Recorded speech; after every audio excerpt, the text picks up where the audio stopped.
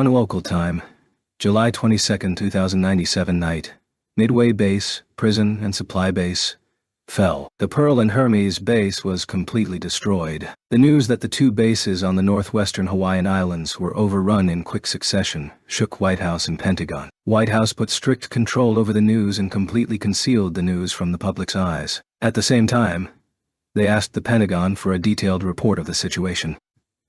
This troubled Pentagon, Defense Ministry. As of July 23, the USNS and the US military's headquarters were not in a position to respond to the question of the identity of the attacker. At Midway Base, there was no clue the identity of the attacker who used the flight suit, and that attacker alone destroyed the cannon muzzle, took down the interception system, and took 3 prisoners away. There wasn't even a photo left. Pearl and Hermes Base was in a more distressing state, and the personnel at the base were wiped out. The soldiers who survived the attack only witnessed unidentified flying objects, and the only thing that seems to be a clue is the record of the communication that the captain of the aircraft carrier Shangri-La exchanged. The voice was also subjected to advanced electronic processing, and even the highest performance computer owned by the U.S. Army could not restore the original voice print. However, it does not mean that they had no idea who the attacker was. The flight combat suit that was used by the attacker was clearly superior compared to the thrust suit which was developed by the USNA military, and the attacker's skill to master it perfectly. From these 2 points, the USNA military had almost determined that the identity of the attacker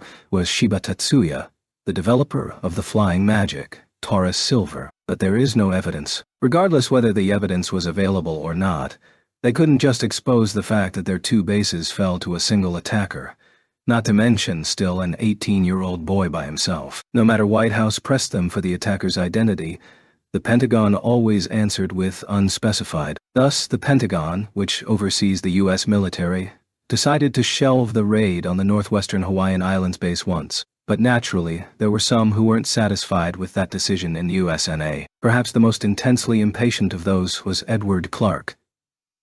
He also speculated that it was Tatsuya who attacked Midway in Pearl and Hermes, and he interpreted that as Tatsuya's warning, as a user of material burst magic, for counterattack against him who was trying to neutralize him using force. Clark thought that Shiba Tatsuya showed off as if saying, "I have the power to hit you, Senna, without using strategic magic." And if the people in the Senate and high-position government officials realized it, his position will be worse. Aside from the Dione project, the matter that he had a conspiracy with Bezobrazov, who targeted Tatsuya and carried out an illegal surprise attack on the Japan mainland, cannot be justified by any means. Even if Clark was really against Bezobrazov's surprise attack, there is only one way you can survive: kill Shiba Tatsuya, who became a clear threat for the state. At this point, to kill or be killed. Edward Clark was cornered to that point. He was cornered by his own actions. Local time, July 23rd.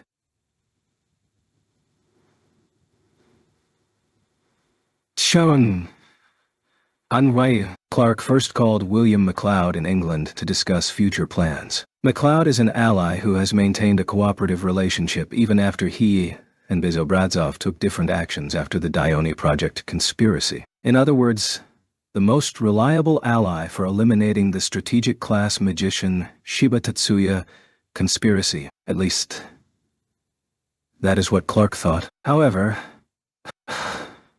why doesn't he answer the phone? McLeod didn't answer Clark's call. The number Clark used was connected to McLeod's private office and was assigned exclusively to Clark. If McLeod was in the office, he would know it was from Clark. And even if he was out of the office, the incoming call notification would have arrived on his mobile terminal. And yet, McLeod didn't answer the phone for the whole day. There's no callback. This could only seem that he denied the contact. Why? What happened? Clark thought he was betrayed. But even if that's the case, Clark could do nothing. Comparing America and England, America clearly has higher national power than England. However, McLeod is one of the nationally certified strategic class magicians of the 13 Apostles and a key figure of the England government. Clark, on the other hand, is only one government official. Clark cannot guide the USNA government to pressure the England government. As is this now, I have no choice but to make Pentagon move. Even if he can't force their close ally, the England, to take hostile action, If it's a ploy to get rid of a strategic class magician who threatens American hegemony from a competitor in the chronometer in the Western Pacific, Japan, they would be likely persuaded. Clark calculated so as if he hit the abacus. For that, it might be necessary to reveal the existence of Hitzkopf. But it can't be helped anymore. Edward Clark was one of the major developers of Echelon IL, a military spying system, wiretapping, monitoring, encryption breaking, and other intelligence activities. Hitzkopf is a hacking system that uses the backdoor in Echelon III that Clark made when developing it. Clark is likely to be sentenced to life imprisonment for national treason if the existence of Hitzkopf is revealed. There's a possibility that he's disposed of without trial after his brain scanned. However, if this continued on, he had no future anyway. By confessing everything, Clark resolved that he would be willing to make gamble deals with the government. Local time, July 24th afternoon. Edward Clark was visiting the Pentagon. The person he's going to meet is Secretary of Defense, Liam Spencer. He was able to make an appointment with the federal minister for an interview because he's the Echelon II developer, also the creator of the Dione project, which devised to neutralize the strategic class magician, Shiba Tatsuya. Pentagon had high expectations with that plan, so that's why his name is considerably well known in the Defense Ministry. 1. TLN. The actual line. 759 438, which literally is Clark hit the abacuses. After a short greeting, Clark went into the main subject immediately. Your Excellency, there is no doubt that the Japanese strategic magician, Shiba Tatsuya, attacked the two bases, Midway and Pearl and Hermes, the magician of the great bomb that caused the scorching Halloween. No. Material burst user magician, huh? What is your basis? There is no evidence, but inferring from the situation that was definitely that man's works. Clark was not frightened by the Secretary of Defense's question. However, he forgets to breathe for a while after the next line released by Spencer. Not even using your favorite Hitzkopf. So, you know about Hitzkopf. Clark barely squeezed out this one line. Edward Clark. Don't underestimate me. You're not the only information network expert working at the Department of Defense. You mean, was overlooked. Don't know what you all were doing specifically. Hacking using Hitzkopf didn't bring us harm to the system, so Eli left you alone. There was no need to consider whether Spencer was lying or not. The fact that he specifically said, you all, rather than you meant that he understood well the Seven Sages' activities. Clark realized that he had been dancing on the government plan. He was overlooked because they considered that Seven Sages' activities didn't clash with the USNS government's interest. If the moment that the Seven Sages were judged to have posed a threat for the government, they would immediately move to erase the operators. So, what do you think we should do if it's that strategic class magician that attacked us at northwestern Hawaiian Islands? Asked so. Clark was reminded that it wasn't the time for sinking in shock after his feeling highty-mighty for the past shot down. If his position was more dangerous than ever, now was the time to show his usefulness more. We should no longer hesitate to do military action. Shiba Tatsuya is very likely to stay on the island that is building the stellar reactor. This is our opportunity. The Japanese government may not be silent about the attack on the suburbs of the capital, but it is highly possible that a surprise attack will be successful if it's on an island that is over 100 kilometers offshore. Spencer paused for a breath. But can you win? Then he asked a question with a sharp line of sight. Clark unconsciously gulped. Understand that he's not an easy opponent. Right. The opponent is a magician that is able to blow together hundreds large and small fleets with the naval base. Attacking with numbers is practically meaningless. Your Excellency, I think the conclusion is premature. Spencer raised his eyebrows and demanded an explanation with his line of sight. Clark leaned himself forward. Surely, attacking Shiba Tatsuya with a large fleet would be meaningless. Sending in a large bomber formation would only prey on that magic. But that magic, material burst, only causes a very powerful explosion at one point. It is not possible to deal with attacks from multiple directions at the same time. Clark wielded fervent speech. Unfortunately, Spencer didn't seem to be impressed. Why can you say that? Clark could not immediately answer that question, which was asked with a cold voice,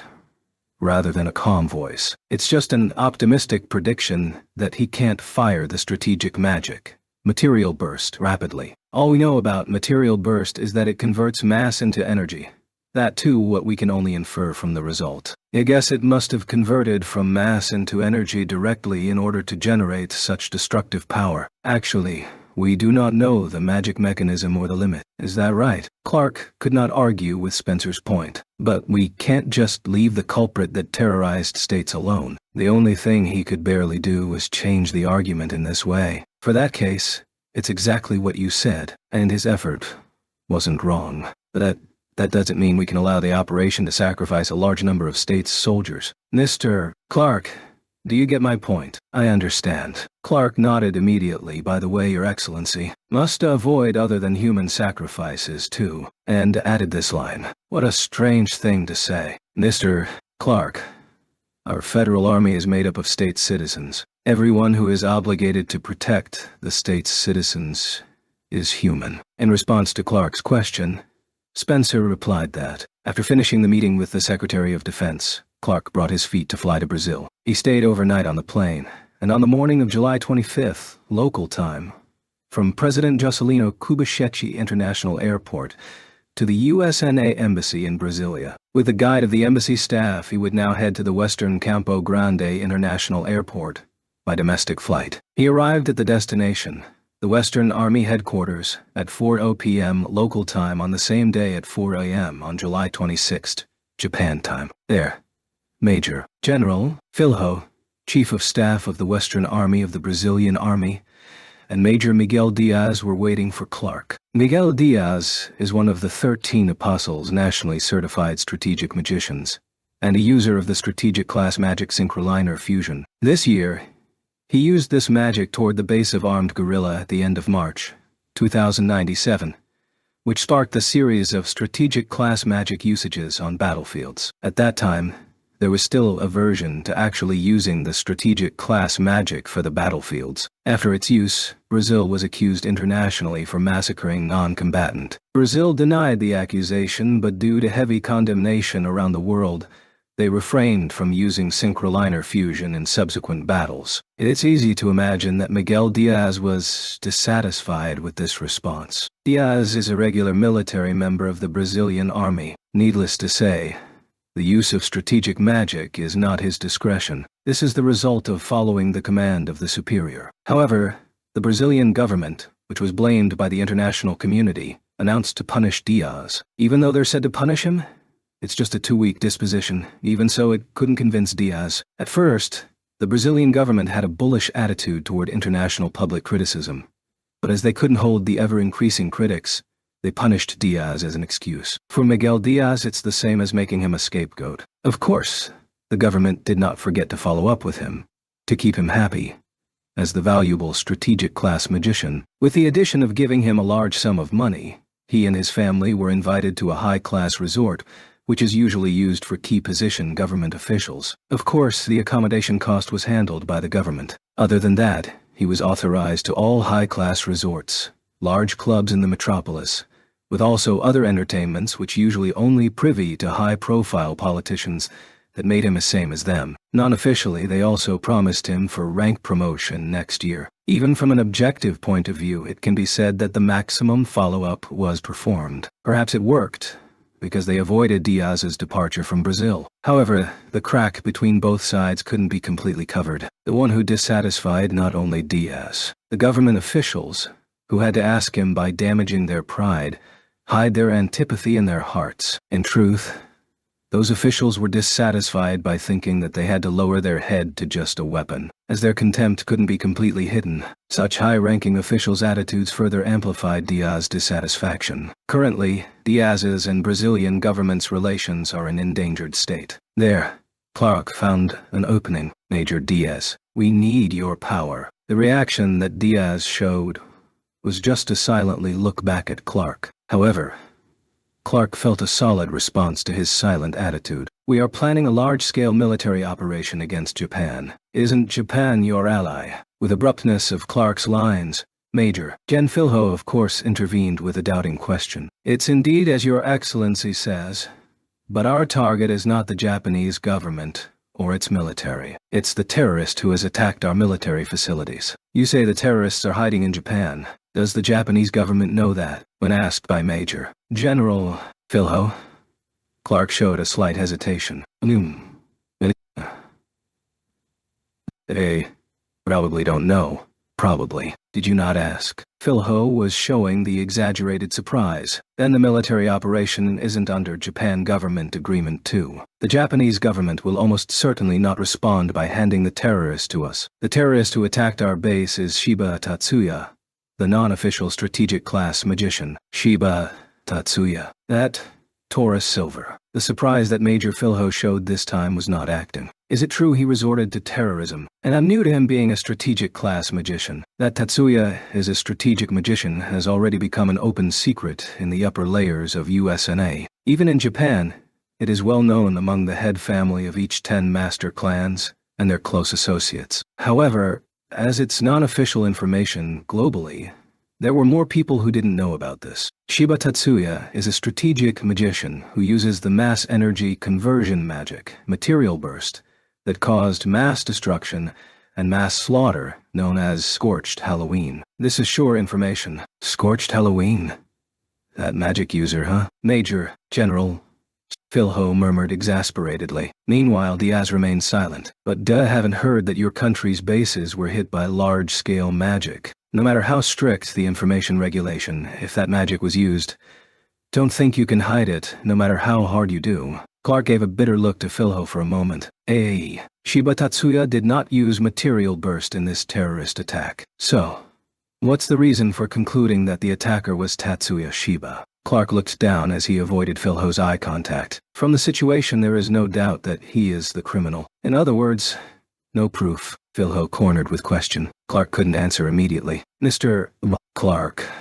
Datio. Are you trying to eliminate the strategic class magician who could pose a threat to your country by reusing the base attacked by someone? Originally, the Dione project was intended to do that right. Your Excellency, Chief of Staff, isn't it enough already? It was Diaz who saved Clark, who had a hard time answering. There is no need for clear proofs for an informal operation. When we feel threatened, that's enough reason to dispatch troops. Again, this secret operation is better than an official one for invasion when considering diplomatic relations with Japan. In the worst case, if you tell that this is my own discretion, the damage will be minimized. Is Major fine with that? It's just normal that Philho asked that. Diaz was the same as telling Philho to discard him when Philho needed it. The question that was asked had the nuance of Philho thinking for his desperate subordinate. The current situation is not too different. Diaz's answer was an exaggeration to say that it was perceived as criticizing the government. You're right. But Philho didn't blame Diaz. Philho too was dissatisfied with the government by making Diaz scapegoat to curb the international criticism of using strategic class magic. And also what, Major? You don't have to be reserved just because you're in front of a guest. There's no worth for a magician who can't use magic. Similarly, I'm worthless because he can't use synchroliner fusion. Major, it's not you can't use the magic.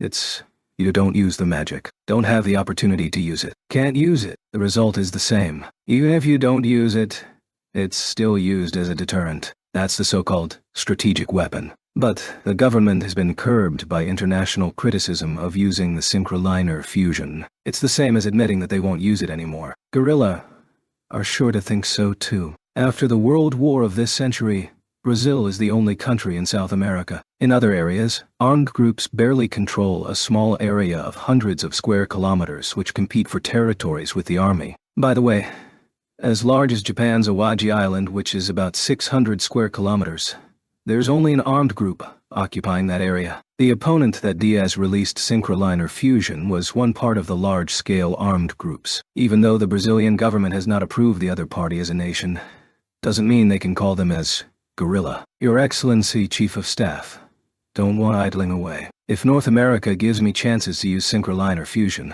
I'll be happy to accept. My little brother definitely agrees too. Major General. Philho was thinking about hearing Diaz's appeal in just a short time. Miguel, what you say is right. Philho's calling him changed from class rank to first name, but the tone remains that of his subordinates. It wasn't the friendship that changed the name, but there seemed to be another reason. It also benefits the military to show the effectiveness of the synchroliner fusion, Mr. Clark. Not what? Suddenly being asked, Clark wasn't confused. How long is this unofficial operation against Japan? It will be settled within a month at the longest. See? Philho nodded and turned his gaze again to Diaz. Miguel. I'd give Major Diaz a month off with my authority. And, oh, don't need a scheduled report during that time. Tell that to Antonio too. Roger, sir. Miguel Diaz stood up and saluted Major General Philho. It was only Clark's attendants who were confused by how Major Diaz is different from Miguel Diaz. 2TLN. Boa, L. HTTPs. Dictionary. Goo. Nay. JP word #IL. Meaning. Fragistius 5th. Rakarosa adultal. 55er. The meaning is as translated above. After repelling the Greater Asia Alliance invasion, the new Soviet strategic magician Igor Andreevich Bezobratsov remained in Khabarovsk, instead of returning to Moscow. He didn't move from the Far East because he was looking for an opportunity to kill Tatsuya. Bezobratsov released the strategic magic Tumen Bomba twice in early and late June to kill Tatsuya with bombing gutting, but he got the opposite. The valuable clones that assisted Tumen Bomba and the train-mounted large-type CAD that can be said as a mobile base to cast Tumen Bomba was destroyed, and he himself tasted full defeat and suffered serious damage. Bezobratsov, who has a high pride, was obsessed because of this humiliation. In this Khabarovsk, which is close to Japan, he collects information about Tatsuya's movements.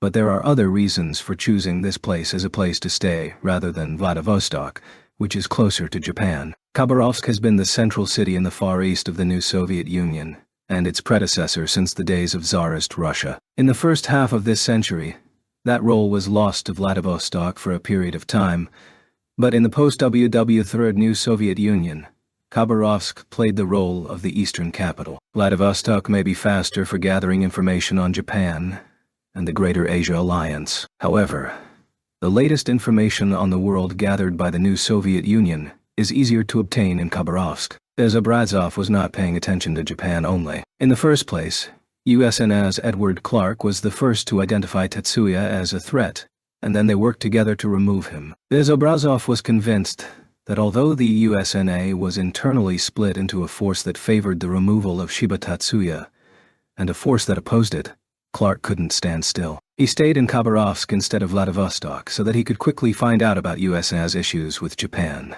Therefore, it may have been natural for Bezobratsov to catch this information on the day of July 26th, considering the capabilities of the new Soviet military intelligence. So, Clark pulled out Miguel Diaz.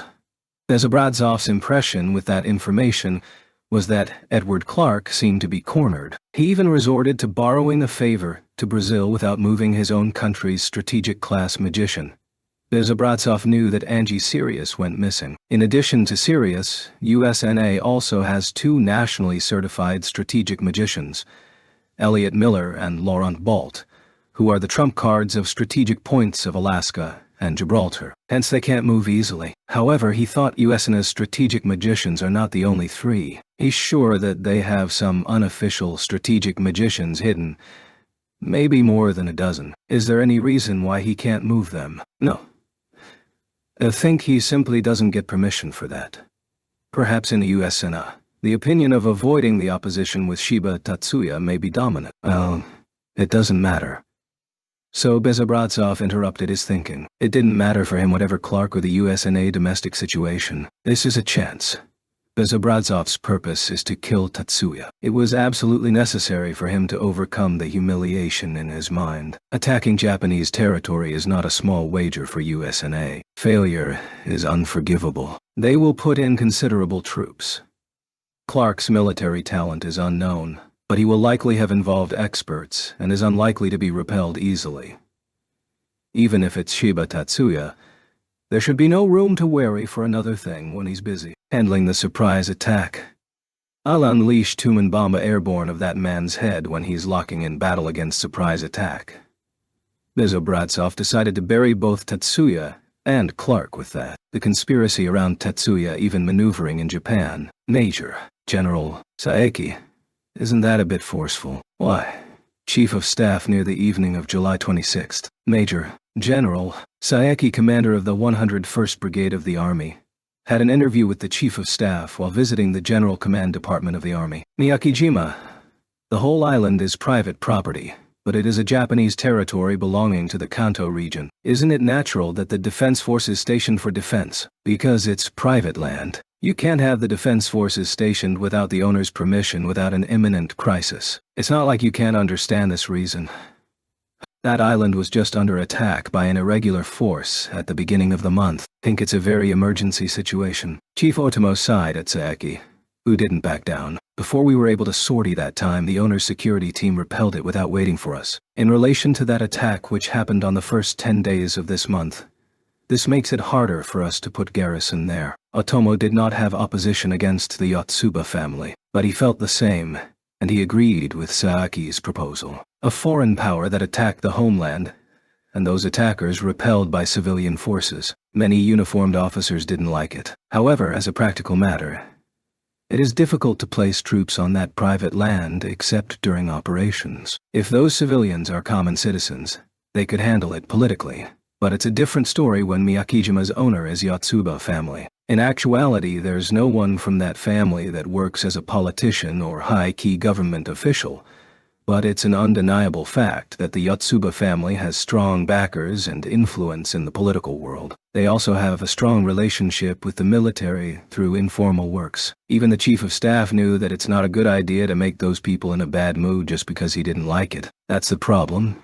Chief of Staff can't accept the existence of a private force that doesn't follow civilian control in a democratic nation. Volunteer soldiers must be temporary only. BTLN A and #472 HTTPs dictionary dot ooh yeah JP word is and #2D meaning Hizzle said. Adre, however, it seems that Saeki's judgment is different from Otomo. Is the Major General asking the Yotsuba to disarm? Otomo asked Saeki, who willing to advent the risk without definite profit, with the intention of, "Are you serious?" Which he answered with, "It is inevitable to follow the principles of democracy, Chief of Staff." Saeki looked back at Otomo's eyes with a firm gaze. Fortolin. KPOshi 35. ITTs. Dictionary. Goo. Yeah. Kun. JP word. TK-ho #5. Meaning. Bao fcs il spui. Aned rept he. Hey. Taking dangerous action, by example getting the chestnut in the fire with the risk of scalding without any profit. Out to Saturday, July 27. Tatsuya left the hospital on Miyakijima. Just a week ago, he crashed with a Coast Guard patrol ship and was seriously injured. He was hospitalized all the time for that treatment. Although the facts are different, this camouflaged hospitalization was making alibi for Tatsuya, so he couldn't slack until the end. Despite keeping away from all outsiders for visiting, he even bothered to replace the dummy puppet with elaborated material that made a living object. At night when he left the hospital room, he did that thoroughly. Onsama. Congratulations on your discharge. Miyuki with a bouquet was waiting in the entrance lobby of the hospital. Needless to say, Miyuki knows that Tatsuya's hospitalization is disguised. However, the full-faced smile when presenting the bouquet seemed to be really happy that Tatsuya was discharged from hospital rather than acting in accordance to fake hospitalization. And for her, she's really happy now she's able to be together with Ubidi. Tatsuya without worrying other people. Thank you. Miyuki. Tatsuya smiled and received the bouquet. It's not the smile that had a nuance of "I can't help it," but a smile that showed deep love to Miyuki, instead of a bitter smile. Lena was next to Miyuki, but she didn't show a sigh or an amazed face today. Congratulations, Tatsuya. Finally, can move freely. Yeah. Made Lena feel restricted too. It can't be helped. Can't leave an injured person alone. Lena's lines are for camouflage too. However, it's not completely faked out of context. Since Tatsuya is able to leave the hospital, now Lena's ready for taking new actions that she planned. Information that Tatsuya was discharged from the hospital crossed the sea within the day. The hospital was banning outsiders from visiting, but it wasn't forbidden to enter or leave the island. The island was used as stellar reactor plants, which is the foremost example of magical usage outside of the military, and its result is desirable to be reported to worldwide. Cutting off from the media exposure isn't something that Tatsuya wanted. In the first place, Tatsuya showed himself for his discharging to complete his fake hospitalization alibi against the military and US Nadat. So the intelligence agent or intelligence agency or journalist which the collaborators could tell this news to their employers. Zabrazov received this information about Tatsuya's discharge on the same day in Khabarovsk, while Clark received it a day later on a transport plane to Hawaii. The building that was used as the felony magician prison on Miyakijima was changed to lodging for Yotsuba staff for Miyakijima management. Even when Lena was sheltered on this island, she was using this lodging building too. Shibata Katsushiga, who was newly assigned as the manager of Miyakijima, also lives in this building on the first floor together with his fiancée Tsutsumi Kotona. The main family recommended him to take the 7th floor, but Katsushige prioritized the practicality to respond immediately to any emergency situations. And on the 8th floor, on the top floor, there was a new accommodation room for Maya when she visited the island, and a room for Tatsuya and Miyuki to use as their second house. Welcome back, Tatsuya-sama, Miyuki-sama. I'm back, Minami-chan. Welcome, Lena-sama. I'll be bothering you, Minami. Waiting for Tatsuya and his friends at the other house was Minami, who was brought back 3 days ago. She was reinstated as Miyuki's maid. At first, Miyuki suggested having Minami extensively examined at the hospital. However, at Minami's strong appeal to immediately work on the day she's back, Miyuki finally couldn't oppose it. Fivedon, 648 F by TA. Most common greeting when visiting someone's house or territory. The literal would I'll be bother, or any of its variant with related to 48%. Bothered Tatsuya didn't say anything to both. About not saying anything too, neither Tatsuya nor Miyuki asked Minami when she was with Minoru. Minami sometimes was seen as if she wanted to talk about it, but each time, Miyuki just changed the conversation to another topic, and Tatsuya said he's busy with other things, so their actions were to avoid that topic entirely. Tatsuya, Miyuki, and Minami regained their daily life just like they were before. "We will go tomorrow," Lena told Tatsuya during the tea time after the 4 of them had lunch together. "Just as planned." "Roger that." As Tatsuya responded, it was planned from the day before yesterday that Lena was going to go to the nuclear-powered submarine aircraft carrier Virginia on July 28th, as Canopus was safe-skept there. "What's the time for your departure?" "Plan to leave before dawn." "Okay. I'll prepare this as well. Is it okay departing from the underground port at 4 a.m.? There is a hidden harbor open to the sea beneath the grounds of Miyakijima. When Tatsuya headed for the northwestern Hawaiian Islands, he departed from there too. "Well, I don't think you need to do that far. Even have been given a thrust suit, so I'll be fine going alone." Lena was reserved to have Tatsuya take her on an aircar halfway. Tatsuya's plan was to use an aircar to fly over the rendezvous point with Virginia, and from there, Lena, wearing a replica of the UAS military flight combat suit thrust suit, jumped into the sea and transferred. "I also have my own reason." As Tatsuya explained, he didn't intend to just send her off out of kindness. Even a small object such as thrust suit could be observed by military satellites. While the process of onboarding the Virginia wouldn't be known since it's in the deep water, but the object that flying from Miyakijima to waters in the middle of Western Pacific would incite suspicion that Tatsuya is Virige's collaborators. It's his reason why he preferred using aircar that has advanced stealth function for secrecy. It will be bothering Senator Curtis too if we're found out. So Lena, you don't have to worry. "Well, I'll accept your offer then." Lena understood the need for covert move. She nodded with an admirable look. 27th afternoon. At the Yotsuba main house, Kuroba Mitsugu was a guest at tea time. "So, Mitsugu-san, what do you want to report directly? It may be fine too using the communication line, but by chance want to see your beautiful face directly." So Mitsugu greeted her with a look of sorry to have troubling her. "Just leave it like that." Unfortunately, Maya's reaction was coldly short. As Mitsugu read it's not a good sign, he changed his attitude to a serious one. "There was a report yesterday from Lieutenant Karachi of the Chief of Staff Office." "Karachi-san? That one who is working for the Army Chief of Staff?" "Yes, that's right. It's a newcomer who was just commissioned last year, but the superiors seem to highly value her." Second Lieutenant Karachi that they both talked about is a female officer who Kuroba sent to the military through Military Academy. It can be said that it's unnatural that her assignment so fast by sudden, but considering Kuroba and mainly Yotsuba childhood education, It's actually normal because of the groundwork they laid. What was the story like? Major, generals, Saeki came to visit Chief Otomo, the chief of staff, and insisted that a military unit should be placed on Miyakijima. I see.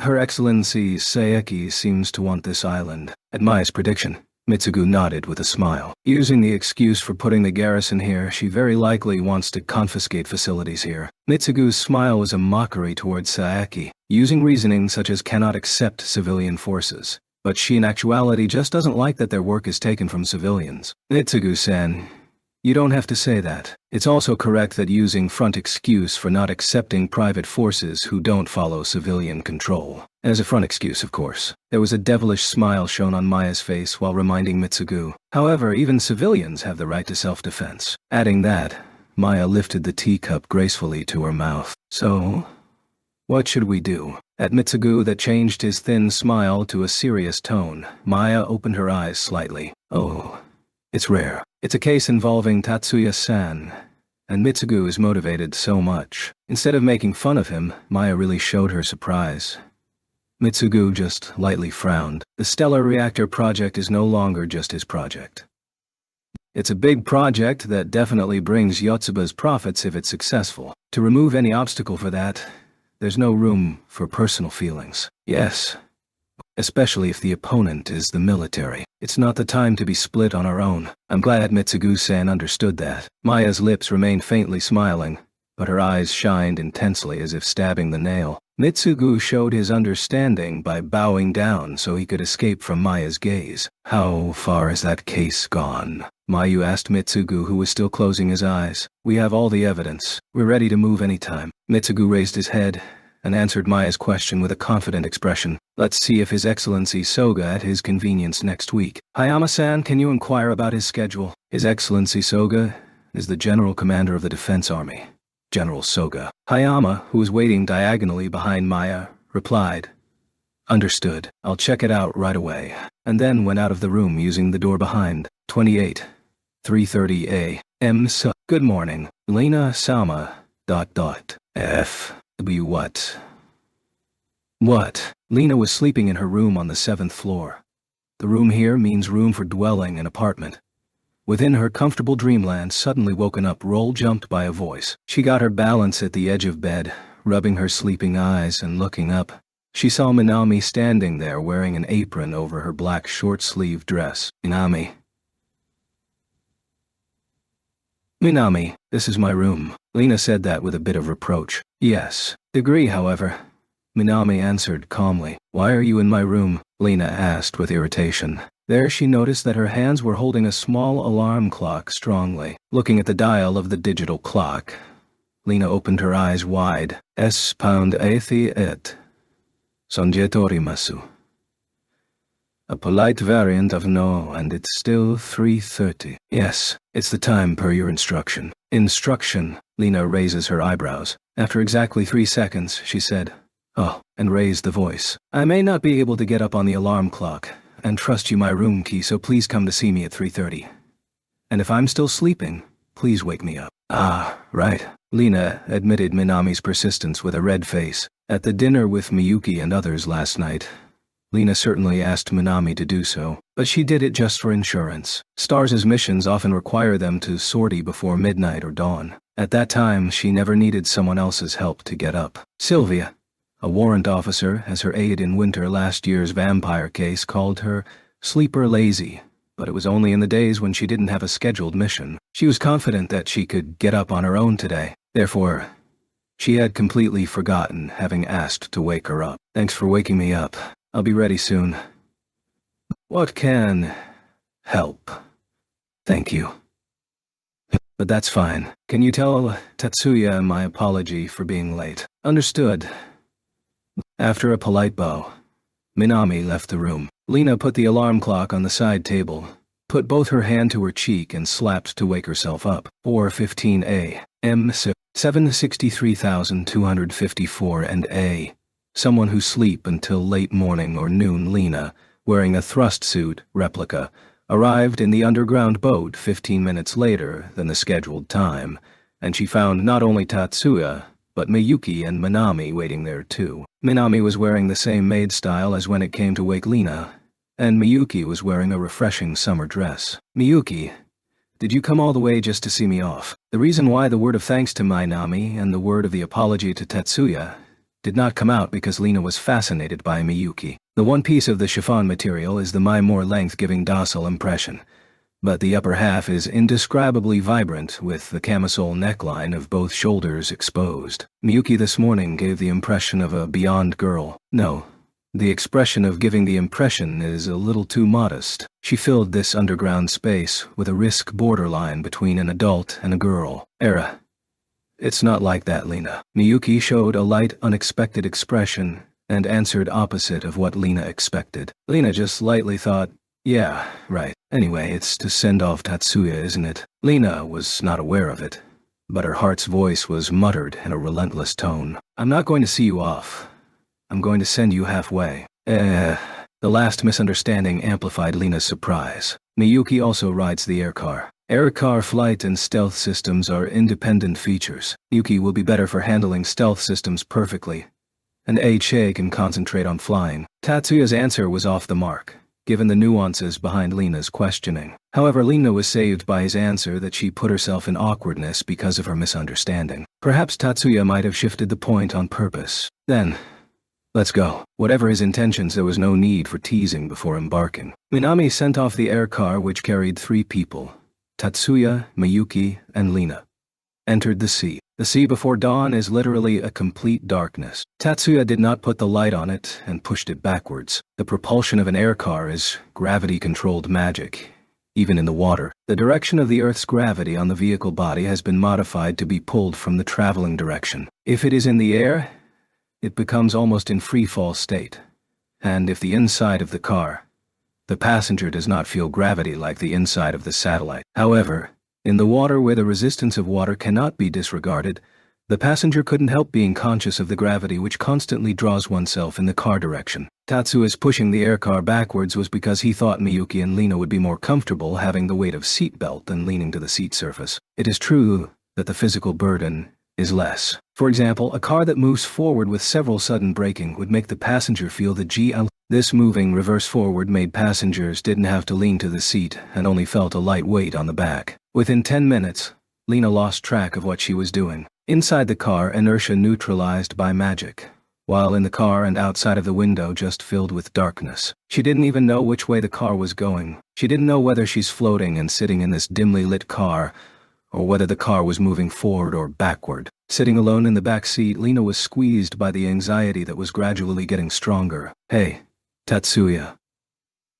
Don't you want to turn on the lights? At last, Lena couldn't handle the pressure and spoke to Tatsuya in the driver's seat. It's better not to put the light on. It is not very useful in the sea. It only increases the risk of being discovered. But if you bump into a sea mountain or a whale, it's dangerous, isn't it? There is no sea mountain that will collide at this depth around here, and even without the light, she could see the situation out there. What's that? Not fair, Lena complained childishly in seconds. Miyuki opened her lip broad and turned from the passenger seat to Lena. Lena, are you scared by any chance? I'm not scared. Miyuki's tone wasn't to ridicule, but Lena replied back with red face thinking so. Just didn't know what was going on outside, so just got a little nervous. The reason why Lena toned down was because she realized Miyuki's intention and admitted her situation. But since she wasn't able to set a complete poker face, she's admitting with a little embarrassment. You don't know where the enemy may be lurking.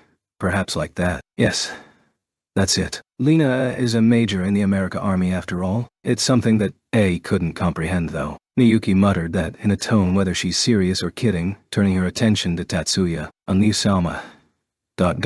Think. To vaguely understand Lena's feelings. Why don't we go up to the sky soon? That's right. It's a little earlier than planned. But we're going to be able to emerge. Tatsuya nodded. You said a little earlier. Is it okay to emerge not far enough away from Miyakijima? It's because of herself that Miyuki requested so. So she's worried about the plan. It's almost in Japanese sea territory. It's enough for camouflage. Japan sea territory. But then about 30 minutes. Lena raised her voice surprised after Tatsuya told her their current position. How fast is it? It's up to 400 kilometers per hour. It's 400 kilometers. It's more than 200 knots in the water. Lena's cry roars in the car of the sealed air car. Miyuki was uncomfortable, but Tetsuya was calm and didn't even move his eyebrows. Your surprise is exaggerated. The supercavitation torpedo of the last century also recorded 200 knots. This air car, like the mobile suit of the Defense Force and your thrust suit, forms an air orchid around it to reduce resistance in flight. Underwater, this air cocoon has the same effect as supercavitation. Is that so? It's pointless to doubt the fact. Although she did not seem to be completely convinced, Lena did not ask any more questions or refute them. The air car emerges to the surface of the sea with the body facing up. The air car that was diving backwards now reversed toward the traveling to forward direction, and it moved from the horizontal position to the posture which took a large elevation angle. But neither Lena nor Miyuki felt the change either. It was a moment when it parted from the surface of the sea that they recognized that it had soared at the angle which exceeded 45 degrees. Sun rose at waters 200 kilometers east of Miyakijima. Only after seeing the water surface then Miyuki and Lena realized their car position. The air car fell straight to the sky, which left the color of the night slightly. From the outside it soared at 60 degrees, but what Miyuki and Lena felt was the sensation of falling down. Miyuki, please handle stealth control. Yes. Miyuki, who had been looking into the scenery, responded panicking to Tatsuya's instruction. Tatsuya left the control of electromagnetic wave camouflage magic to Miyuki, a magic screen that emits only infrared and monochromatable visible light of the same wavelength as the outside temperature, and does not reflect any other electromagnetic waves. Freed from the need for handling camouflage magic, Tatsuya concentrates on flying magic. The air car reached 1,000 kilometers per hour in a blink of an eye. 8 TTPs. N. Wikipedia.org Wiki Supercavitation. The rendezvous point with the nuclear submersible aircraft carrier. Virginia is 1,000 kilometers east of Japan and 100 meters deep. Virginia has been waiting in the water since last night, but it was impossible to know by normal means whether they were really waiting at the point of promise. Virginia's series of actions, combined with helping to raid Midway Prison and Pearl and Hermes Base, is not based on formal orders. Only those who know its current location are limited to some of the Pacific Fleet Command. It is impossible to send signals or communications which could be intercepted. However, it's just normally mean. Tatsuya's eye had already captured the position of the submarine aircraft carrier from just before 100 kilometers. Lena, we're here. The air car was stopped directly above Virginia and 10 meters above sea level, and Tatsuya turned around and called out to Lena. You know how to get in. Submarines usually do not expect crews to get on and off when submerged in water. However, submarines equipped with nuclear reactors that were ostensibly forbidden had doorways that could be used in water to increase their confidentiality. It's okay. It's my first time in Virginia, but I've been on the same type. Nodded to Lena's reply. Tatsuya opened the door in the back seat. Tatsuya. Thank you very much. I'll call you when everything is sorted out. Lena waved lightly and dived to the surface of the sea 10 meters below. The passive sonar of the submarine aircraft carrier Virginia caught the sound of Lena jumping into the sea. It's almost time by minute. It's not a lie that Japanese people are very punctual. After receiving reports from the sonar, Captain Michael Curtis muttered in an unclear tone whether he was impressed or stunned. Staff in charge. Prepare for embarking a person. It's been a long time since we've used an underwater hatch. Don't make a blunder. One prime officer enters the Combat Command Center, CICRT. Here overlapping with ounces. Aye, sir. That officer walked up to the side of the captain. Captain. Major Canopus. Apparently someone called herself Major Sirius going to arrive here. If she's diving as she's now, she won't lose the way. Captain Curtis told him immediately. The very reason Canopus here was none other than Lena. E.C. Canopus voiced understanding after that. Then I'd like to meet her too. On top of that, he directly requested what he intended by coming to the SEIC. Very well. Allow you. If Lena and Canopus joined hands and went wild, even this submersive aircraft carrier would easily sink. For Lena, Canopus is hostage and vice versa. Considering the safety of the ship, they shouldn't be easily met each other, but Curtis not even thinking that possibility and easily giving permission to Canopus's request. Canopus, Benjamin Ruse is Michael Curtis's auntie-grandson for the upper class. This blood connection is not too far off, and this work is due to the strong request of Senator Wyatt Curtis, the family head. There was no reason to doubt Canopus now. Thank you.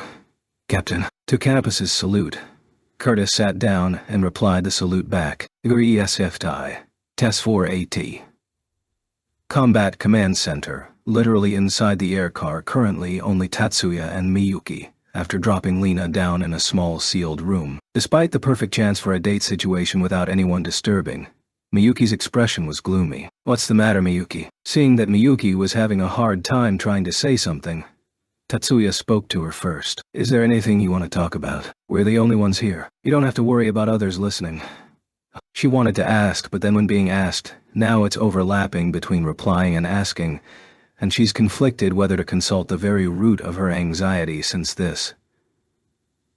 The perfect chance, without anyone else listening. It's about Minami-chan. Tatsuya replied so to express his understanding and because it's what he expected. Anusama, you aren't using the gatekeeper on Minami, are you? Gatekeeper is a technique that monitors the gate. A passage where a magic formula is projected from the spirit of a magician to target phenomenon effect, and disables the magic by destroying the magic formula immediately after detecting the passage of the magic formula. I'm not using it. Gatekeeper is meaningless for Minami's condition. As mentioned above, Gatekeeper is a magic that destroys the created magic formula in the process of invoking it. Building a magic formula does not limit the activities of the magic calculation area. There is no effective way to prevent magic calculation area overheat, which threatens Minami's mind and body. Why'd you ask that? Because there's a sliver of doubt in Miyuki's eyes. Is it because you can't feel any magic power from Minami? Miyuki opened her eyes wide, looking at Tatsuya because of what he said. So, it's not my misunderstanding then, right? It's not a misunderstanding. Minami's ability to cast magic completely shut off. The sense itself is still active. But perhaps that's also limited too, even to her senses. Maybe Minoru-kun did something, Miyuki asked with a face full of uneasiness. There's no doubt of what she's afraid of. Currently, there's no trace of parasitic. Tatsuya had bitter expression on his face because he felt himself inadequate to completely remove Miyuki's anxiety. That's me too. But when it comes to parasites, Minoru, who has become a parasite himself and keeps his ego, has far more knowledge and know-how about parasites. I don't think he's going to infect Minami with parasites without her consent. No, just don't want to think about it. But I can't deny the possibility that he's using parasite-related technology, which we know nothing about, to deactivate Minami's magic calculation area. Even Onisama couldn't do it with your eyes. Too bad. My elemental sight can't reach the spiritual area. It's indeed so. I'm sorry. She understood well that Tatsuya couldn't see push and body information. However, if it's magic, it is still using the medium of psion body information, so even Tatsuya is able to see mental interference type magic, analyze and decompose it. Therefore, Miyuki thought that it was very likely that Tatsuya would be able to see Minoru's magic. No. Know how you feel. I'm concerned about Minami too. What should Miyuki hung her face in dark expression. From any outsider, it's clearly Miyuki thinking hard to find a way. Even with her current state, her concealment magic was still in perfect state, as expected from her skill. After 5 minutes she muttered, right in a low voice, Yakumo-sensei maybe knows what Minoru-kun has done. That's right. I'll ask him. If it's just experts of mental interference system magic, Yotsuba had them too. No, compared to the other 10 magician clan, Yotsuba had a better number and quality of mental interference system magicians, for example like the Tsukuba family. The reason why those two didn't consider them became a definite proof that those two couldn't completely trust Yotsuba. As she made her way straight from the surface of the sea to the bottom of the sea, she made her way to Virginia. As far as the military mission concerned, she rarely made a blunder. Lena grabs the tip of the wire antenna at the top of the ship and establishes a wired communication connection with the ship. Virginia? This is Major Angie Sirius of Special Forces. I'd like permission to board. Contrary to Lena's expectations, the response quickly returned. This is Colonel Michael Curtis, Captain of the Pacific Fleet, Virginia. I'll allow you to onboard the ship. He wants you to come in with a real face. It's already unexpected that the captain directly sent the reply, but what's even more unexpected is that to release the camouflage magic to enter. Angie Sirius can't be in a place like this. I'm telling the crew that there's going to be an agent from the Yotsuba family who claims to be the STARS commander.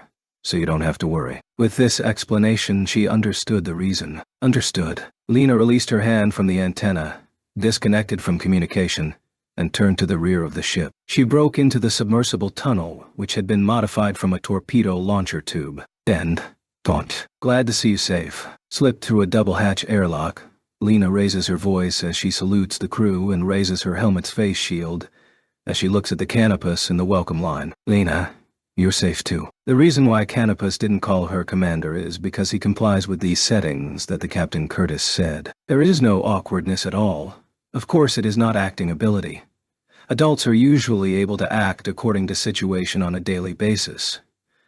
For Lena, it's mostly because the usual Canopus treating Lena as a teenage girl, rather than commander. He has a daughter 2 years younger than Lena. Therefore, it's not possible for him to just leave Lena by herself, and always to care for her when she had to suffer after accomplishing assassination mission imposed to Sirius. Because Canopus was like this, he became Lena's psychological dependent, considering her circumstance and how he treated her. The submarine crew never knew such a thing, but they were happy too after looking both Canopus and Lena met. Noticing a warm look from the surroundings, Lena corrected her posture and saluted them with only the shield of her helmet raised. In response to the crew's salute, she took off her helmet. The long hair that was pushed into the helmet flows down, and the sigh of admiration leaks from among the crew. Even if she has blonde hair, her hair is rare enough to be pure sparkling blonde. It's also added with her beauty, since no one whistled after seeing her. Very likely everyone was able to restrain themselves. Lena accustomed with that kind of reaction, not as Angie Sirius, but as Angelina Shields. She didn't have any particular concerns and asked to meet and say hello to the captain. "Lena, follow me." Canopus responded in a tone that was casual enough and led Lena to the ICIC. After meeting with the captain, Lena is now facing Canopus in a fine room, where it is hard to believe it's available inside the submarine. Captain Curtis lent them his room. Captain's room wasn't only had a bed and desk, but also a sofa set too. Lena sat down on the right edge of a 3-seat sofa after Canopus encouraged her. "Ben, tell me anything after I'll leave." After waiting for Canopus to sit across her, she asked. "E was sent to Midway right after Commander escaped, so E can't tell you much." Canopus explained how he was sent to Midway Prison. To why Major Capella didn't give in to the parasite, did he? Major Noah Capella, captain of the STARS 5th Corps. He is the oldest of the Planet-class STARS magicians and the longest military career. Even Colonel Walker, commander of the STARS headquarters, can't ignore Capella's influence.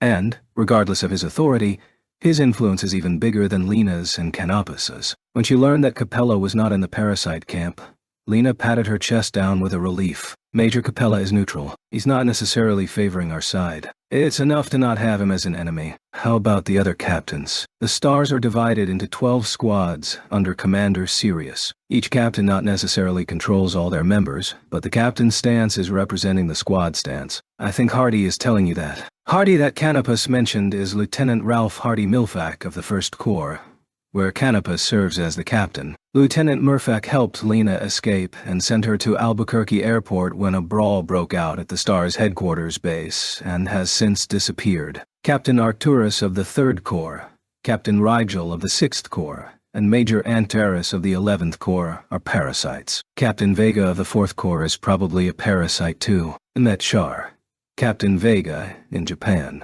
She, Lieutenant Deneb and Lieutenant Regulus were killed by the Yotsuba magician, and the main body of the parasite was also sealed. Was that so? By Yotsuba magician.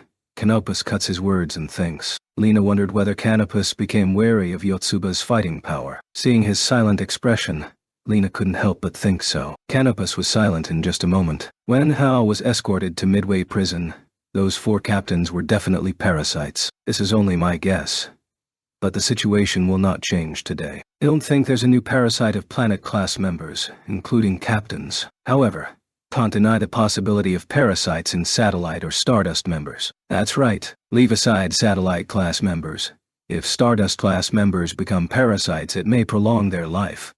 If they wanted that and became parasites, can't blame them. Lena, who muttered sadly with her eyes down, turned her eyes back to Canopus with a new better expression. Anyway, so the only Planet-class parasite left is 6th Corps then. At Lena's line, Canopus inquired more explanation with his eyes. Yotsuba magician. No, it's useless to hide it. Think. I heard from Tatsuya that he killed Captain Arcturus, Major Antares, and Lieutenant Sargas. Ars was the opponent he fought above Takao in the first half of the year in the transport aircraft.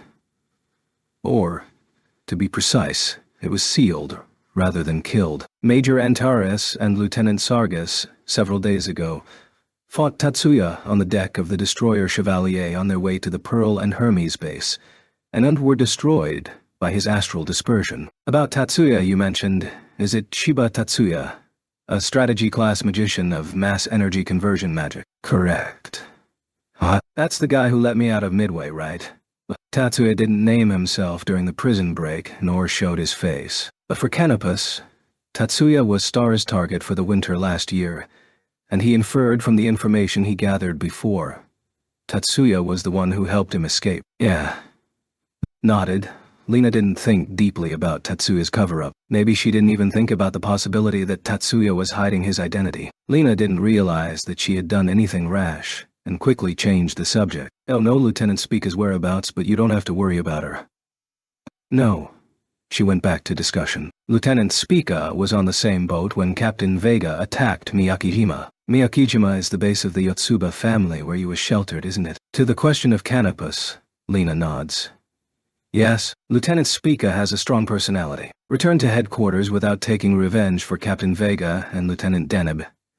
She won't likely to do that. Yes, indeed. That's certainly so. Canopus agreed with Lena's guess. Are you going to return to headquarters? With that, he added the question of what is Lena going to do. He intends to do that. Don't like to behave. Like always running around. And Ben, you pretty much want to clear your reputation, right? That's right. The fight spirit lit in the Canopus eyes. Lena had no intention to provoke Canopus, but the result seems to have ignited his spirit. Also, cannot let parasites do whatever they like with stars. Fortunately, Tatsuya has taken out tough enemies, so their influence is waning too.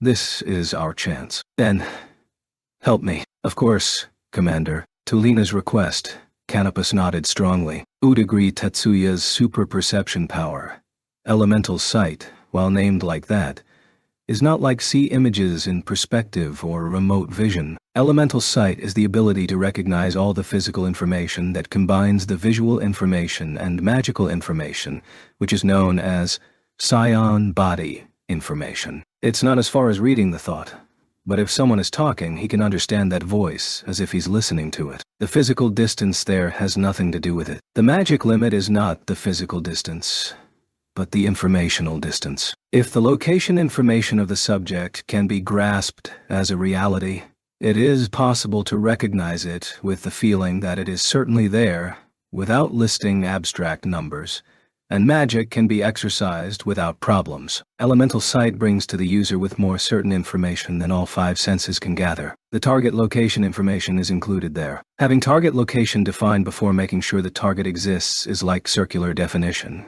That those checking is done sequentially instead of concurrently simultaneously. Degree Tatsuya fetched the recorded visual information, the information to identify an individual, and he sent his eyes to the location to make sure his target is there. His elemental sight is not omnipotent enough to know target information solely by their name. Also, it's not enough against Parade, which is able to fake the location to Eidos level, since his eyes cannot get the correct target. So it also fails to get the target position. For the current case, Tatsuya's target is someone he knew very well. And also, since this was already planned beforehand, so Tatsuya didn't find obstruction to reach her. 4 p.m. 16. Duro. Japanese time. Lena, can you hear me? 10 TLN. Check location first, then make sure target exists. However, you cannot check the target location if it's not exist, but then you cannot sure that target exists if you can't grasp its location. Circular definition. Tatsuya spoke to empty space in his room in Miyakijima. Loud and clear, Tatsuya. The words that Lena uttered in the submarine aircraft carrier, Virginia in the Pacific Ocean, become something meaningful and flow into Tatsuya's consciousness. What Lena heard was Tatsuya's voice, which reproduced with magic. Tatsuya delivers his voice by vibrating the air in Lena's ear through oscillation vibration system magic. The reason why he speaks out like a monologue is that it's better to replicate the sound that is actually air vibration, rather than magically synthesizing the voice from the beginning. And Tatsuya is reading Lena's response with elemental sight. Using this method, they were able to communicate between Miyakijima and Virginia. Submersive aircraft carriers were both isolated each other. Do you have a good conversation with Major Canopus? Yes, Tatsuya. The captain is very kind to me too. It's because you, Tatsuya. Thank you so much. Captain Curtis's kind response to you is not because of me. So what are you going to do? Lena said that stuttered. Tatsuya's super perception ability was able to transmit this detailed nuances of information. Did you decide to return home? Yes. You think I'll go back once first? You think I'll cause you trouble if I'll don't sort out my personal problem first? I don't think it will be much of a hassle, but if you think so, you'd be better off doing it. Thank you, Tatsuya. When I'm done, I'll contact you. Please tell my thanks to Miyuki too. Okay.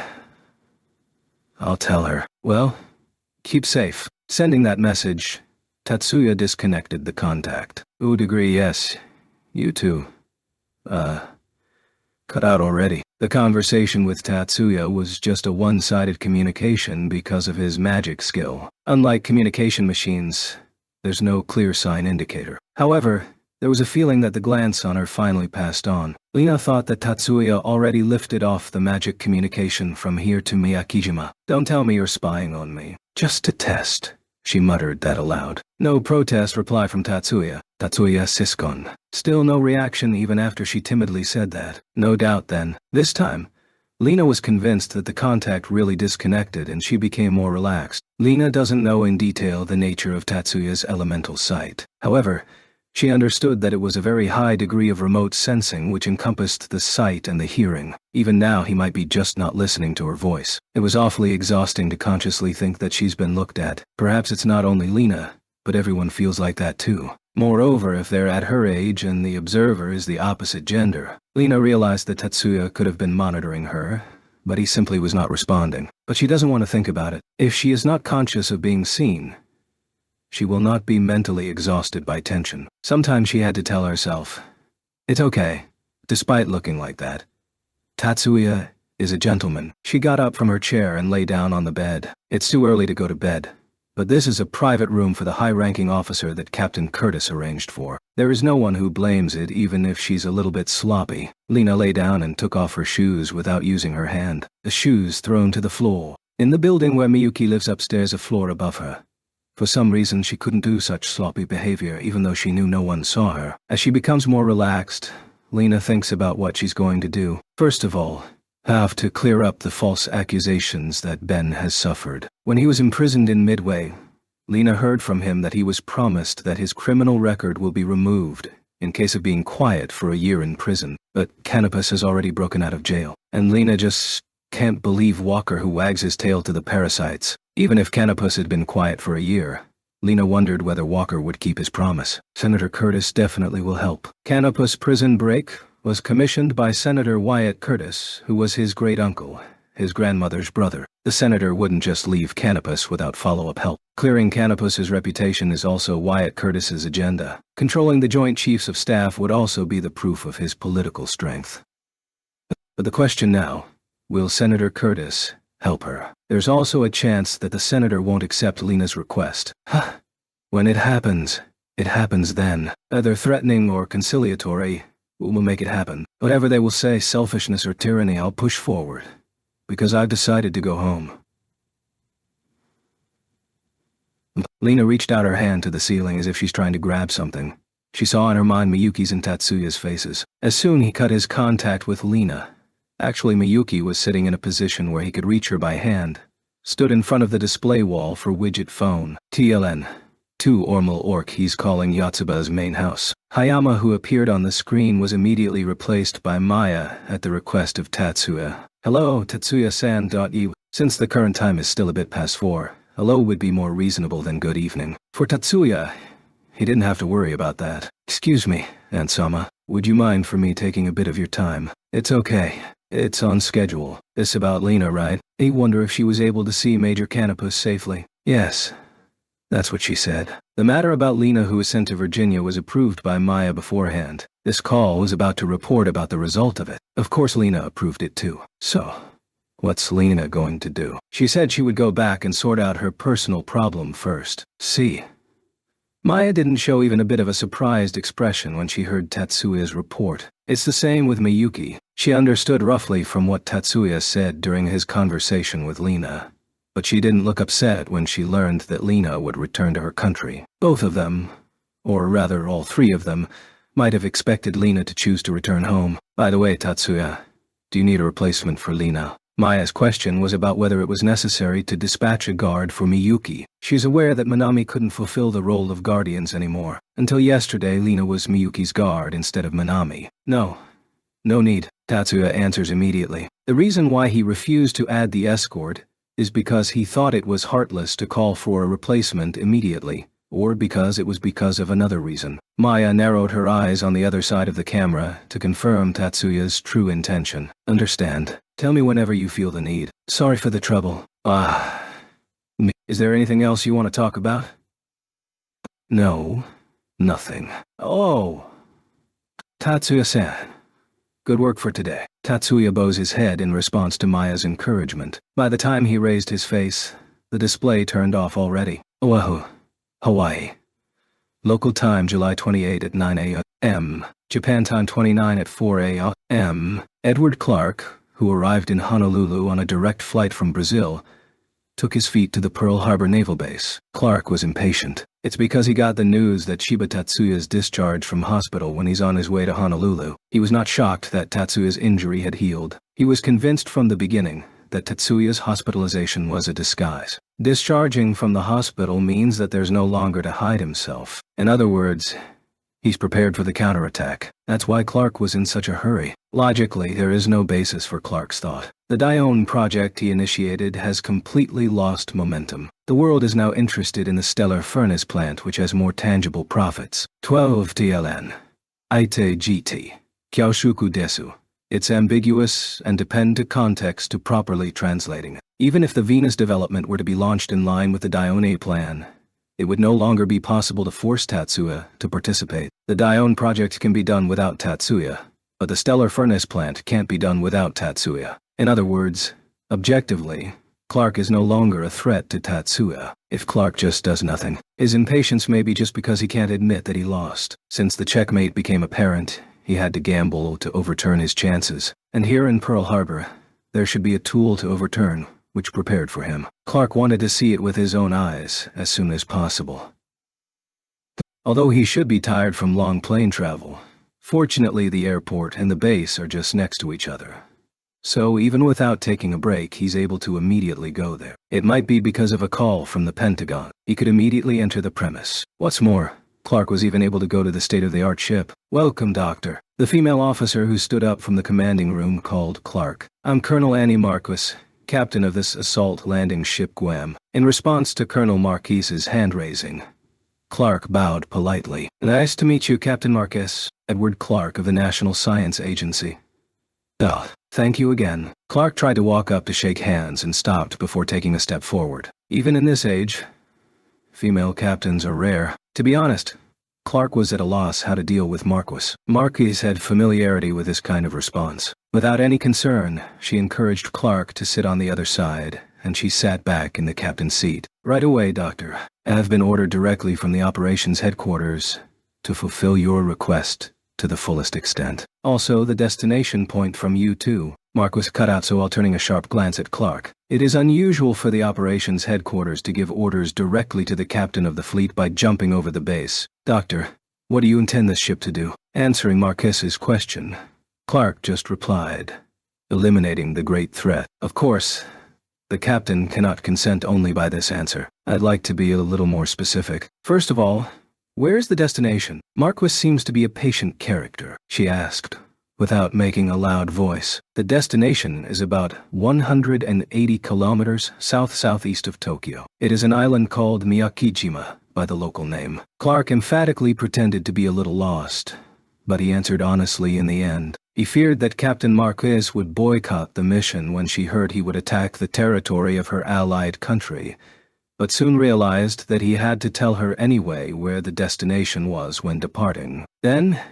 is the threat that Dr. saying Shiba Tatsuya. Marquise took very little time to get to the right answer because media reports knew Clark was sticking too much to Tatsuya. Ostensibly, he was looking for the people he needed to develop Venus, but those with a military point of view saw true intention that Clark was trying to put Tatsuya under USNA's control. Clark looked distraught after hearing the question, but it's just only less than a second. Shiba Tatsuya is a mass energy conversion magic user which caused mass destruction on the southern end of the Korean peninsula at the end of October 2 years ago. Marcus's eyes opened wide. Now it's her turn to be surprised. Apparently she didn't have any information about material burst. Matter energy conversion magic is the scorched Halloween. Is that information reliable? It's the fact. Moreover, the Japanese government is not in control of Shiba Tatsuya. His existence is politically unstable and too dangerous. It will be too late if he's to become a threat. We must contain him now.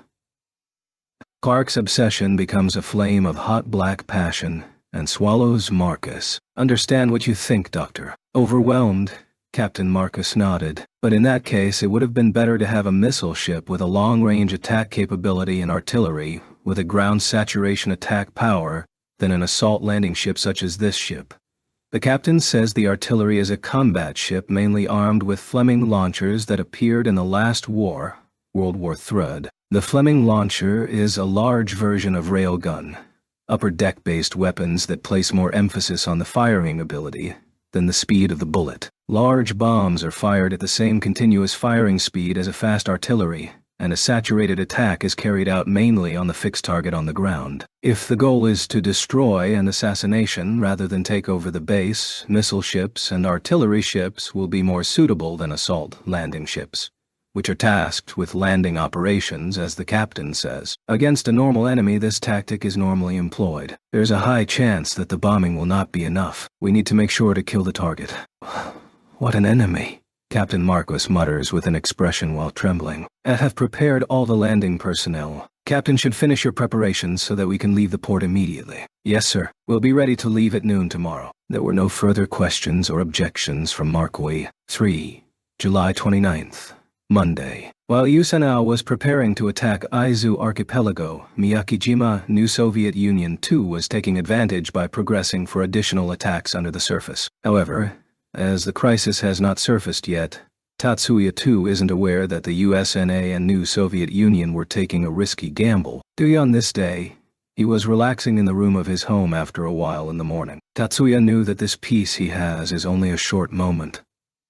Minami was taken back, but Minoru is still missing. The Dione project is harmless, but Edward Clark, the mastermind behind it, remains alive and well. Bezobrazov, who once repelled by a great deal of damage, will not be silent as he is now. As the final battle is looming closer, Tatsuya knows very well that to take a rest when he's able to do so to prepare for that battle. However, if other people look at Tatsuya right now, they would say, "But why aren't you resting?" And on the desk he's facing right now, there's a large display monitor and a console of a magic activation editor on his workstation.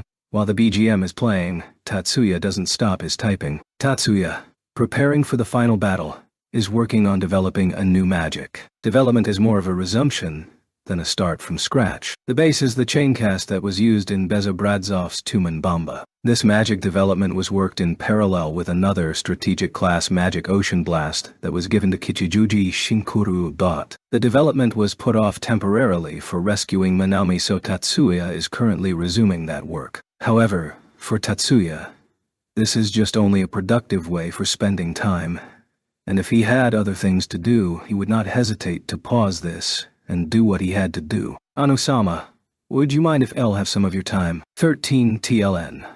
Kaius. Literally playing fire, for example. If he has a request from Miyuki like this, I don't mind.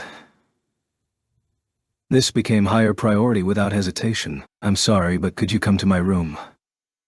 All right, I'm going now. He answered that to the internal comm, saved his work, and got up from the chair. Miyuki's room is located in the back of their double bedroom. He could go through that bedroom, but Tatsuya went out into the hallway and knocked on the door of Miyuki's own room. "Please come in." As Miyuki replied, the door connecting to the outside opened. While it's Miyuki who replied, it's Minami, who wore an apron on top of her short-sleeved shirt and short pants, that opened the door. Miyuki greeted Tatsuya with a shy blush, standing in front of a big mirror which reflects the whole body, wearing only a white bikini that could be mistaken as underwear. Tatsuya slipped in as Minami had taken a step back to the side, quickly entered the room and closed the door with his backhand. He's aware that on this floor with a width of 140 square meters, Forlka, only 3 of them, but somehow he felt the urge to close the door immediately.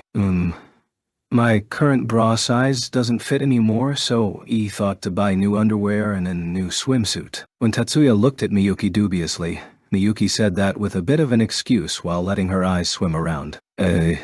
See. Tatsuya didn't show any flustered expression, only said that for the answer. So, would you choose it for me? Idea, alright.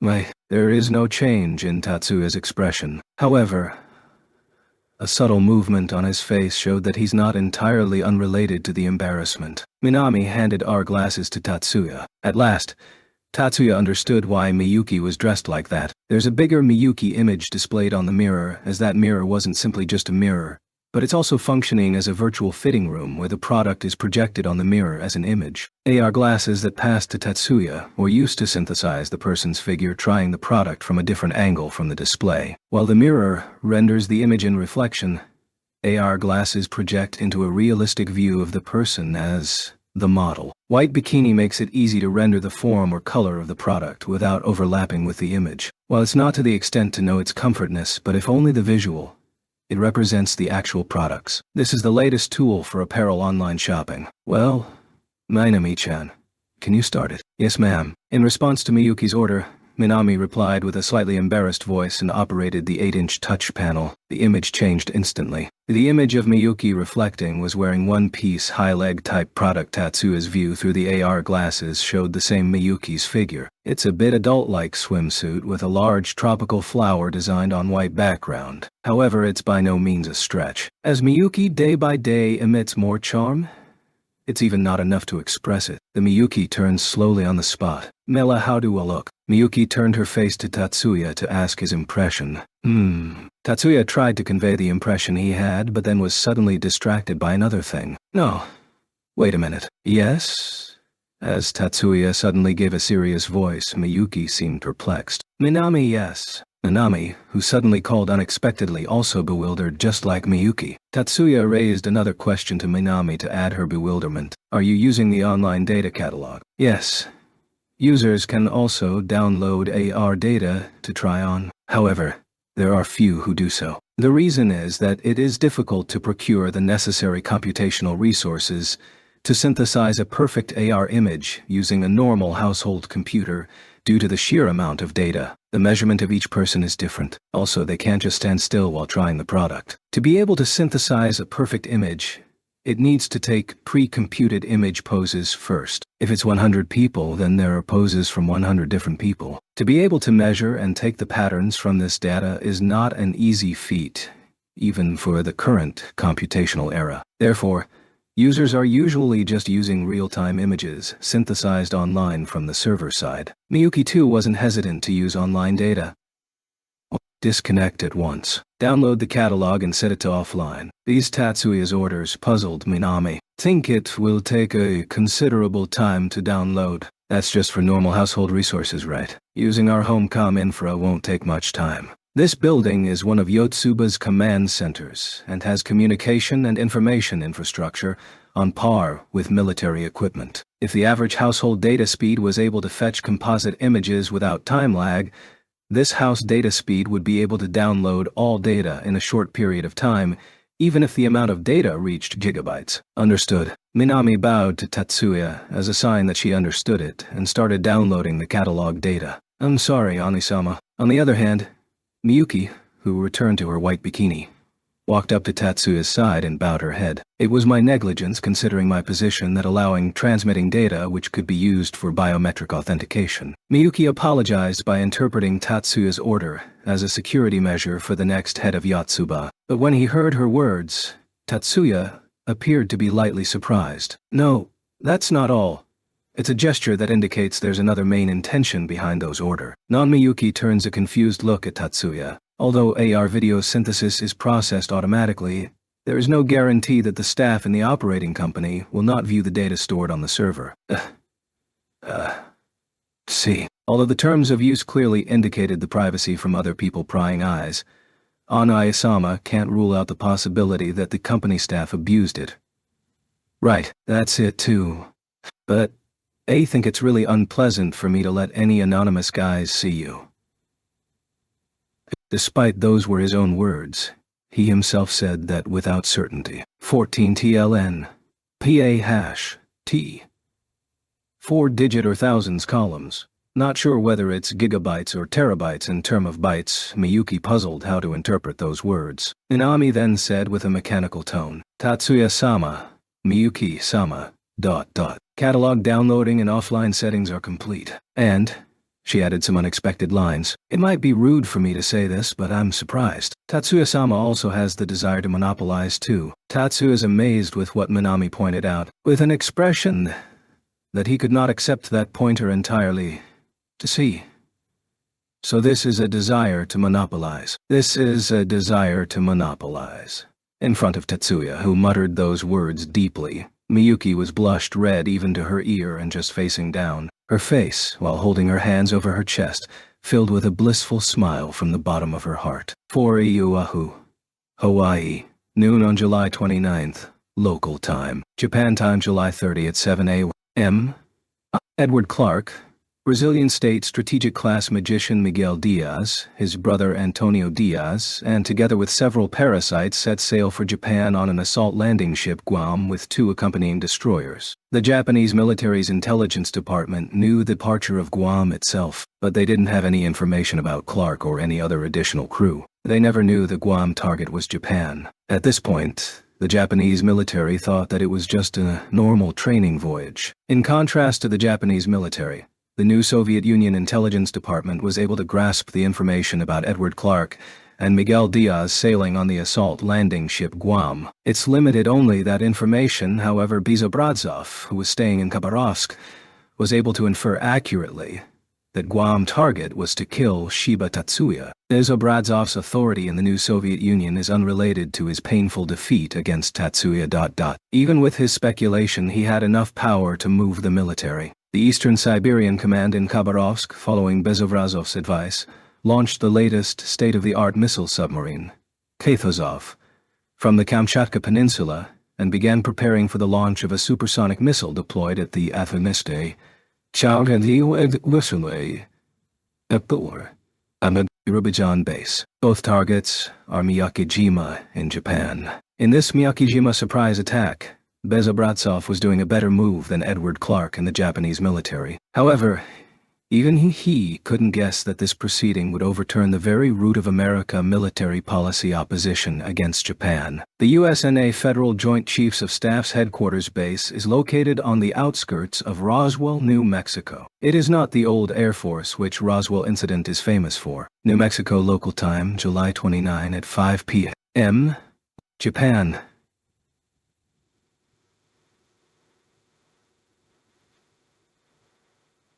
Chai. Time, July 30. At 7 a.m. A small VTOL has arrived at the STAR's headquarters. The unit, which clearly aircraft from the Federal Army but the staff in the base never been informed of such a visit, made a sudden landing. The small aircraft that landed without planned and without informing their visit purpose made the Marshala runway guide personnel and maintenance personnel dissatisfied and uneasy for the unplanned overtime job. Within those glances, an officer at prime age descended from the unit.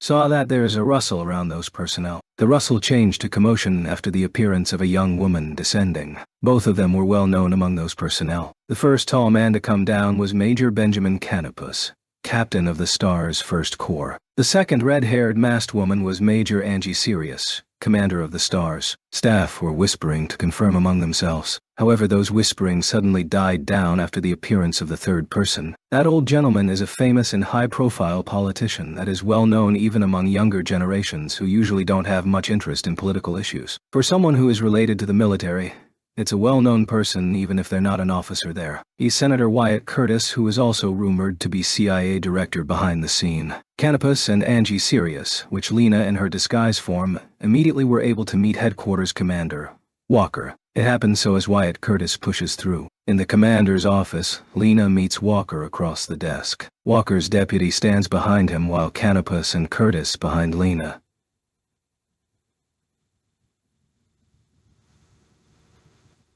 Walker offered Curtis to wait in a separate room, but Curtis declined it and sat on a cushioned chair. Major Sirius, have you completed Colonel Balance's task? To Lena, who gave the salute silently with shining golden eyes, Walker asked that after replying to Lena's salute, due to Balance's task, Lena was able to flee to Japan while avoiding the suspicion of defecting. Walker's question was a kind of sarcasm. I have the permission of Colonel Balance for this return home, Lena answered flatly. That line was giving a hint of not only Colonel Balance on her side, but also Senator Curtis. So, what do you want? Very likely this is not just simple reporting back home. Walker urged Lena to get into the main issue, giving pressure as a high-ranking officer, glanced at Curtis behind her. But Lena didn't cower because of that, and immediately responded. Colonel Walker, when you're in a position to suppress the rebellion as base commander, but you instead conspired with those rebels to give Major Canopus false accusations, there's also suspicion that you supported Captain Vega and Captain Arcturus for illegal operations attacking our allies' country. What a ridiculous thing to say, Walker replied while giving an intimidating look to her. Captain Vega's actions sprung out because of serious allegations that Major Sirius is a Japanese magician mole. Are you accusing her and Captain Arcturus as rebels to hide those allegations? Then, let's have the Internal Inspector General decide which case is legitimate. No, that's... Internal Inspector General was formed after the last war ended, which was tasked to find out illegal activities within the military. The second highest commander is Colonel Balance. It's to find out the spy and rebel within the military. Since it has its own department to handle such cases, it's correct for Lena to bring that out. But with Balance on Lena's side, he preferred to avoid those Internal Inspector Generals, even though he never did something illegal. Why don't we hear the Joint Chiefs of Staff's decision before you go into the judicial process? It was Senator Curtis who helped Walker with that line. It's as Mr. Senator said. Let's ask them tomorrow morning. Walker said that to get out of this predicament. No, he's using those very lines to push through. We don't have to wait until tomorrow. But the situation wasn't heading to what Walker wanted. Sir, it's almost 19-0 at the Pentagon. Colonel, don't worry about that. Through my secretary, have the members of the Joint Chiefs of Staff stay in the office. With that said, Curtis instructed Canopus to connect the communication line to the Joint Chiefs of Staff. Canopus immediately executed the instructions. He pushed Walker's deputy back. Canopus has higher rank than him, opening the direct line of the widget phone. Among the large-scale monitors were the chairman of the Joint Chiefs of Staff, the vice chairman, and the Army Chief of Staff. With this unexpected view, Walker lost words. Lena took the lead at this opportunity. I'm sorry for taking your time when you're busy, Mr. Chairman. G. I'm Major Angie Sirius. Major Sirius, I've heard this case from Colonel Balance, but we'd like to get an explanation from you directly. Yes, sir. Before Lena was starting to explain, please wait, Mr. Chairman Walker, who recovered from his shock, tried to stop her. Colonel Walker, we'll hear your claim later. First, it's Major Sirius. However, Walker failed to do so and had to back down after what Army Chief of Staff, Major Sirius, prompted by the chairman of the headquarters again. Lena described Walker's charges related to the rebellion by the Parasite members. Even though he should have to suppress those rebellions, he instead conspired with those parasites. Canopus, who went against those parasites, was detained under false charge in Midway Prison, together with Lieutenant Algol and Lieutenant Sora. They ordered as if Stars was their private force and illegally dispatched to Japan and Northwest Hawaiian Islands. Lena especially emphasized the part where Canopus was imprisoned under false charges and argued that his honor should be restored. The Army Chief of Staff, who had heard Lena's accusations with an uncomfortable expression, asked any rebuttal. Walker. Of course, Walker pleaded not guilty. The Joint Chiefs of Staff have no record of dispatching Captain Arcturus, Captain Vega, Lieutenant Regulus, Lieutenant Spica, and Lieutenant Deneb. What does this mean? However, the vice chairperson pointed out, it seems the charges on Major Canopus were done informally. What urgency did you need to resort to that extent? Against those questions, Walker wasn't able to answer to convince those two both. The Joint Chiefs of Staff Chairman and the Vice Chairman had enough material from Colonel Balance, who received Senator Curtis' intention, to judge Colonel Walker as a criminal. Colonel Walker ... I'm afraid your claims are not convincing enough to dismiss Major Sirius's accusations. As the Chairman of Joint Chiefs of Staff sighed, he made that conclusion. Colonel ... From this point, you're relieved from your duty as STARS Headquarters Commander. Report to the Internal Inspector General Department tomorrow noon. Understood. Walker responded with stretched back and high head as a sign of his pride. The three executives nodded with satisfaction to his remarkable attitude. Then, on the monitor screen, the chairman of the Joint Chiefs of Staff looks to Canopus, who is standing behind Lena. Major Canopus, the false accusation imposed on you will be revoked under the authority of the Joint Chiefs of Staff. At this moment, I declare here that the honor of the Major has been restored. Thank you very much. The chairman nodded toward Canopus and turned his eyes to Lena. Major Sirius.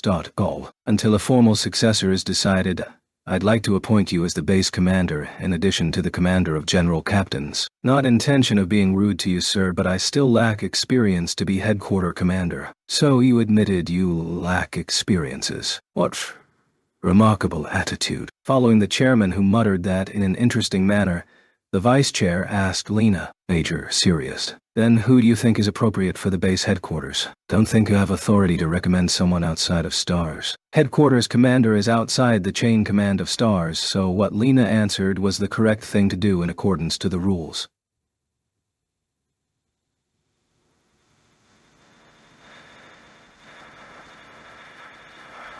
What Major said is reasonable. However, right now we have an emergency situation, no need to stick to the rules without context. Don't hesitate to say your recommendation. Yes, sir. With your encouragement. I believe Major Canopus is the fittest person to have the role of headquarter commander, considering his background from military academy, with adequate professional experiences. Lena's opinion was a sudden one for Canopus. However, for those executives, her opinion was not something outlandish and a reasonable one. Those executives were whispered to each other before making their decision. Let's adopt Major Sirius's opinion. However, the factor this decision was made not solely on Lena's recommendation, but also the presence of Senator Curtis right there, who's been silently sitting on a cushioned chair. Major Canopus will be appointed as the base commander. As the proof, the chairman's eyes when nominating Canopus were directed to Curtis, who sat next to the standing Canopus. Major Canopus.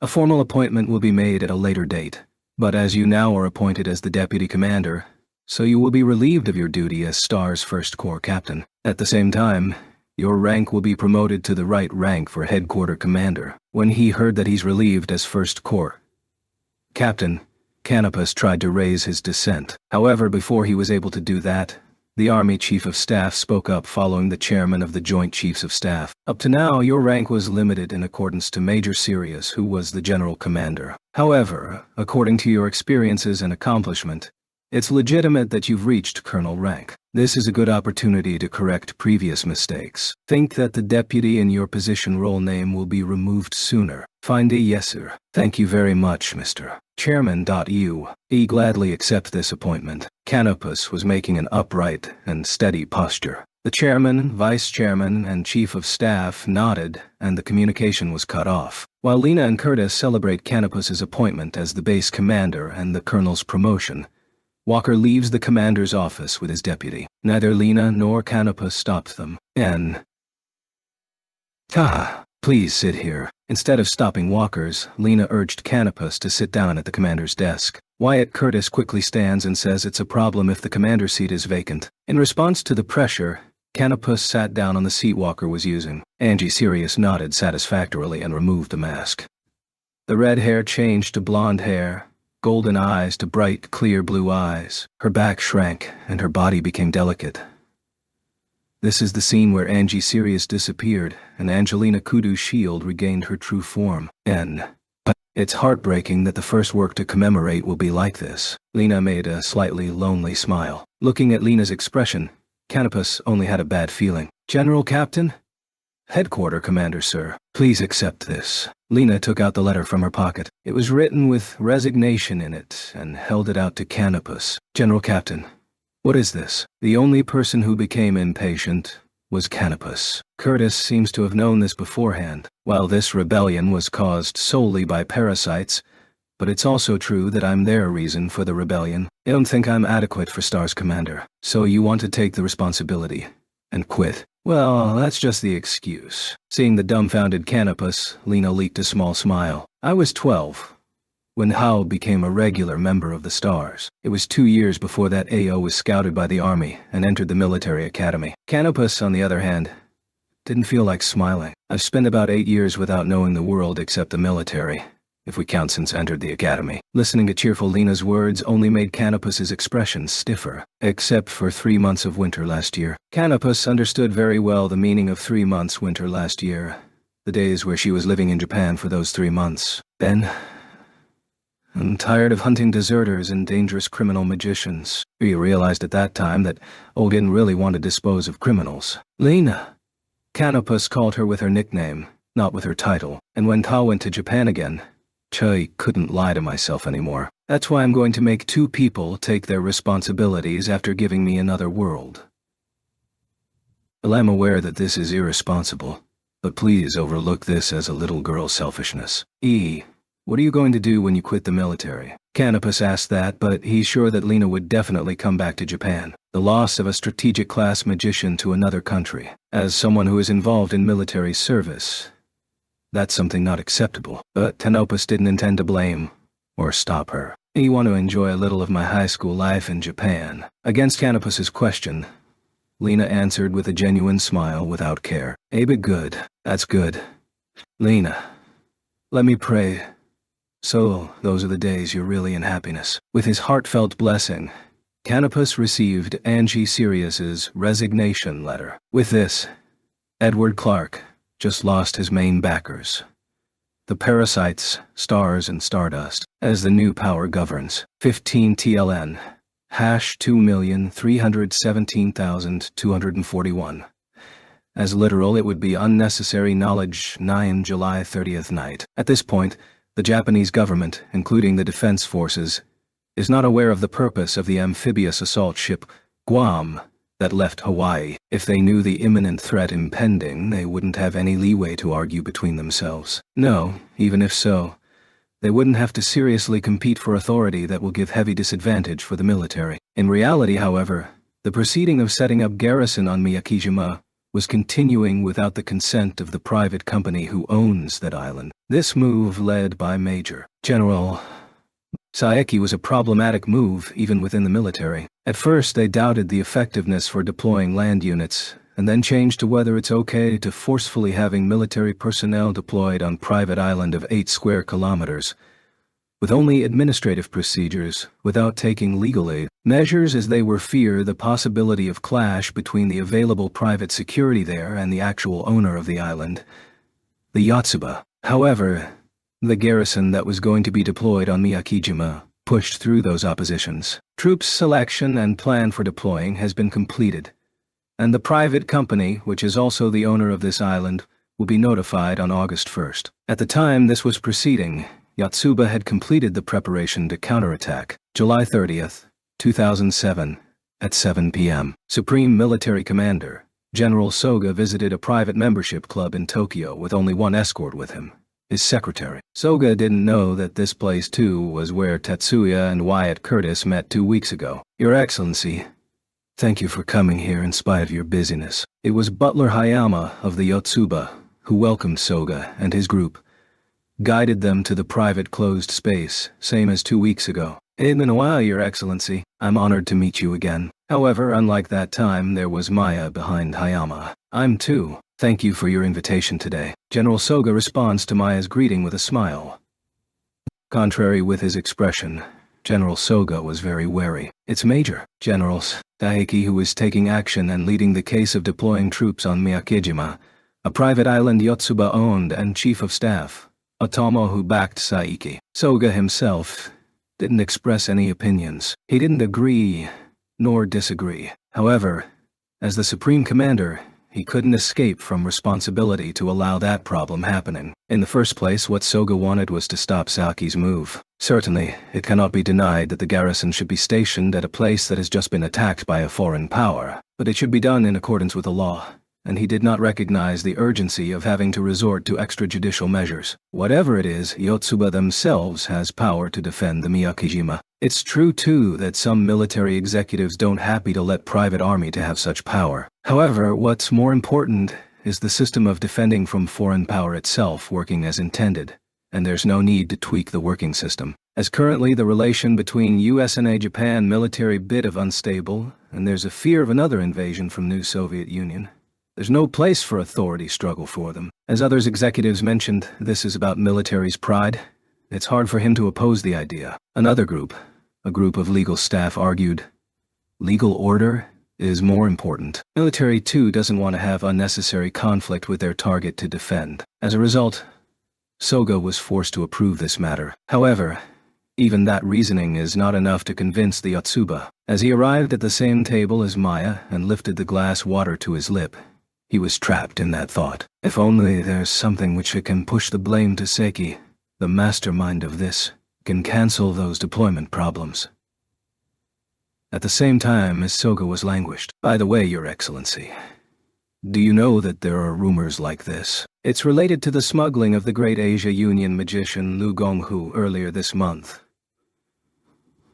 What kind of rumor is it? Soga's reaction was close to a mechanical one. It may not be a pleasant story to Your Excellency. Who? Now it makes me want to hear more about the content. I'm not someone who likes avoiding listening to bad news. As expected, Your Excellency. It's a commendable attitude. Soga's face relaxes because of Maya's praise. Even if the woman in front of him is known as a monster that can easily ruin his life if she feels like it, her beauty is not something many people have. Soga, even though he's a supreme commander of the military, is a man too, so he feels good when praised by a beauty. The content of the rumor is that some military general knew in advance of the smuggling of Lu Gonghu, but that person just overlooked it. What did you say? However, Soga's loose expression immediately disappeared because of what Maya said. If it's true, it's nothing other than an act which gives advantage to foreign power. Just who did such a thing? It's just a rumor. Even so, do you want to hear it? As your capacity of Yotsuba head, don't think this is something that's completely baseless. Yeah? Had the family members investigated out? Soga leaned forward toward Maya as she deliberately muttered those words. By all means, please tell me it's Her Excellency Saeki. Maya this time didn't slide the matter longer. Saeki.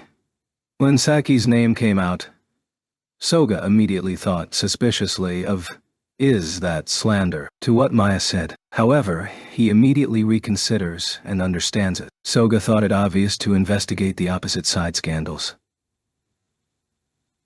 As He said, there is no evidence, but we have a witness. Who is that? It's First Lieutenant Fujibayashi-san of the Independent Magic-Equipped Battalion. Actually, this rumor also came from her. Here, Maya mixed it with a lie. She'd been holding the information about the Lu Gonghu case even before she got Fujibayashi's testimony. What she did was just a confirmation to her. However, for Soga, it doesn't matter which. Fujibayashi-san was deeply distressed by the act of betrayal by Her Excellency Saeki. When she was at the funeral of His Excellency Kudu, she happened to talk to me and consulted this. See? Soga knew that Maya was attending the funeral of Kudu. This information gave him credibility of what Maya said. Actually, she have heard another thing from Lieutenant. After saying that, Maya looked at Hayama, who was behind her. Soga too looked to Hayama because of that. Please, take this. In response, Hayama presented to Soga the large-sized electronic paper he had in his hands. Soga turns on the electronic paper without any hesitation. As the view turned on, Soga was startled as he read the report displayed there. This was the main issue for Lieutenant Fujibayashi's consultation. For her, this was a misconduct involving both her relatives and her colleagues. This is something that can't be overlooked indeed. Maya painfully said that. This reports that Major Generals Saeki and Kudu Makoto had been continuing the parasite doll development using the military's budget with evidence images. This is Major General Saeki. What you've done.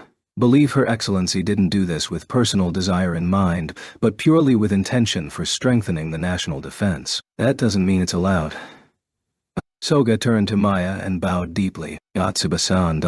I'm deeply grateful that you consult this serious matter confidentially. I'm glad this is useful for you. If this matter becomes public, the military will greatly lose authority for sure. Can't punish her openly, but AE promise that Iue will handle this to Yotsuba-san's satisfaction. Yes, I'll leave it to you. That's why Chu invited Your Excellency from the beginning. Maya only gave a light smile expression, but her eyes gave off pressure that I won't forgive you if no definite action is done. He also will stop deployment on Miyakijima that Saeki has been planning. Soga said that even before Maya spoke, also because of the pressure she's giving to Soga. Maya overlooked Soga's blunder for leaking the secret plan which Yotsuba shouldn't know with a smile. Then with a bit deliberate added, "Oh, by the way, Ande-sama.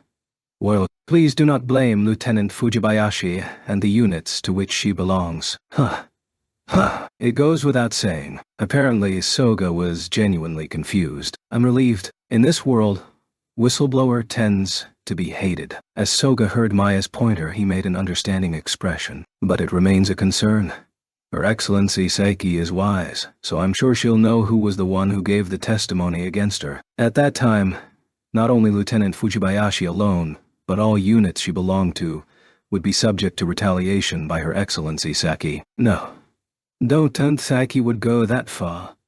Soga hurriedly tried to argue, even after you've seen what Saki's done to our family. However, with additional Maya's attack, he couldn't say anymore. Have a suggestion. Let me hear it. Soga urged Maya to continue while showing his caution. How about separating the independent magic-equipped battalion from the 101st Brigade and becoming a truly independent unit? We have always appreciated that unit. If that unit has more freedom, Cho think this will open up many areas that we both can cooperate. Is it your opinion as the Yotsuba or the Ten Master Clan? It doesn't matter which one you interpret. Maya doesn't have a position as Ten Master Clan representation. However, there's no hesitation in her answer, and her beauty was overlapped with her composure smile. Excuse me a little. Soga asks for an excuse a bit and talks in whisper with his secretary. Maya didn't have to wait that long. I would like to tell the Minister of Defense of your proposal. Thank you for the trouble, Your Excellency. Maya smiled and slightly bowed. Maya's beauty emitting sex appeal would make any man losing their consciousness. However, Soga managed to keep calm due to his dignity. The independent magic-equipped battalion will be promoted to independent regiment. But please keep this information secret until the official decision. Of course, Your Excellency. Maya's smile became more alluring as she nodded at what Soga said. On July 31st, the deployment to Miyakijima, which only had to proceed to the final step by moving the troops, was suddenly stopped. It's not postponed, but completely cancelled. Major General Saki, who is the mastermind of the deployment plan, quickly tried to restart it, but Chief of Staff Utomo put a stop by replying that the plan couldn't be revived, and additionally ordered her and her 101st Brigade to sortie out to Eastern Hokkaido. The reason for the sortie was to strengthen defense in preparation of the new Soviet Union's invasion. Without the time limit, Saiki's strength is in the thick personal relation which comes from a long-standing career as a staff member of the General Command. As she has little experience working on the front lines, she doesn't have skill to grow her own political faction in rural areas. In the border areas of Hokkaido, she cannot use her strength as a political strategist. As her assignment without the time limit, Saiki was virtually neutralized as she positioned away from power struggles within the country, and had no choice but only to focus on the original task of the military to prepare against foreign power. Independent magic-equipped battalion were ordered separately to continue development of magical combat strategies at the Kasumigara base. 6 August 1st. No one in Japan, whether the government, the military, and even Tennessee was aware of the looming threat. The content of the phone call Miyuki received in this sweltering afternoon was something very peaceful.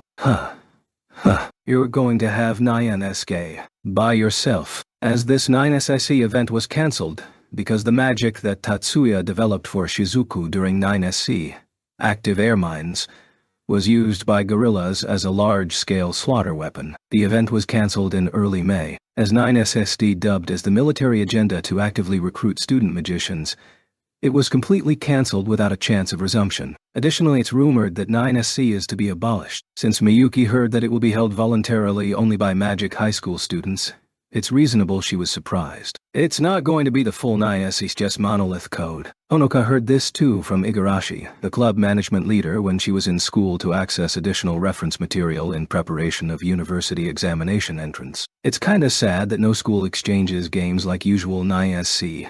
But this talk has been hyped among all club management leaders of each school. First High is taking the lead for the preparation. Quite a good guy.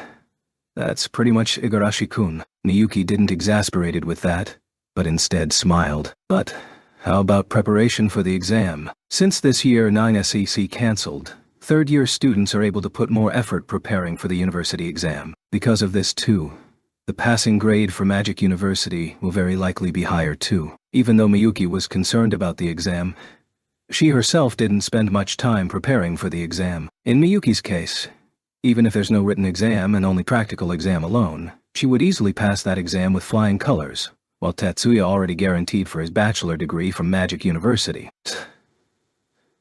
So it's just pointless to worry about exams for these two. They're thinking about NISASC more than the exam, they said. Onoka commented lightly on other people's affairs.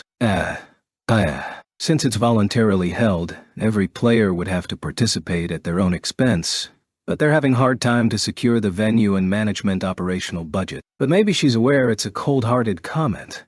Hanuka made a quiet expression while adding that line. Degree, that's indeed hard. The 9SC event is held every year with full support from the military. They even lent their practice field for the venue. Since when has it been scheduled? The talk appeared about July 10th, shortly after repelling the new Soviet Union, and the event itself will be held last week of this month. Isn't the timeline too tight? Since the game is just monolith code, it would be fine on weekends, considering the exam too. Right. I would think autumn paper competition will be cancelled too, and for current third-year students the summer vacation timeline is the limit. As a student council member, Cho would like to help them too. Miyuki, do you have any good ideas? Asked like that, Miyuki could only leak a small, soft noise. I'm sorry, can't think of a good idea. Can you wait a minute? Yeah, we'll have Tatsuya-sama too. I'll call you back soon. No, I'm waiting for you like this. 16 TLN. #high. 2228. Meek expression. On the monitor screen, Onoka greatly shakes his head. Is that so? Well, I'll be back soon. Miyuki said that and pressed the hold button on the widget phone. As Miyuki said soon, Miyuki really returned to her room along with Tatsuya. Not even 1 minute passed. She released the hold state. Onoka, sorry to make you wait. I'm not waiting at all. At all. For some reason, Hanuka repeated, at all twice, but perhaps even she herself was not aware of that. I'm sorry to have Tatsuya-san for sharing your time. She said that with haste in one breathing, and bowed down. Speakers made the noise of the collision sound goon. The angle of the monitor suddenly changed and projected Hanuka's feet, followed up by a panicking voice. While was heard from the speaker, the monitor went blank and the melody for waiting during hold state was playing. Tatsuya and Miyuki look at each other. It was not hard to imagine what happened. Very likely Hanuka bumped her head against the camera when bowing down. Miyuki used a widget phone which had a monitor and camera integrated, but in other models, a monitor is independent from the camera with freely adjustable angle, which is also quite popular. Widget phone returned to the call state after 10 seconds. The monitor displayed Hanuka, about to cry expression with her shoulders a bit dropped. I've heard the story. It will be difficult to hold the event at the end of the month. Tatsuya, who thought comforting her would be counterproductive, immediately talked about the main issue. If we have a longer timeline, it wouldn't be impossible to gather private sponsors, but with the current timeline schedule, the most plausible choice is having military cooperation. Military cooperation. But how? Hanuka, who was able to recover to her current state, asked with a tilted head. Judging from her reaction, it seems the solution about borrowing military cooperation had been discussed, but they couldn't find a concrete way to do it. They could ask all graduated students who joined the military to process, but they are very likely to refuse because of a sudden schedule. Despite they're able to repel new Soviet Union, NSU only lost a fraction of its naval power. Compared to the Greater Asia Alliance, which lost a third of their total naval power in one attack at the end of October 2095, it's really insignificant. Now that their alliance with USNA is unstable, military personnel positioned on the border should be prepared for another invasion from NSUIL. Right. The deceased His Excellency Kudu was always looking forward to the 9SE every year. If you ask the military's public relation department to hold a memorial competition for him, maybe at least they will help by providing the venue. See, that's a very nice idea. From the monitor it seemed Hanukkah leaned toward him. No. She just put her face closer to the camera, as Tatsuya was taken aback with her sparkling eyes, but still keeping his poker face, added a line. Other than that, the accommodation and transportation would have to be self-providing. I'll ask Efelt for some assistance. Understand. I'll tell that to Igarashi-kun. After nodding cheerfully, Hanukkah suddenly began fidgeting. Tatsuya-san, actually, we've all planned to go to Shizuku's villa the day after tomorrow. So, if it doesn't bother you, can we drop by there on the way? No problem. Miyuki breaks into the conversation from the side of Tatsuya, who nodded. How about exam preparation? By you meant all. So, Erika and Seiju-kun participate, right? Oh, that's no problem. We'll be there not only going to play around, but also having to study together to prepare for the exam. It's like a special studying session. Really? Then that's fine. It seemed Miyuki was convinced, so she didn't ask anymore. The camera focus automatically turned to Tatsuya, with Miyuki taking a step half back. Honoka naturally looked at Tatsuya too because of that. Honoka naturally said these lines to Tatsuya. Then, sorry for the trouble. The day after tomorrow we'll be visiting using Shizuku's airplane. The arrival time is maybe around a bit after noon. I'll prepare lunch here. We're good. Shizuku said she would give us lunch boxes during the flight. As Tatsuya said that, Honoka hurriedly shook her head and hands. Honoka, don't be reserved. The total number of people is 6, right? Preparing lunches for that number of people is not so much trouble. Okay. The usual 6 people. Thank you. I'll tell Shizuku. Because of what Miyuki said, who once again came into the frame, Hanukkah withdrew her reserved answer. Let's meet at noon the day after tomorrow. Yeah, the day after tomorrow. See you then, Miyuki. Excuse me, Tatsuya-san. As Hanukkah lowered her head, the call was cut after she bowed. Probably the words and the gestures were registered action. 17 TLN. $4. Bento and Saturday, August 3rd. A tilt-rotor aircraft carrying Shizuku, Hanukkah, Erika, Leo, Masuki, and Mihiko. The usual 6 people added with the pilot, and a maid for Shizuku's caretaker totaling 8 people landed at the airport on Miyakijima, a little earlier than planned. At that time, civilian aircraft hadn't triggered warning sirens yet. 7. August 3, 2097. The Ministry of Defense has been in a tense atmosphere since morning. This is because the destination of the USNA Navy assault landing ship, Guam, which left the Hawaiian island, Oahu, on the morning of July 30th, Japan time, was almost certainly the Izu Islands. Both Uniform Officers Group and Legal Officers Group initially didn't believe the result from Tactical LA. However, whatever the result, the Uniform Group asked the USNA Navy Pacific Fleet Command the purpose of Guam voyage. The USNA Navy's response made the Ministry of Defense panic. They replied, "Guam is in a secret operation and cannot answer the question. Also, we are not able to know the current location due to the malfunction of Guam communication equipment." From the response, it's obvious they're lying. It's impossible for the USNA, which operates more military satellites than Japan, cannot find its own sailing ship position at sea. It's a clear indication that they're planning something hostile to make such a lie without hesitation. Because of this, Tactical AL results couldn't be dismissed anymore simply as calculation error. Many in the Uniform Group members expressed their opinion of the need to prepare against the USNA ship's attacks on Izu Archipelago. First of all, almost all naval officers held strong antipathy against the USNAA. The reason was coordinated surprise assault attacks which disguised using transport ships with the new Soviet Union invasion. Due to agreements between Yotsuba, as the owner of the island, and the Ministry of Defense, it's never officially recorded, but it's known that transport ship was midway, which affiliated with the USNA. The attack that happened while the alliance is still in effect. Nothing but the act of betrayal and deception. Moreover, after the surprise attack failed, They acted like nothing had happened, no excuse given, let alone an apology. For the uniform group, USNA's attitude and behavior was making a fool of them. The opinion for intercepting USNA's attack grew strong among centered on field officers and lieutenant rankers. However, the legal group emphasized strongly that any clear hostility should be avoided. Since November 2095, Japan and USNA have had an unstable and delicate relation. After Japan won against the Great Asia Alliance with unbalanced military power, USNA was reminded of Japan's threat while Japan could do nothing about it. Before the last Great War happened, Japan's military was in a reduced state, and the alliances would respond quickly to the imminent threat on Japan. However, after the Great War ended, Japan couldn't rely on alliances' help anymore and had to fend any threat by themselves. To have the country's power to defend itself reduced is derelict of duty against taxpayers and citizens. Even so, that doesn't mean Japan was able to take a stance of clear hostile relation with USNA.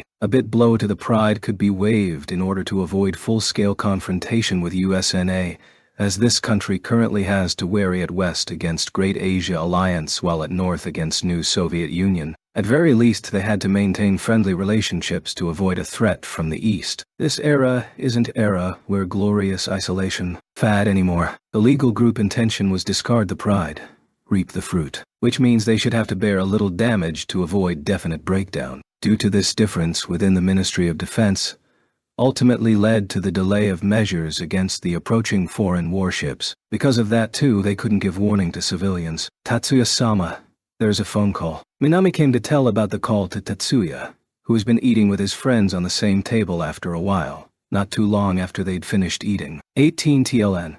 Rank order I, 4 and Fields Officers 2B, while Lieutenant Rankers I, so the field officers have higher rank than Lieutenant Rankers.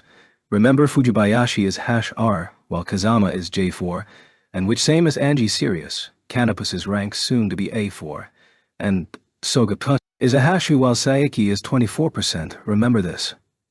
X, which represents small, L medium, large, few. Now we know some of unnecessary trivia, D19 TLN. #3 Anjuo, Eku Aru Koritsu. Maybe it can be teled as prideful isolation, but that's still not actually isolation, but that's still not actually representing the meaning, so it's left at it is. 2 TLN. AT, Chem S Phi T Piece, Dictionary, Goo. Any? Yeah. JP word 44 tier S, as literally sacrifice the pride, 442, in order to gain practical profits.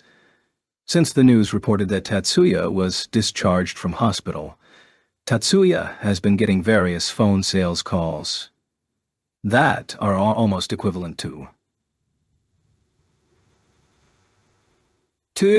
fraud calls. No matter how much time he had, he wouldn't be able to accept all phone calls. As Minami understands it too, she filters it first, but there are still many calls that she has to ask Tatsuya to decide whether to accept it or not. From whom? Tatsuya asked while thinking about the possible person who might be calling.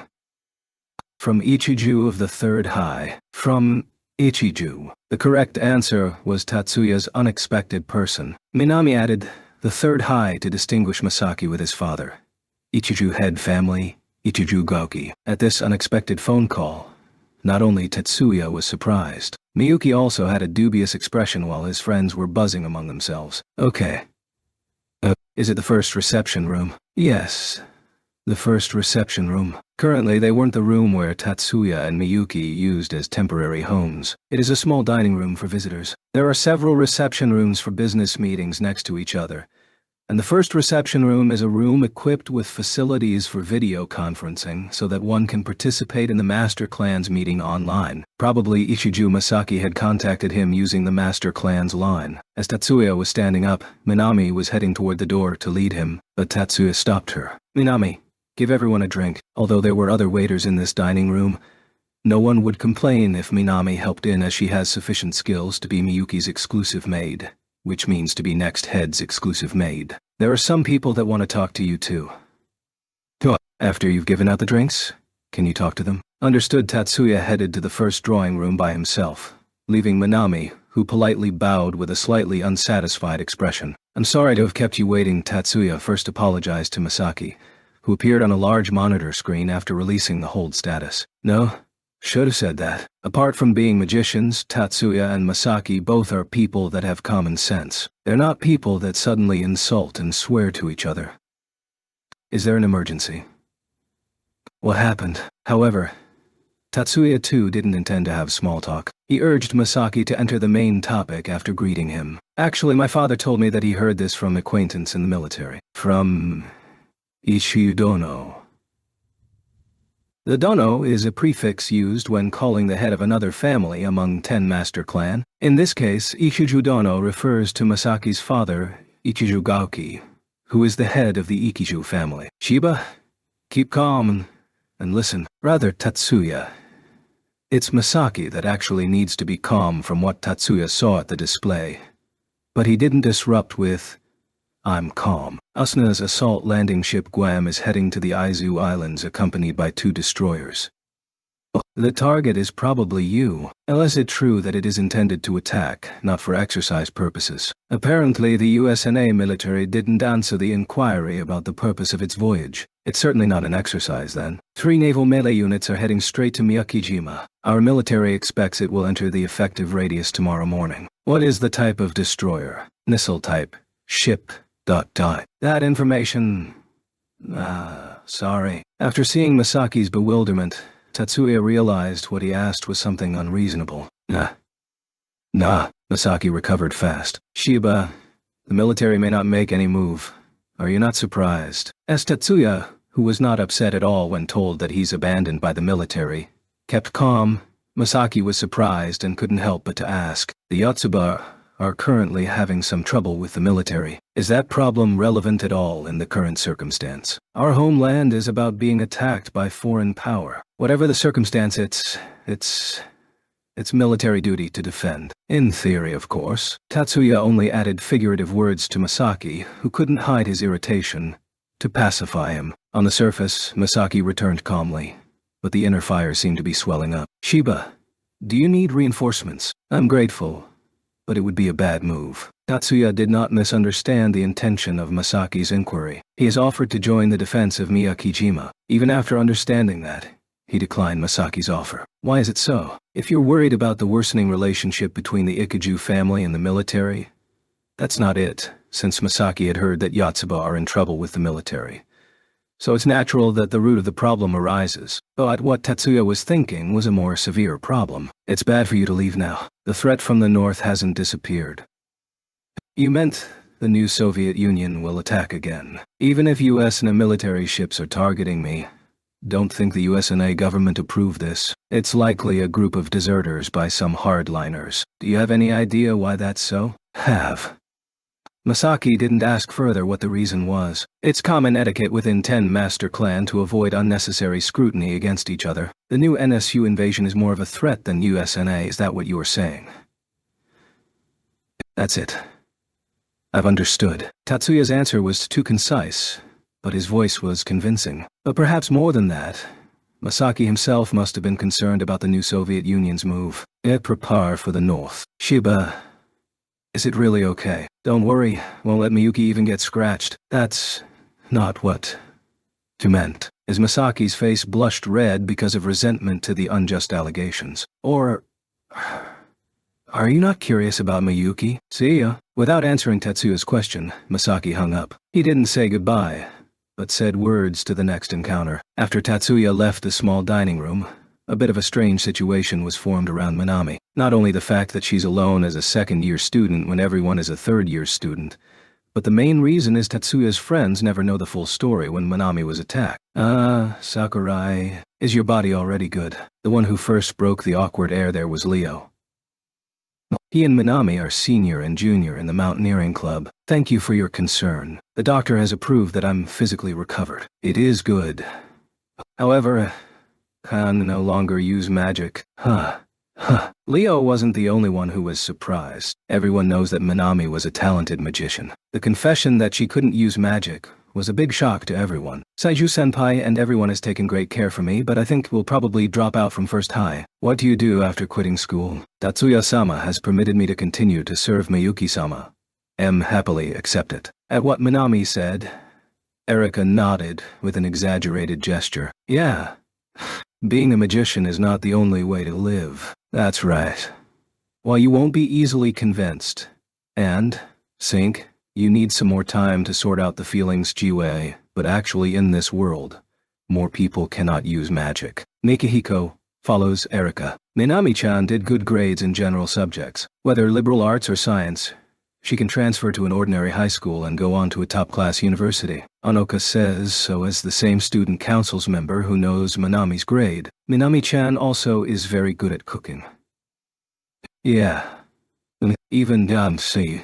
Want to make her my housemaid. Minami, won't you work at my house? In response to Mizuki's line, Shizuku added that, no, sorry. And at Shizuku's offer, Minami began to seriously fluff. No, Shizuku, I won't give you Minami-chan. Here, Miyuki, who had been silent until then, spoke. Inji.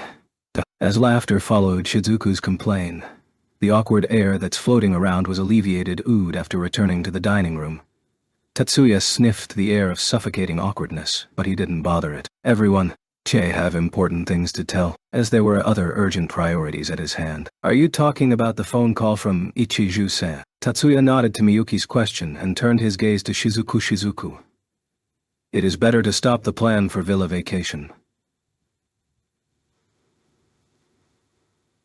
What's happened? Shizuku looked at Tatsuya's eyes directly and asked what's happened instead of what it is. She understood that Tatsuya's warning has its reason. Moreover, she demanded that reason. The fact they're able to proceed until they're about to arrive at Villa using a ship means something that couldn't be made public happened, whether for the government and the military. Tatsuya, who was asked by Shizuku, conflicted whether to tell the reason or not. But after he saw everyone, Hanuka's, Erika's, Mizuki's, Leo's, Mikihiko's gazes at him too, and even Miyuki's heat gaze, he thought it's impossible to cover this up. Without telling the truth, their friends were very likely wouldn't want to change their plan, or even they would insist to not leave from here. As early as tomorrow, this island will be attacked by USNA's assault landing ship and destroyers. There's a possibility that Ogasawara Islands would get a spilled attack too. Is America attacking? That's not it. Tetsuya shook his head as Erika screamed. I can say that USNA as a country don't approve of the attack. Tatsuya said he knew, but in fact there was no solid evidence. It is only his guess. Very likely Edward Clark instigated a small amount of the parasites within their military as a last gamble attack. If this fails, Clark will definitely be abandoned by USNA. Tatsuya was guessing, but he's convinced of that. Although he had a contact with Senator Curtis, Captain Curtis of submersive nuclear-powered aircraft carrier and his crew, also nameless fleet captain during Minami's rescue, Usanagavt and its military, they still don't hold enough fear against Tatsuya to have American people into mass hysteria. So far the USNA does not hold enough awareness of Japan's threat that upholding the Great Asia Alliance on Pacific. Depending on this battle results, it will be possible to make USNA think twice before touching him again. So with this surprise attack, Tatsuya on the contrary thinks this is a good chance for that. Isn't it tomorrow? Don't see that the military is busy there. Leo asks the question with a rather calm head. The military won't move. What? In response to Tatsuya's answer, Leo leaked an angry voice. That is also convenient for us. However, Leo's anger disperses with the words, Tatsuya added, are you planning to repel them with just the Yotsuba? That's it, Tatsuya said. The phrase for us did not mean the Yotsuba family, but Tatsuya didn't intend to make it clear. Tatsuya, are you saying that parasites will come? This time, Mikihiko threw that question. They're coming. Tatsuya answered Mikihiko's question with a concise line. No further explanation, nor the reason, but his answer had a compelling force. If so, Mikihiko too didn't seek Tatsuya's explanation. Can help you as well. Can't overlook Demon's invasion as a practitioner of ancient-style magic. Yoshida-kun. Mizuki screamed unintentionally. It's only logical for her reaction as their opponents are USNA warships, even though it's only 3 ships. Those are still warships. If he's unlucky, he'd die. It's just natural. Not only for Mizuki but for everyone else too. to stop doing dangerous things. Stop it, Mikihiko. You don't have to risk your life. At Tatsuya's answer, Mizuki was relieved. On the contrary, Mikihiko still wasn't convinced. You don't have to worry. I'll wipe out the parasites. Not only their host, but even their cores. You won't let any of them escape. As Tatsuya added additional explanation, even Mikihiko couldn't argue anymore. But, Tatsuya-kun, you don't think it's a bad idea to leave Miki here, regardless of whether he's participating or not? It was Erika who argued on behalf of Mikihiko, who lost the words. Isn't the testimony of the related parties only quite weak? It's easier to argue for proper defense if there is a testimony of a civilian who happened to be present, and I think it would be more convincing legally against USNA who break the rules. That's right. That's reasonable. Erika's opinion was not immediately dismissed by Tatsuya, but he doesn't have to do that. There's no advantage for him to risk his life without adequate merit to profit. But, in the end, Tatsuya rejected Erika's claim. Really. However, unlike Mikihiko, Erika did not withdraw easily. Tatsuya-kun, you said it's risky while you're participating in battle. And Tatsuya-kun won't just let your friends face such life-threatening situations, right? That's right. Tatsuya-kun, last time you said you'll protect Hanuka. That promise was only meant for Hanuka. Erika was there when Shizuku cornered Tatsuya to take responsibility in the hospital room, after Hanuka was abducted by USNA's illegal agent Illegal Mapbot. The day before that happened, he told Miyuki and Lena that he planned to put not only Hanuka, but also all of his friends under his protection with his capacity as Yotsuba's next head's fiancé. Erika shouldn't have to know this topic beforehand. Tatsuya instinctively turned his doubtful expression to Miyuki. Miyuki slightly shook the head, swaying many times, which indicated definitely not me. Erika was smiling brightly after seeing those two gesture exchanges. That was the very situation where she's best at. I'll guarantee guest safety. Tatsuya was only able to return a reluctant reply. Erika grinned with fu. Well, can stay here too. He told my home that Wo would have camp for 4 nights and 5 days. It's kinda hard to immediately come home. That's not my responsibility, you know. I won't do something dangerous. Against Tatsuya, who tried to deny her, Erika said that with serious expression. Well, me too. Count me in. Shortly thereafter, Hanuka and Leo speak at the same time immediately. Then me too. After the two of them, Shizuku went on like that. Then I'm too. Finally, even Mizuki said that. Tatsuya made a big sigh. Then he turned to the Minami. Minami, how many guest rooms can we use right away? Please wait a moment. Minami brushed her hair above her left ear with her left hand, put her finger to set on the communication unit attached to her left ear. That's featured with a fingerprint authentication wearable smart speaker. A model which picks a command by reading the vibration from the throat using a choker that draped on the neck. It's not the stationary smart speaker AL which developed for the infamous AI wiretapping problem. That puts the data into the server. Minami put her one hand to cover her mouth and repeated Tatsuya's question in a small voice. Minami once again put her finger on the left ear unit to disconnect the smart speaker and turned to Tatsuya. Tatsuya-sama, there's 1 room each for single and twin rooms. So Erika is the single room. Mikihiko and Leo are the twins. Haruka, Shizuku, and Mizuki should return home before it gets dark. Tatsuya didn't give any chance for rebuttal from his friends. No way. Hanuka protested with a pitied tone, but Tatsuya let it slide with silence. No other choice then. Hanuka, stay at my home. Mizuki too, if you don't mind. It's Shizuku's follow-up that made no one argue anymore. There are other people than his friends that he had to share information with. As he spent unexpectedly with his friends, Tatsuya opened a direct communication line to Yotsuba main house, leaving the see-off of Hanuka's group to Miyuki and to Minami for guiding Erika's group. Tatsuya-sama, is there anything you need? Hayama, who appeared in the display, has completely changed the way he interacts with Tatsuya as a person. Not just him. All servants there too. I just got this from Ichiju Masaki. It seems that USNA assault landing ships and destroyers are approaching Miyakijima. It's that so. 21 TLN. Alexa Siri, Google Home. Dee, did you there hold it too? While asking, Tatsuya wasn't surprised. Assault, landing ship, Guam and destroyers Ross and Hull. We knew those were approaching Japan, but we weren't able to know the destination. But Did you make a prediction? Yes, the same as Tatsuya-sama predicted. Tatsuya didn't say anything after Hayama's reply. It's not something offending. Miyakijima was under attack in the beginning.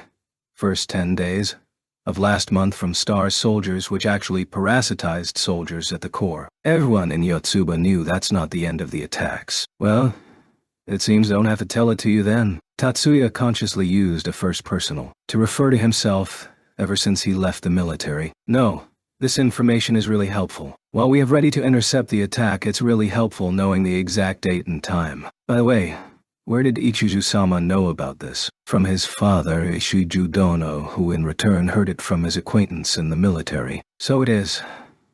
We too have our people sneaking into the staff department actually on the screen. Hayama drops his eyes on his hand. Perhaps he was checking what the agent is doing. Apparently, it seems that they are being dispatched to a base outskirt the capital today. It seems to be purely bad timing. That's right.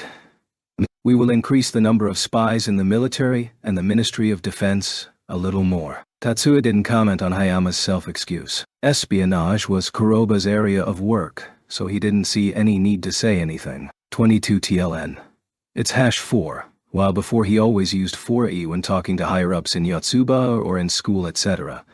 Or 2, or maybe this just Lena who using it.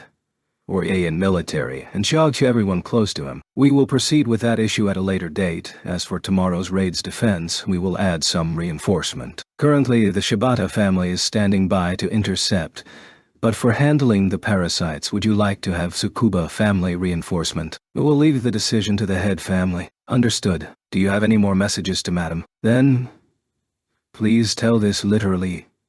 I will do my best with full strength to fulfill my promise to do His Excellency. Like that. Hayama's expression became stiff because of Tatsuya's word. I'm sorry if this is audacious, but may I ask you something? What is it? Tatsuya-sama.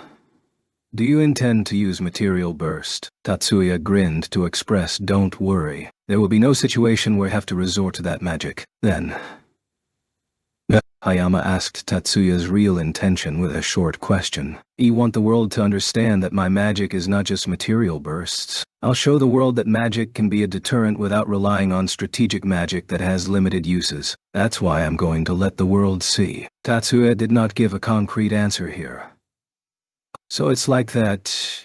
You, understood. From the monitor display, Hayama deeply bowed. Tatsuya's determination is clear enough to tell without specific explanation, without any chance of misunderstanding. August 3rd.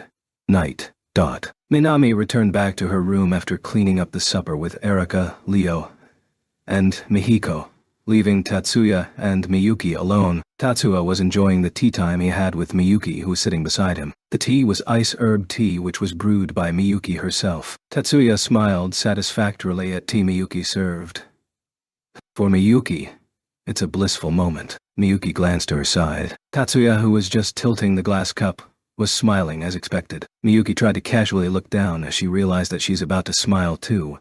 And just like that, she lifted the cup to her lip. With a relaxing herb tea, she calmed down and breathed in deeply, and noticed a strong gaze from her side. Miyuki became stiff because of that gaze. However, she realized that there was no romantic intent within that gaze. She turned to Tatsuya timidly. Their eyes met. Tatsuya's gaze was terrifyingly serious, which is a sign of heavy discussion. Miyuki.e. Yes, Ani-sama. Miyuki made considerable efforts to not let her shrieking voice leak, and tried hard to make it natural. I'm actually really reluctant to put you into the battlefield. This is something that Tie should avoid, whether as your guardian, or as your fiancé. Heard the phrase as your fiancé made Miyuki's consciousness almost fly away. It's because Tatsuya rarely spoke himself as Miyuki's fiancé. But tomorrow, won't you lend me your power? However, recognizing that Tatsuya was asking for help, Miyuki's high mood backs to ground. What should do?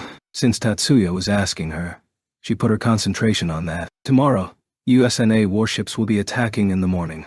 But it's not just them. I think Bezobrazov is very likely to take advantage of Clark's plan and attacks too. You meant Bezobrazov of the new Soviet Union? Yeah.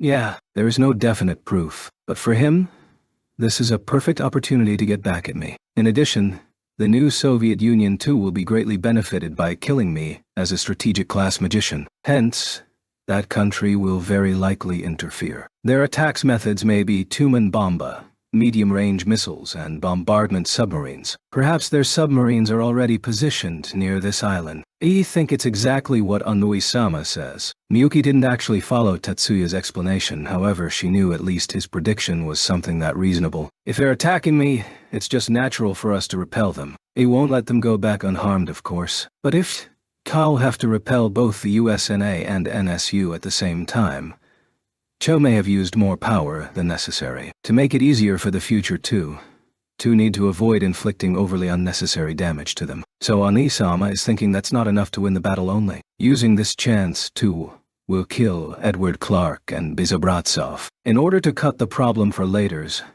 cannot leave these two remain alive. When Tatsuya told that with a determined tone, Miyuki made a clouded expression. She still cannot easily accept killing. Even so, she didn't oppose what Tatsuya said. She understood well that there's just some people who won't compromise. She learned that from her experience. But I don't want to use material burst. That magic has a strong image of massacring magic. Tatsuya said that, not self-depreciating. Miyuki didn't argue with him, as she knew that Tatsuya is someone that is able to objectively evaluate his own magic. It's preferable to have USNA and NSU submarines to be neutralized. Even if you have to sink them in the end, at very least to want them to be neutralized first. Miyuki's lit understanding shines on her eyes. So that's why Onui-sama want my help, right? EC. No matter how many ships they bring, I'll freeze them all. Miyuki said that with gallant beauty. It's as if as a saint who received the oracle from War God. However, for Tatsuya, that's something he didn't actually want. As a proof, he made a sad expression a bit. As if to hide his expression, Tatsuya, while putting a poker face, took out a silver-decorated gun from a bag under his feet. However, there's no muzzle on it. Is this a specialized CAD? Picking up this fake handgun to her hand, Miyuki tilted his head. Miyuki, who boasts outstanding magical power, has never required a specialized CAD. That CAD is pre-installed with a super large-scale freezing magic Glacier Age activation sequence, which assembled using chain cast. Glacier Age. Is it new magic? As she never heard the magic name before, Miyuki opened her eyes wide. Sorry that you don't have time to test and have to directly use it during the actual battle. But since the magical activation itself is just Niflheim, which expanded largely by chaincast, there should be no problem with its activation. To prepare for the worst case, the magic activation has a limiter built in, so there's no fear of the magic calculation area overheating. I've verified the limiter function by myself. Upon hearing his explanation, Miyuki widened her eyes. Onui-sama, tested it by yourself. Isn't it dangerous? All dues for you. No matter how much risk that I'll have to shoulder, handle it with my best. On-sama. Miyuki eyes damped. However, she knew this is not time for that. No tears flowed out. This Glacier Age is the expanded version than Niflheim, so this should have less burden than simply using Niflheim. Use this magic to neutralize enemy ships. Understood. Yeah. Will stand beside Onui-sama and perfectly fulfill my role, Miyuki declares bravely. No. Wait. However, what Tatsuya said, as if splashing the cold water onto engulfing fire. He wants you to use magic from the command room so the enemy cannot see you. At what Tatsuya said, Miyuki looks disappointed. When you use the Glacier Age, you'll be identified by the enemy as a strategic class magician. I want you to be foreign power target. All their wariness should focus on me only. Even though he emphasized that, Miyuki still wasn't convinced. So Onui-sama wants to keep me away from the battlefield because of the risk.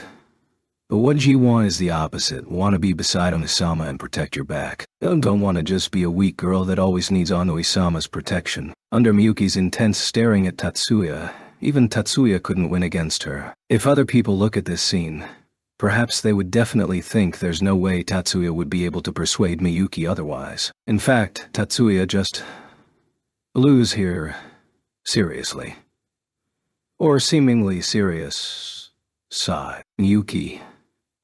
I've never thought of you as a weak girl. As a proof, this strategy itself is based on your strength, and even the new magic is developed with consideration of your strength. First of all, without you, would never have imagined to have this kind of strategy. Maybe because Tatsuya's line was something Miyuki didn't expect, she didn't know how to react, and lost words. What ye want is your continued support from behind. Having Miyuki behind me, won't ever be afraid of anything, whether it's the world or even my own power. That's Ah. Thought you would continue to support me, but AG, was it just my misunderstanding? Definitely. Not like that. Miyuki panicked and denied Tatsuya's lament. I will continue to support Onoi-sama's back. Did she ever realize that she's herself put in that position before? Thank you, Miyuki. Then, tomorrow I ask for support from the rear. Please, leave it to me. I'm counting on you. Yes. Very likely Miyuki didn't realize that she's rolling up and down her position by herself. 3 TLN.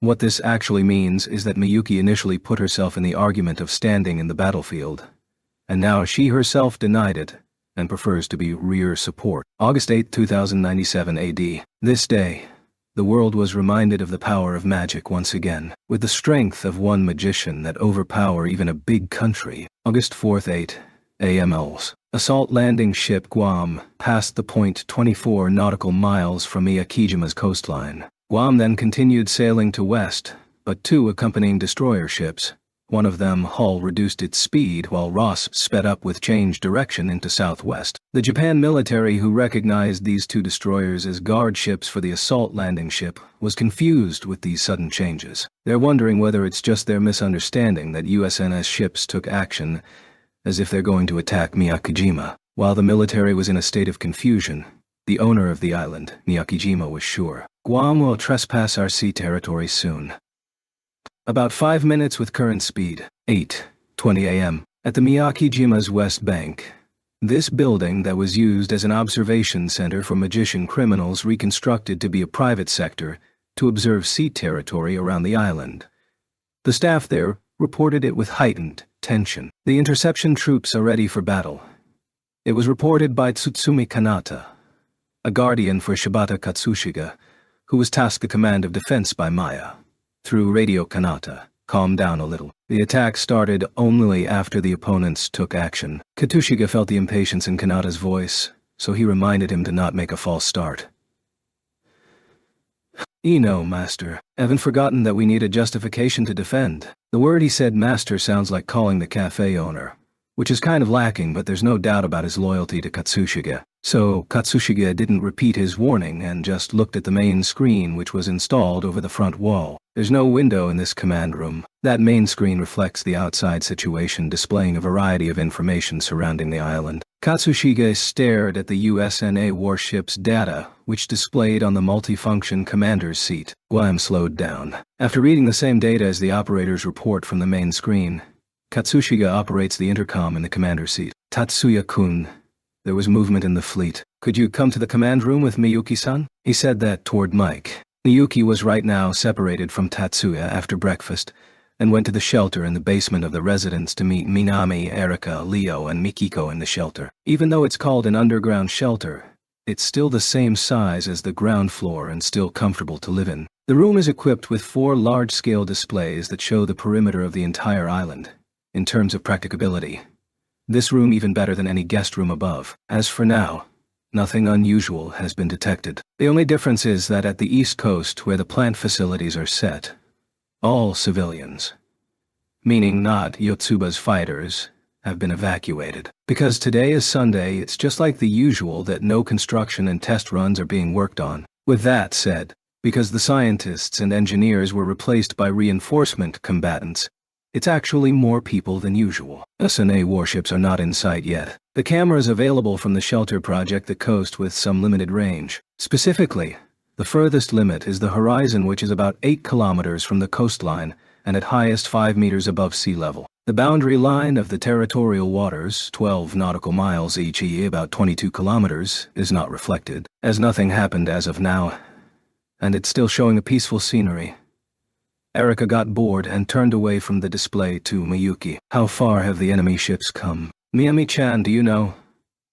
Miyuki connected Erika's inquiry to Minami, 3 kilometers to the territorial waters. Minami didn't sit on the chair when operating the console, which centrally controls various equipment in the room, to get the military information system data under the control of the command room. This shelter wouldn't be available to any other civilian shelter. This was possible because the shelter was intended for a VIP room used by the next head of the family. 3 kilo to the territorial waters means to the coast about, it's about 25 kilometers. Saiju Senpai Minami politely added information after Leo's line. 25 kilometers. It's still outside the launcher range. What Leo's meant with launcher is the Fleming launcher, which was used as the main weapons for ground bombardment during the previous war. The Fleming launcher, which was able to launch a large bomb using an electromagnetic projection mechanism, commonly has a range of 20 kilometers. If it's the missile, it's already within effective range. This time, Mikihiko responded to Leo's line. If they aren't shooting it yet, means they're going to have a landing tactic. Sakurai-san, are the approaching ships bombardment type or landing type? Minami glanced at Miyuki. After confirming Miyuki's nod, Minami answered Mikihiko's question with, "It's an assault landing ship. It's indeed a landing tactic AC. Instead of indiscriminate bombing, they're specifically targeting Tatsuya." Hearing Mikihiko's guess, Erika snorted as if to make a fool of him. They'll switch to indiscriminate attack soon, as if they would succeed with assassination tactic against Tatsuya. No one objected to her. Leo and Mihiko nodded too as they're convinced what Erika said. Miyuki was just putting an inhumanely beautiful smile, as if it's waiting the lull between the conversation. The door of the room opened suddenly. Tatsuya-sama. Door. Miyuki, who had stood up there even before the threefold sliding door had fully opened, welcomed Tatsuya with a polite bow. Minami, who is slightly late, hurriedly gave her bow. No one there was surprised at Miyuki's quick response. Even if it's so mysterious, unreasonable, wondering from others' perspective, for Tatsuya and Miyuki friends, they weren't surprised anymore. Erika, Leo, and Mikiko were completely accustomed to how ridiculously both are detecting each other. Even though the door had gamma-ray shielding alloy and neutron shield composite resin in it. Miyuki, Katsushige-san is calling. Come with me to the command room. Tatsuya didn't even look at his friends, and spoke only the matter to Miyuki, but none of them complained. That's because it's obvious from what Tatsuya was wearing. Tatsuya was wearing a flight-equipped armor suit with ultramarine color which could be easily mistaken for black. This is another version of Freed's suit developed by Yatsuba. He was fully armed with a helmet on,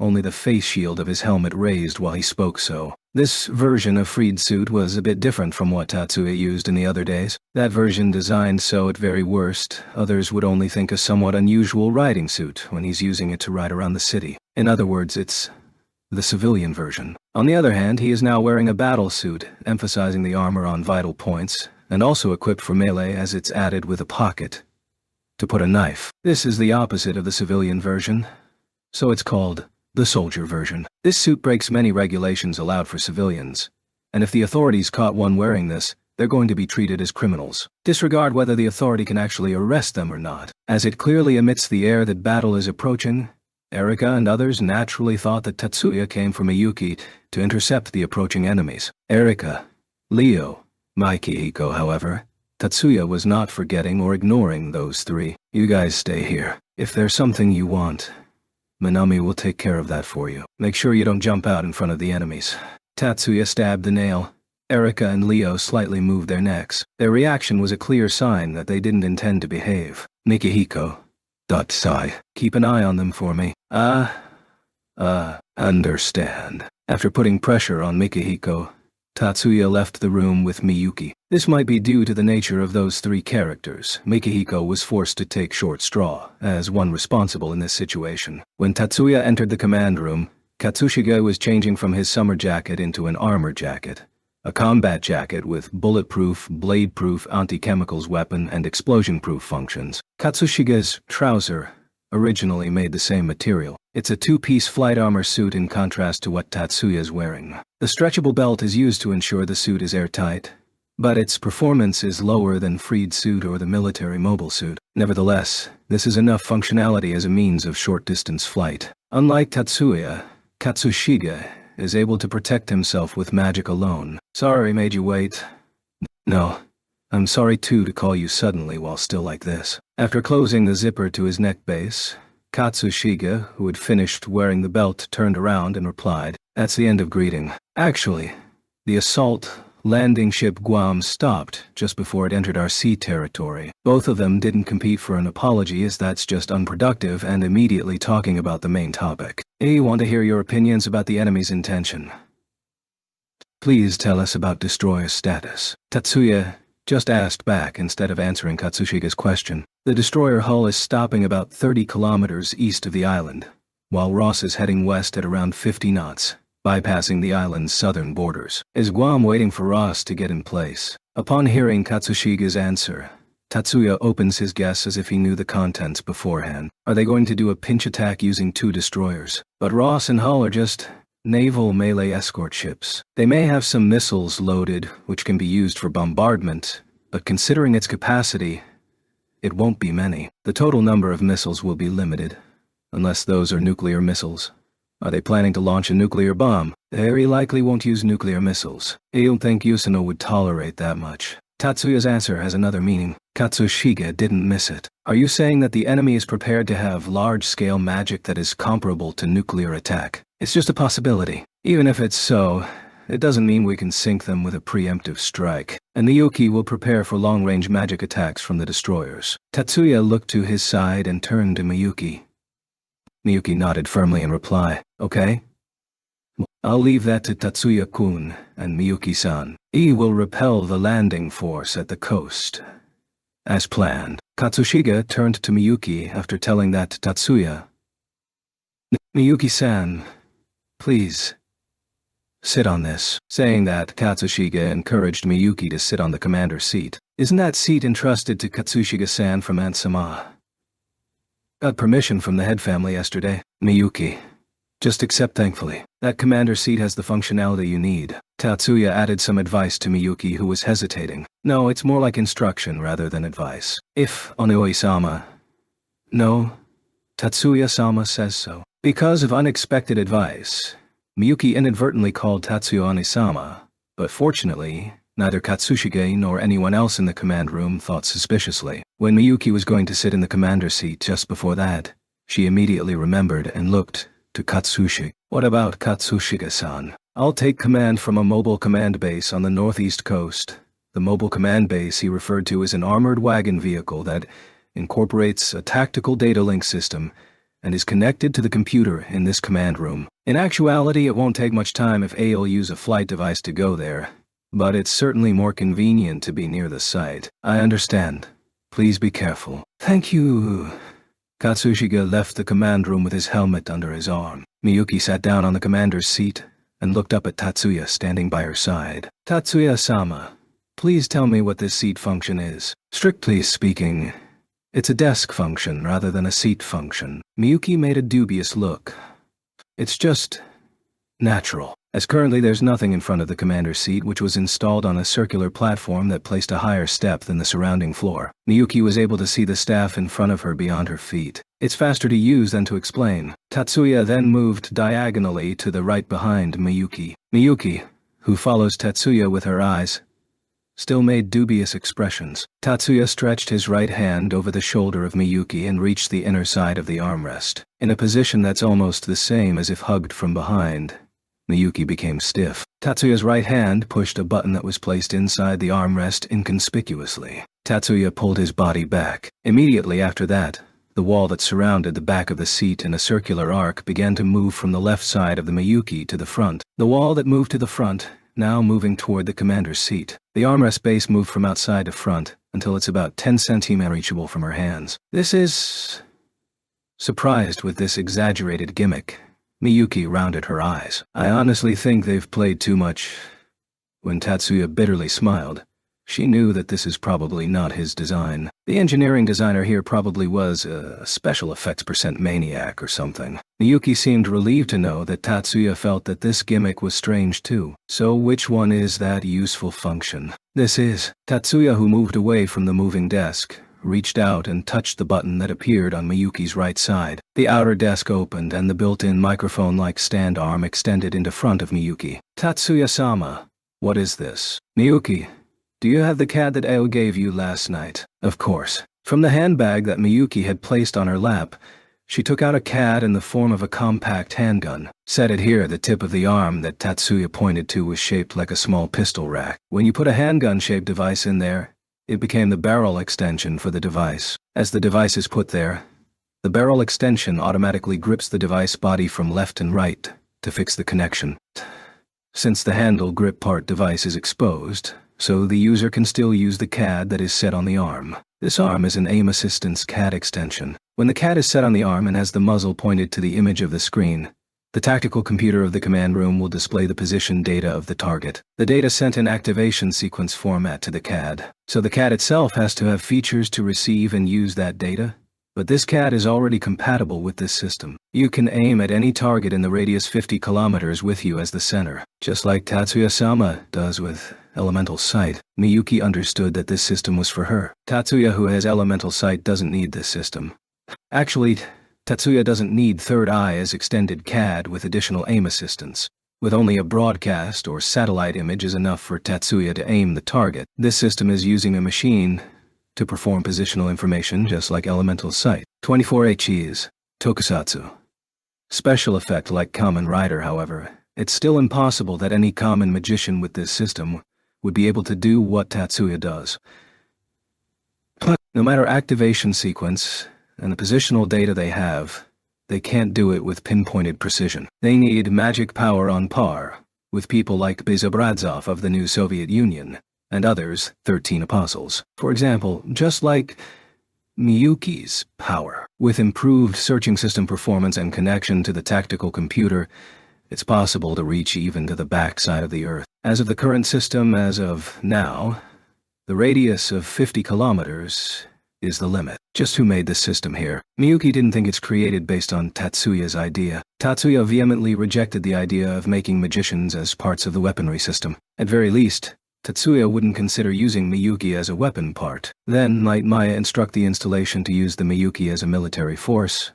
Miyuki didn't think further. Whatever the plan and its intention, it's the fact that the system here is useful for her in the upcoming battle. With this system, Miyuki can help Tatsuya.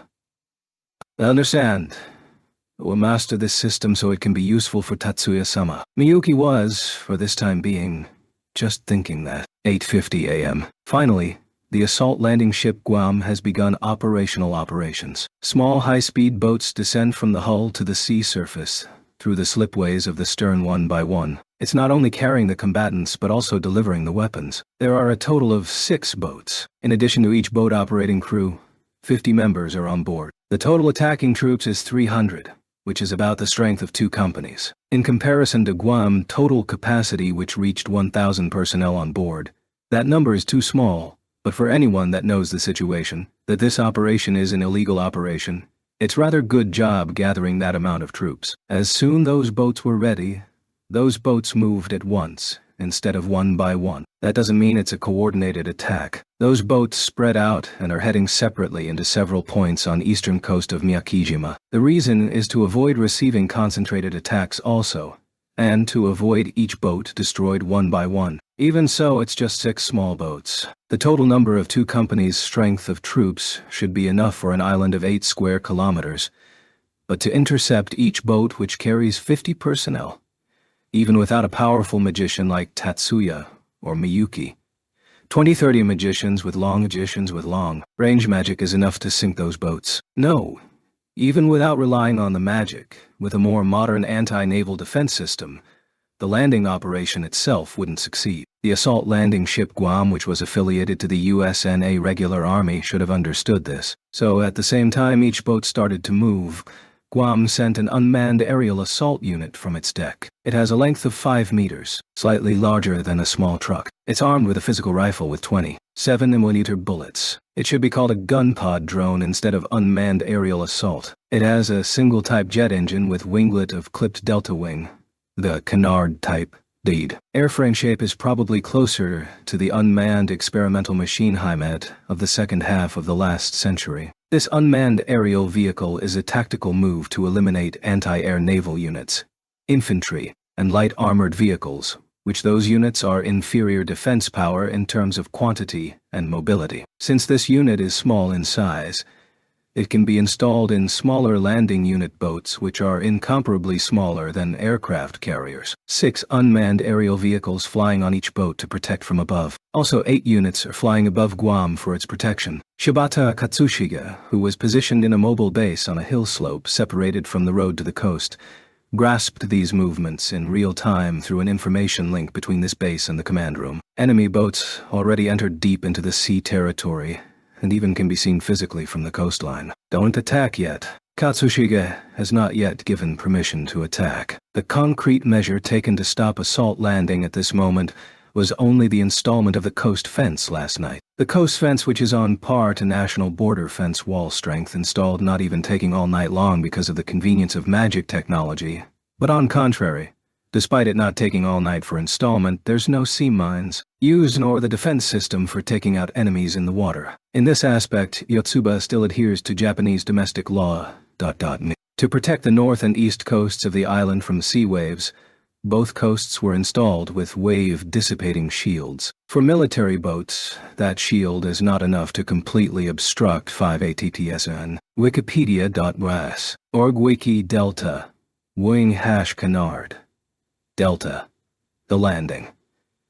However, it's definitely taking more cost to execute landing on coast with those shields installed. It's only logical for those boats heading to landing points where that shield isn't installed. And because it's a logical move, it's only natural too to be wary that the other side is prepared for it. In reality, the only countermeasures there are just a tall coast fence. There's nothing aggressive such as hidden mines or underwater turrets or highly lethal high-voltage current. However, the enemy that's been over-vigilant used the grenade launcher toward the coast fence. Moreover, it's not a single shot, but 10 at once. The fence was heavily damaged. Not only that, the damage even extended to a warehouse built near the coast fence. It's a clear sabotaging action to private property. Start the counterattack. After confirming the damage they received, Katsushige calmly gave his permission to open the battle. The soldiers were embarking the assault landing ship Guam, not only parasites. Edward Clark promised in a secret talk with the Secretary of Defense that he will not use humans with USNA nationality in this assassination operation. At that time, Clark intended to procure assassin troops from the parasites, but at the stage of actually recruiting soldiers, the total number of parasites turned out to be far less than he expected. Therefore, Clark was procuring about 200 troops for foreign soldiers who wanted to naturalize, using the acquisition of citizenship after successful operations as bait. Among them are magicians, albeit at a low level. Around 90 people are Stardust members who themselves became parasites to prolong their lives. The remaining 9 are members of the Stars, including the parasite survivors of Stars members, Captain Rigel of the 6th Corps, Captain Bellatrix and Captain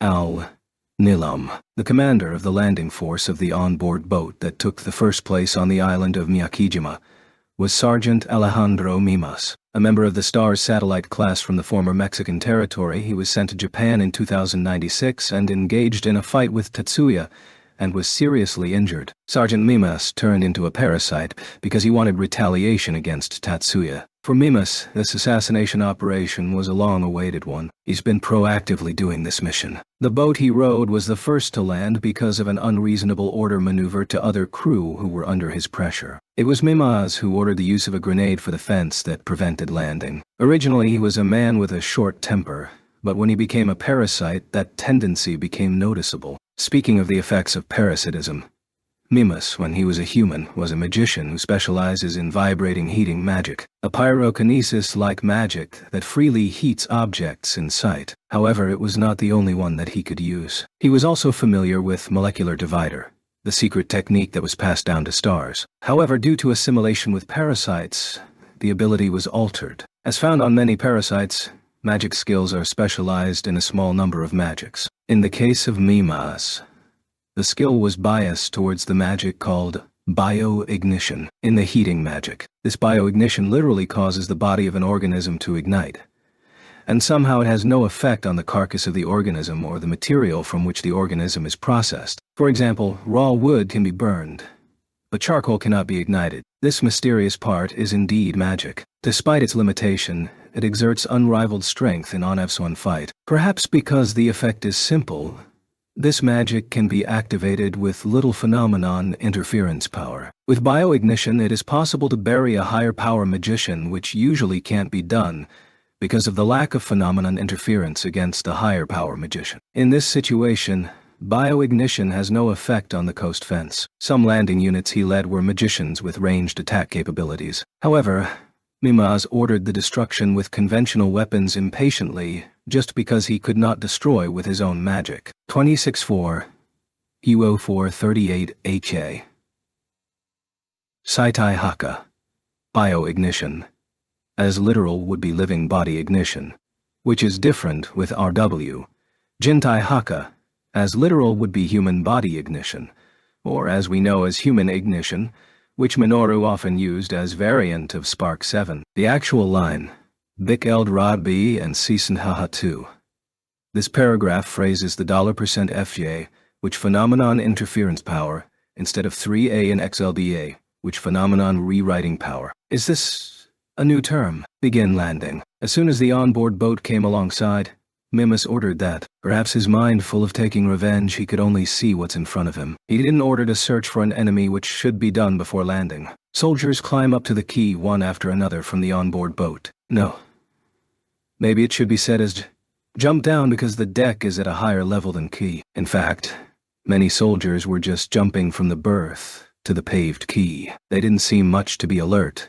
Perhaps they're influenced by Mimas' proactive attitude. Suddenly, a storm of arrows attacked the landing squad. It's not raining down. Arrows with each of it having length about 50 centimeters were raining horizontally from the side. A total of 30 arrows fly from the shadow of the warehouse at short intervals. The magician members in the squad quickly responded by putting up a barrier. However, as it's not fast enough, 1/3 of total members were injured because of the arrows. No one was fatally injured, but more than 10% of the troops were incapacitated. Those 6 people were pierced in their legs and abdomen. Aim for that corner with grenades. Those who can use healing magic take care of the injured. Then bring back the injured who are difficult to continue to the landing boat. According to Mimas' command, the landing members start to move at once. 18 non-magicians changed their weapon from assault rifle to grenade launcher and stepped forward to take a knee-firing position. Behind them, 2 magicians rushed to give healing treatment between the 10 people who were slightly injured.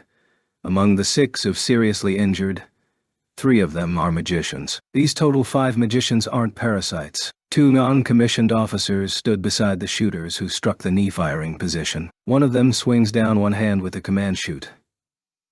9 shots of grenades were fired at the same time with no gap between them. The 9 soldiers who had finished shooting stepped back together after that, with another non-commissioned officer raised one hand to signal. That stance was for checking the shooting target where dust blew in that position, and that officer shouted, "Sergeant!"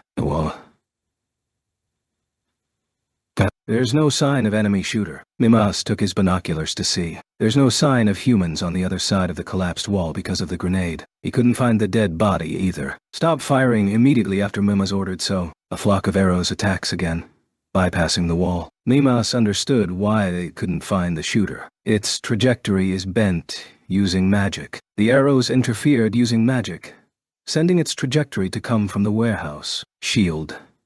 Mimas's reaction was immediate, but it couldn't be said fast enough to completely block the attack. In this third volley, more than 20 people were injured, including the soldiers who had grenade and the commissioned officer, with 11 of them incapacitated. Including the first seriously injured, there are 17 withdrawals. It has exceeded 1/3 of this landing force. With these casualty rates, it should be normally to consider for full retreat. Perhaps even Guam couldn't overlook their misery. An unmanned aerial vehicle which was escorting Mimas's boat passed by. Probably it would attack from the sky to wipe out any enemy in the perimeter. However, of the 6 unmanned aerial vehicles that sent out, half of those, 3 units engulfed in fire and dropped one by one. No missile attacking the unmanned aerial vehicle in sight. No sound of any mechanical muzzle could be heard too. Phonon maser.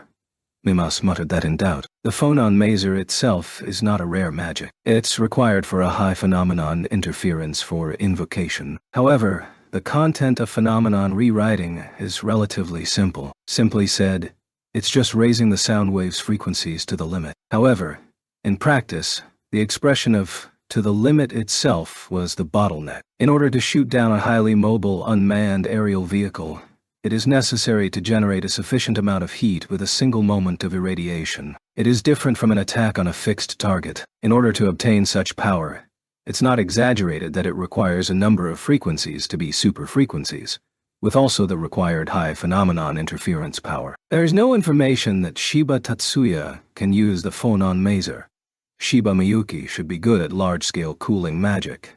In addition to those 2, there was a combat magician who could use magic with such high power, Yotsuba.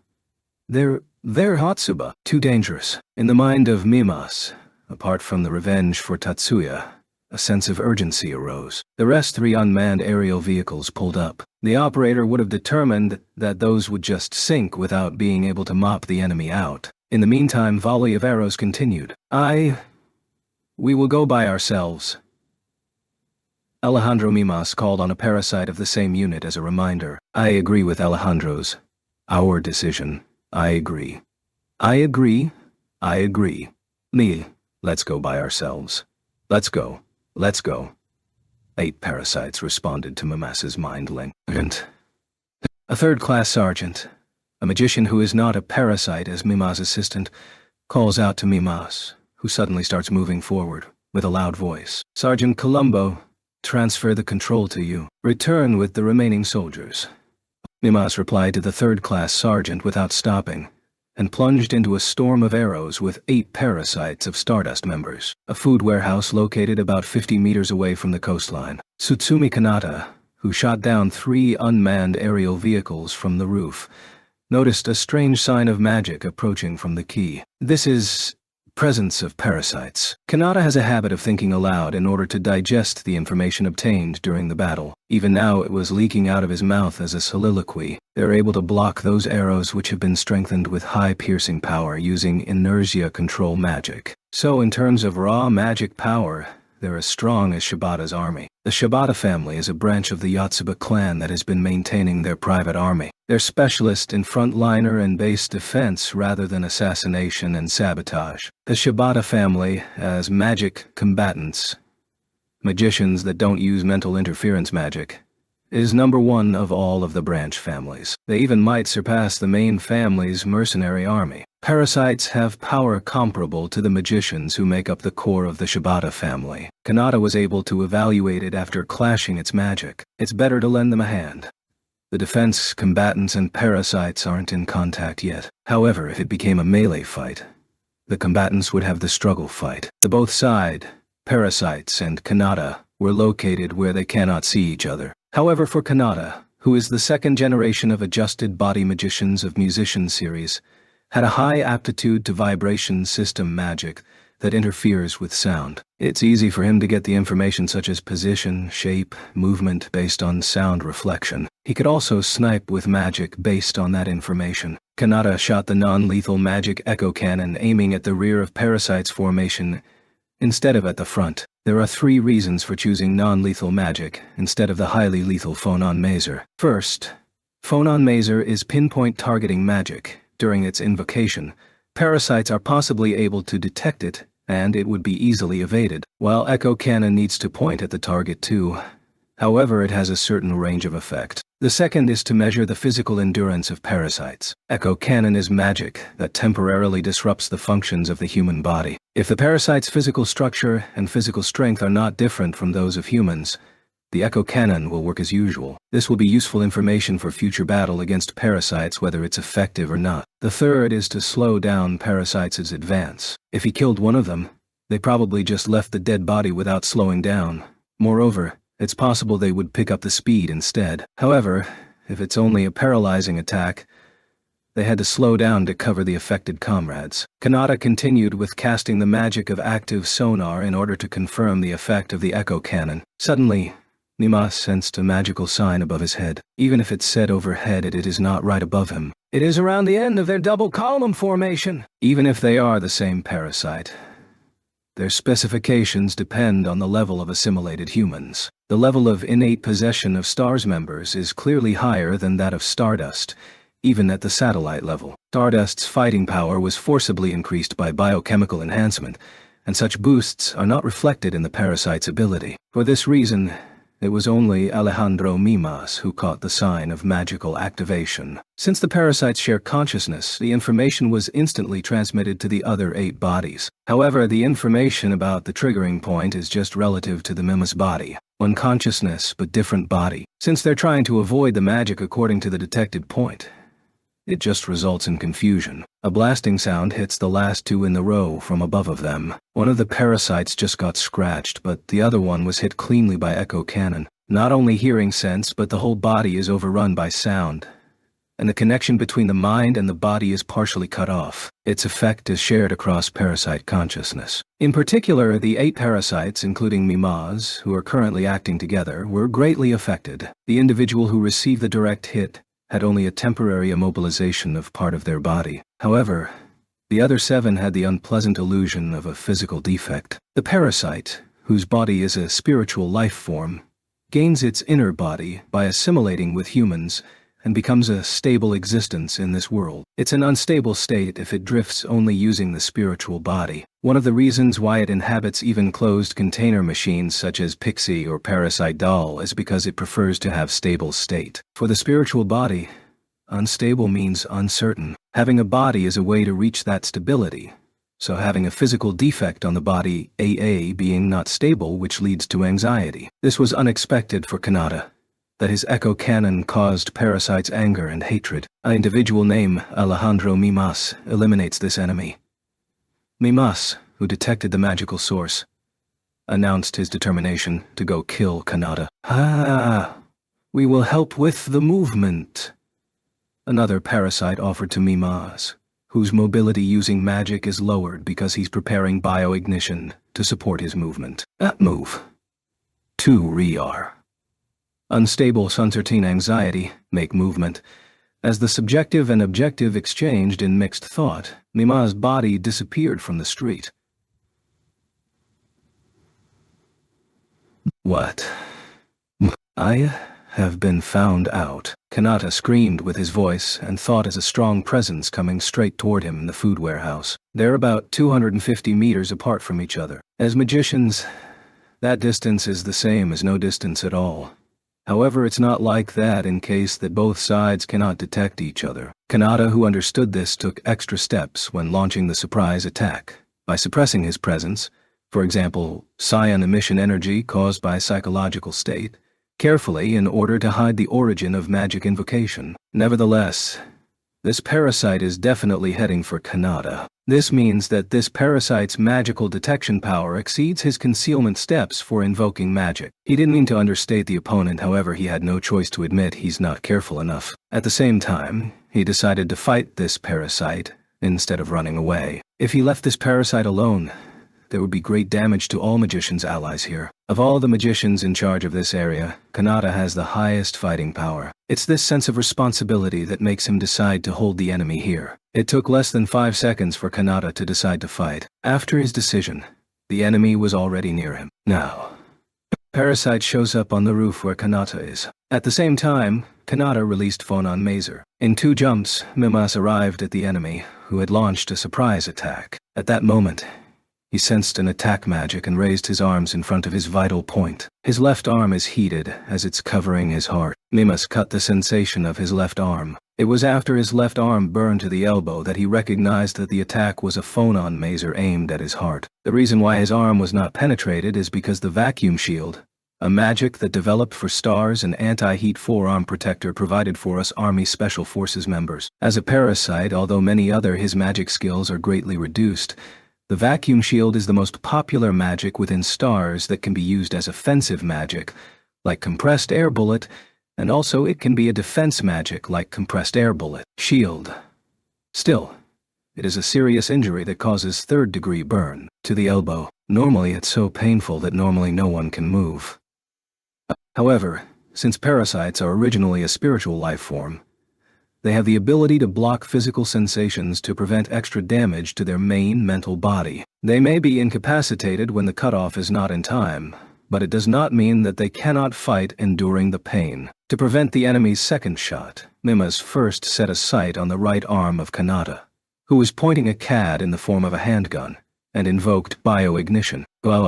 Kanata screamed. He was down to his knees with his protruding his right arm forward. It's not because he was careless. He knew that the parasite, who was hit with Phonon Mazer and used his left arm as shield, was also trying to counterattack with magic. But it's the parasite that's faster. Kanata already reached the stage of reading the activation sequence to shoot second Phonon Mazer dot. Regardless of that, it's the parasite who finished the magic invocation first. Kanata didn't feel it hot. The severe pain struck him, and only the feeling of pain sticking on his mind. It was a moment when his arms were wrapped in flames. 3-degree, a third-degree burn is also called a full-thickness burn. Your skin contains 3 layers. A third-degree burn occurs when all 3 layers are burned. This may also include damage to the bones and muscles. A third-degree burn is the most serious type of burn. In that short time, his right arm was charred black to the middle upper. He's already lost his right arm sensation. At the moment, the base of his shoulder was transmitting severe pain. The right hand that was holding the CAD falls onto the warehouse flat roof with a noise. It's carbonized completely to the fingers. After a beat,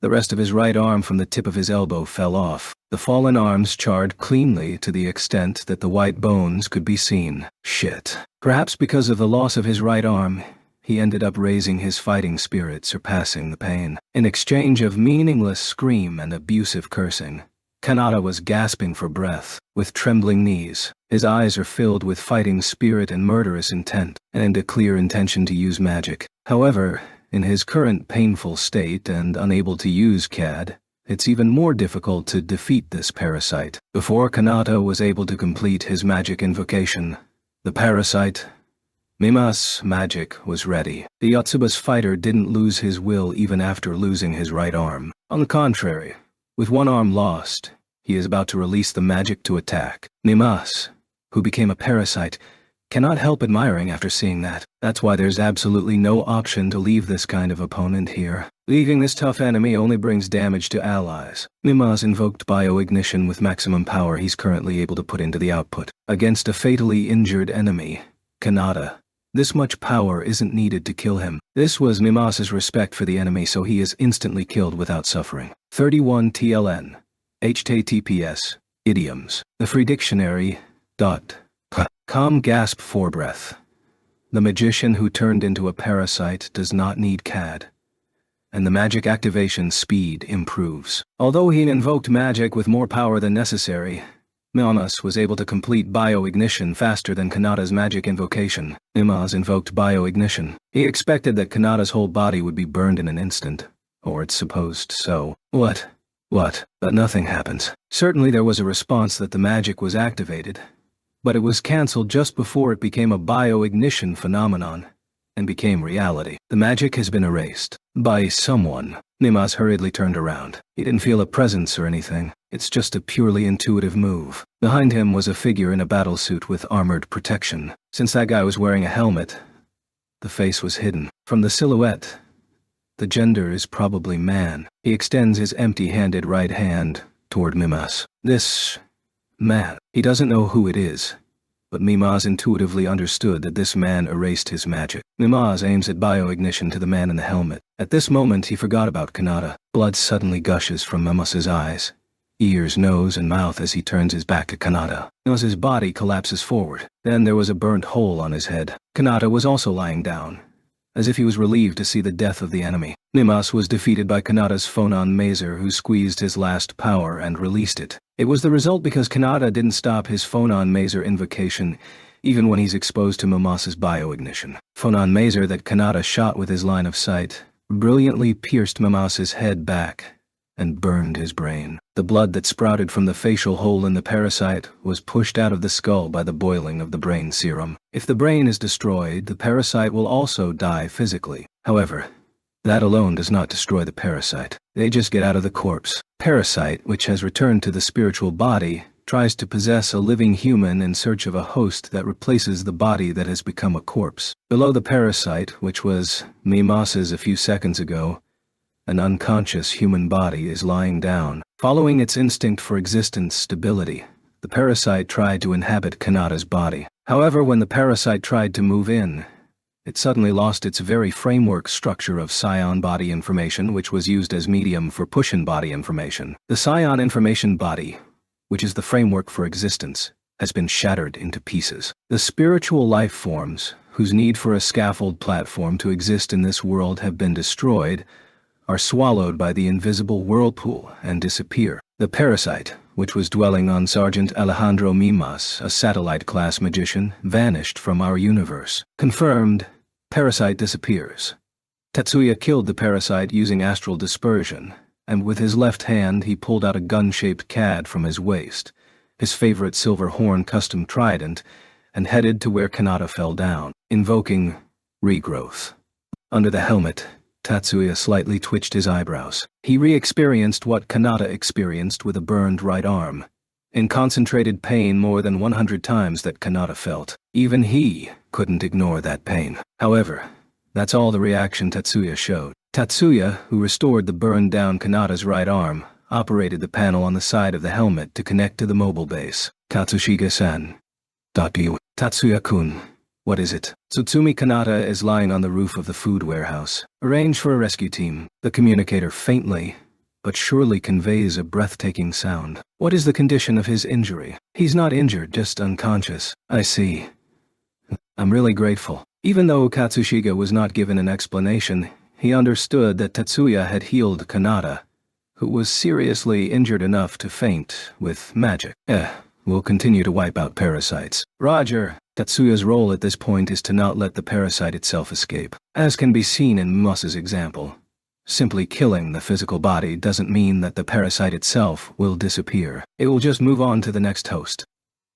The assimilation has the condition of a person with a strong and pure desire, and it doesn't always succeed. However, even if the assimilation fails, the main body of the parasite will not disappear, and simply drifts in this world to jump to another host. In that respect, Tatsuya, who has missed dispersion and astral dispersion, can destroy both the physical and spiritual body of parasites. Tatsuya took off from the roof of the food warehouse in search of his next prey. Parasites. 7 parasites attack the defense combatants who are armed with crossbows. The defense combatants intercept them by throwing away the crossbow and directly firing arrows using magic, but they're at disadvantage. One by one, they are fallen on parasites' onslaught. Oh, not again. Erika, who was watching the scene on the shelter's large display, screamed, "And sheet, where's the reinforcement?" Leo, who was beside her, leaked that line with a vexing expression. Their level entirely different with parasites we fought before. Mikihiko is still calmer than the two, but he was surprised too. I can't stand it anymore. Minami. Open the door. Erika stands up and yells at Minami. Minami wasn't upset when she got yelled at by Erika. Where are you going? Helping out, of course. To Erika's answer. Where are you going? Minami once again asked the exact same question. Currently, there are 9 battles on the island. 3 of them are at disadvantage. However, reinforcements have already started going for those places. It seems that the battle situation will be reversed soon. Minami explains the current situation while Erika was speechless. Then what's with that battle we see? Just leave it alone. Erika, who lost her momentum, asked with doubtful tone. Soon. As expected, Minami wasn't even fazed. She answered that while looking at the console, not at Erika. The data displayed there may give Minami's confidence. What soon? He has arrived. The gaze of the Minami moves from the small monitor on the console to the large display on the wall. Erika was baited as she moved her eyes too. At that time, there's a figure shown in the frame display clad with a dark-colored battlesuit. Tatsuya-kun, the battlesuit that Tatsuya wore earlier. Even if the face was hidden in a helmet, Erika and his friends immediately knew who it was. Tatsuya swings his empty right hand toward the parasite. With that alone, more than half of 7 parasites, 4 parasites, disappeared. The 3 people who saw that opened their eyes wide. What the hell is that? Stunned, Leo murmured. Tatsuya-sama's suit has built-in for thought-operated CAD. Minami immediately adds commentary, but that didn't answer his question. No.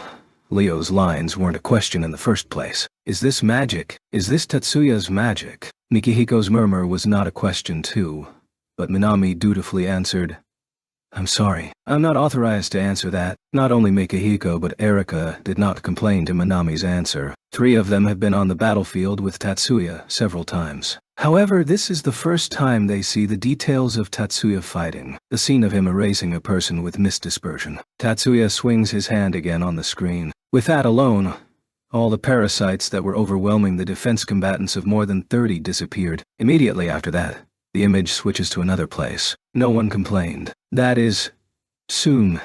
That kind of thing is magic, Eichi.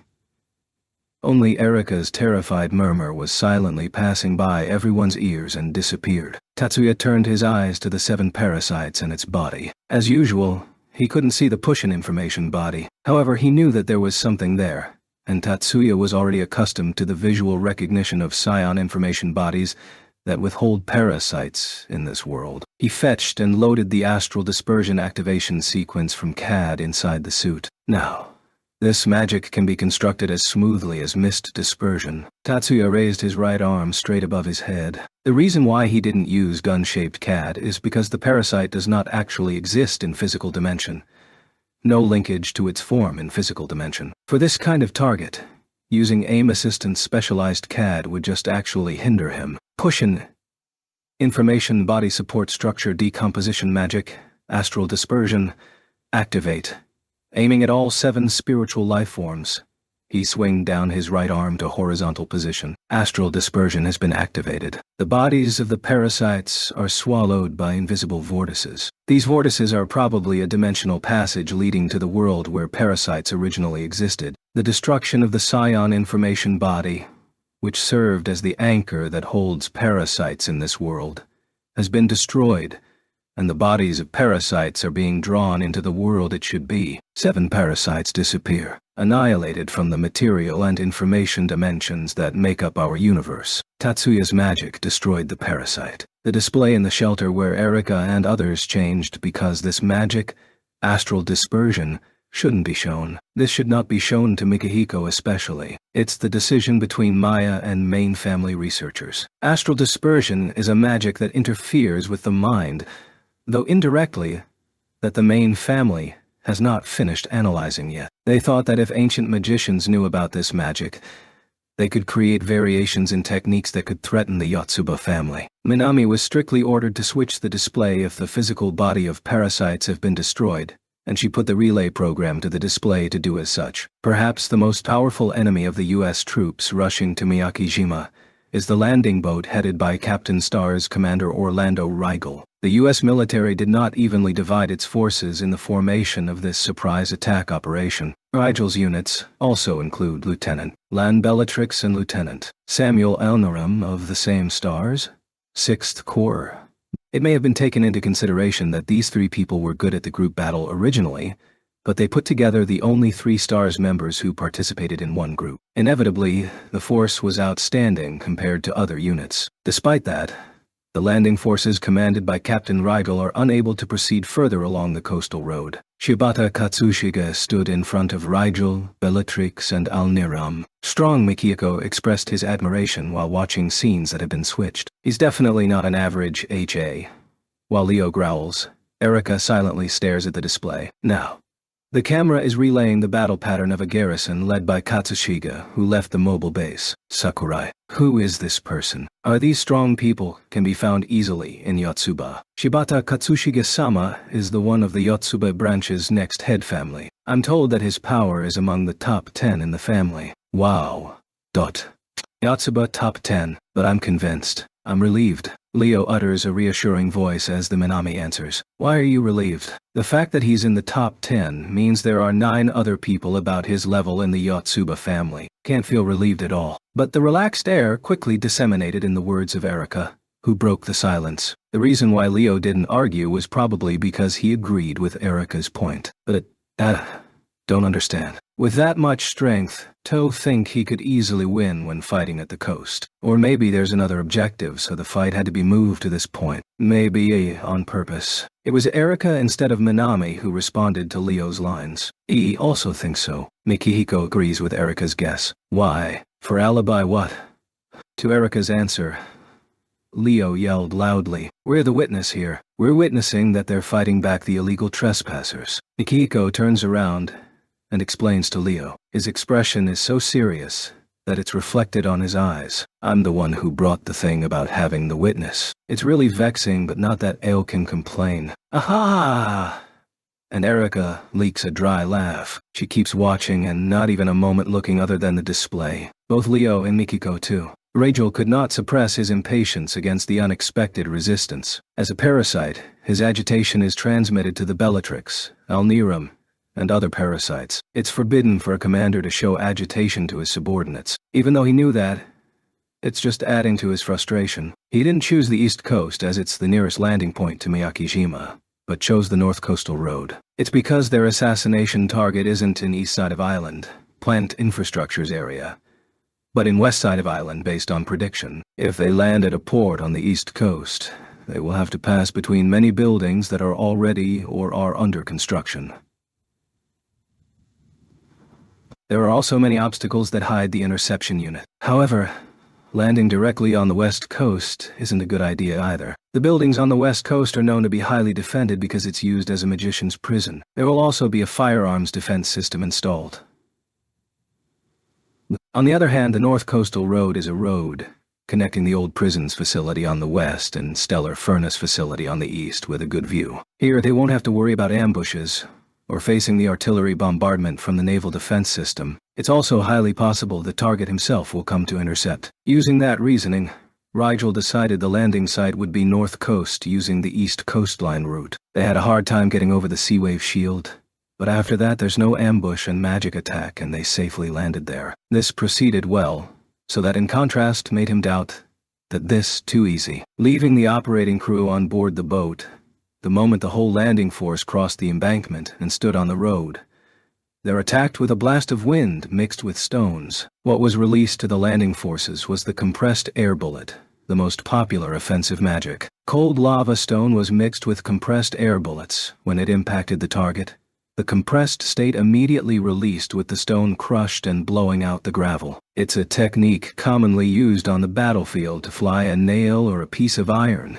together with an air mass to increase the magical attack power. This island is originally made from cold lava stones. Any number of gravel materials can be procured. It can be said that it is still humane, because the lava used wasn't burning. However, because of this attack they lost half of landing unit strength. All that remains is magicians who realized the magic activation and put up a shield in time and parasites that are able to ignore the wound. The non-magician soldiers were incapacitated. There are few deaths, but the wounded are moaning in pain with cold lava gravel hitting their body, falling down with blood. Rigel wasn't just sitting there doing nothing. As mentioned above, this place has a good view. At the time of landing, the enemy's figure, which was hidden in the hole dug out over the hill and could not be seen, is now visible as it emerged from the trench to pursue. Rigel ordered his unit to fight back, and himself cast magic on the enemy. 32.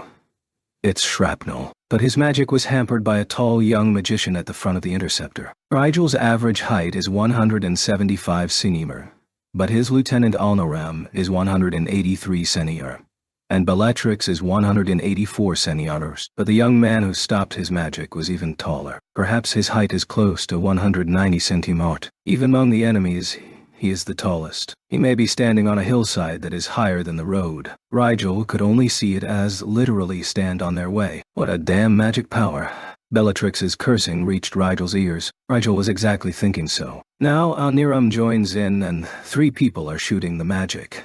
But the defense of the young magician does not even budge. On the contrary, despite 3-1, Rigel, Bellatrix, and Alniram all had to interrupt their attacks and devote themselves to defend from the young magician counterattack within the gap in their attacks. We will use thunder. Match it. Roger, Rigel et al. Shot the young magician, Katsushige with release-type magic thunder at the same timing by sharing consciousness between parasites. As expected, they're members of planet-class stars. Unlike the satellite-class Mimas, these 3 people are not significantly affected by the parasitization, which limits the types of magic that can be used. No, they may have been affected a little. However, since these 3 people were originally able to use many kinds of magic, the reduced magic skill because of parasitization wasn't significantly shown. Anyway, 3 people chose the same magic, were able to avoid any reduction of power because of interference of magic activation, and to amplify its effect. Unfortunately, the synergized attack doesn't be amplified exponentially, but it's simply added to. Even so, the electric shock force, that is triples compared to attacking it alone, is flowing down overhead of Katsushige. 33.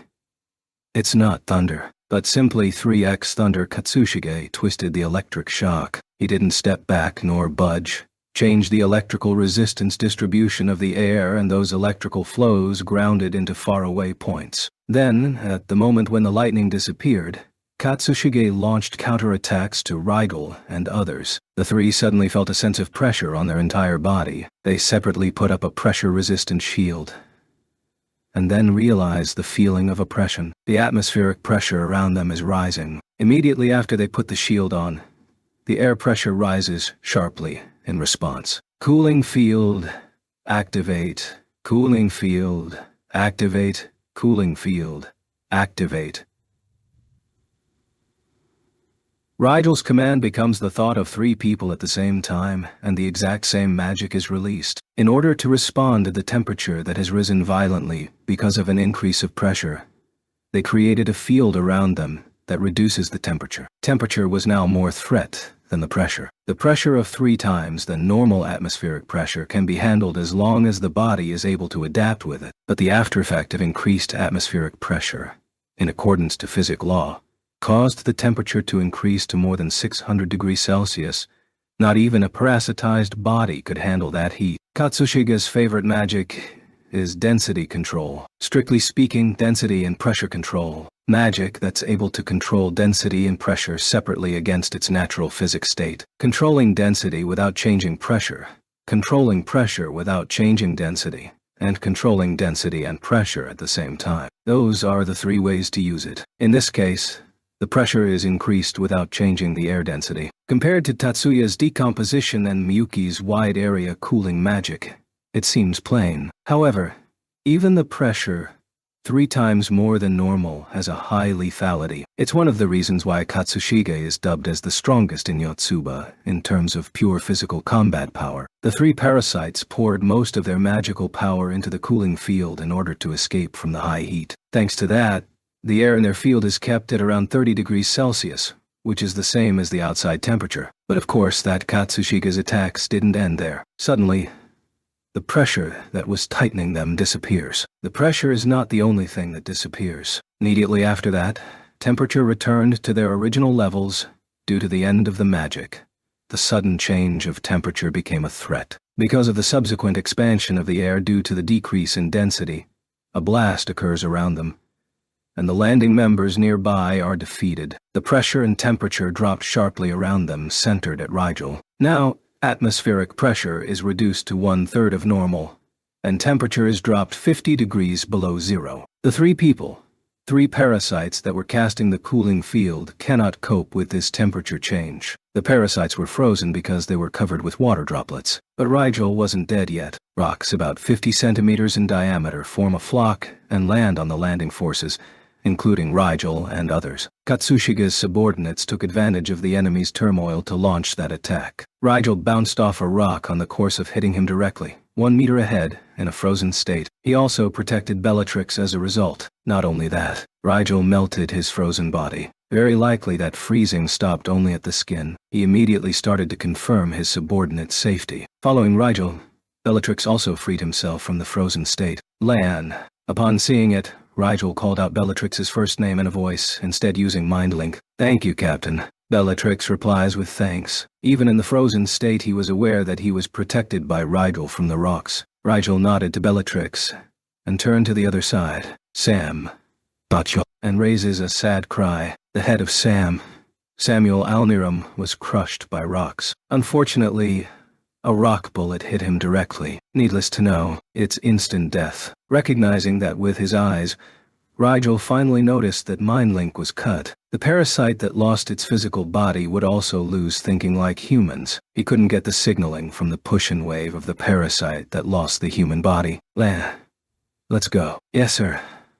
Perhaps they communicated in voice because they didn't want to feel the loss of Alniram's consciousness. Rigel and Bellatrix started at the same time. The battle style that the 6th Corps, which was also called the Orion Team, is originally good at is a close-quarter combat that utilizes high mobility through self-accelerating magic. Up until now, they had to go with medium-range attack because they couldn't ignore coordination with the other landing soldiers in his squad. But with the loss of Alniram, both Rigel and Bellatrix abandoned consideration of other members. They were focusing on revenge by targeting only Katsushige. The magic that killed Alniram was not what Katsushige had thrown directly, but it was undoubtedly him who created the situation. The Rigels quickly approached Katsushige. It wasn't that Katsushige's subordinates weren't holding them back, but no one could keep up with Rigel and Bellatrix. However, the 2 parasites suddenly collapsed within 5 meters. They didn't fall, but their steps, suddenly tottered. Their steps left a deep footprint. If looked closely, the cold lava stone field becomes softer ground in semicircular shape, centering on Katsushika. This is also because of density control. By lowering the density of the ground around it, the basalt that composes the lava field was weathered. Rigel and Bellatrix, whose mobility is lowered, are stormed with a variety of attack magic from the Shibata's elite magicians who work directly under Katsushika. No matter how good their Stars Planet class members, it was impossible to evade all these attacks. Due to the accumulated damages, Bellatrix collapses on the ground that became a sandy field, and then Rigel down to his knees. The finishing was Katsushika's attack. Parasites' bodies were drowned into the sand because of decreased density of basalt, and shortly thereafter were crushed by increased basalt's density. So brutal you as if they're antlion. He leaked that exasperated line after seeing a scene where Katsushika stopped parasites. The reason why he's exasperated only because he himself somewhat is courageous. Mikihiko, who was shown the same scene, has a vomiting face, and even Erika has a pale blue face. The display then changed to another scene of the battlefield. Mikihiko, who managed to escape the rough situation by holding his mouth with both hands, turned his face to Minami, and suddenly remembered something. Speaking of which, what's going on the main body of the parasite? Unless it's handled, its main body will only escape out after the host is destroyed. They're not really defeated. Tatsuya-sama has disposed of them. Minami answered Mikihiko's questions truthfully. Oh right, using seal ball. Yeah, if it is, it's alright then. Seal ball. What is a seal ball? While Mikihiko was responding to both Erika's and Leo's questions, Minami was silent. She answered honestly about who was dealing with the parasite, but she didn't explain how it was dealt with, as instructed by the main family. 9:30 a.m.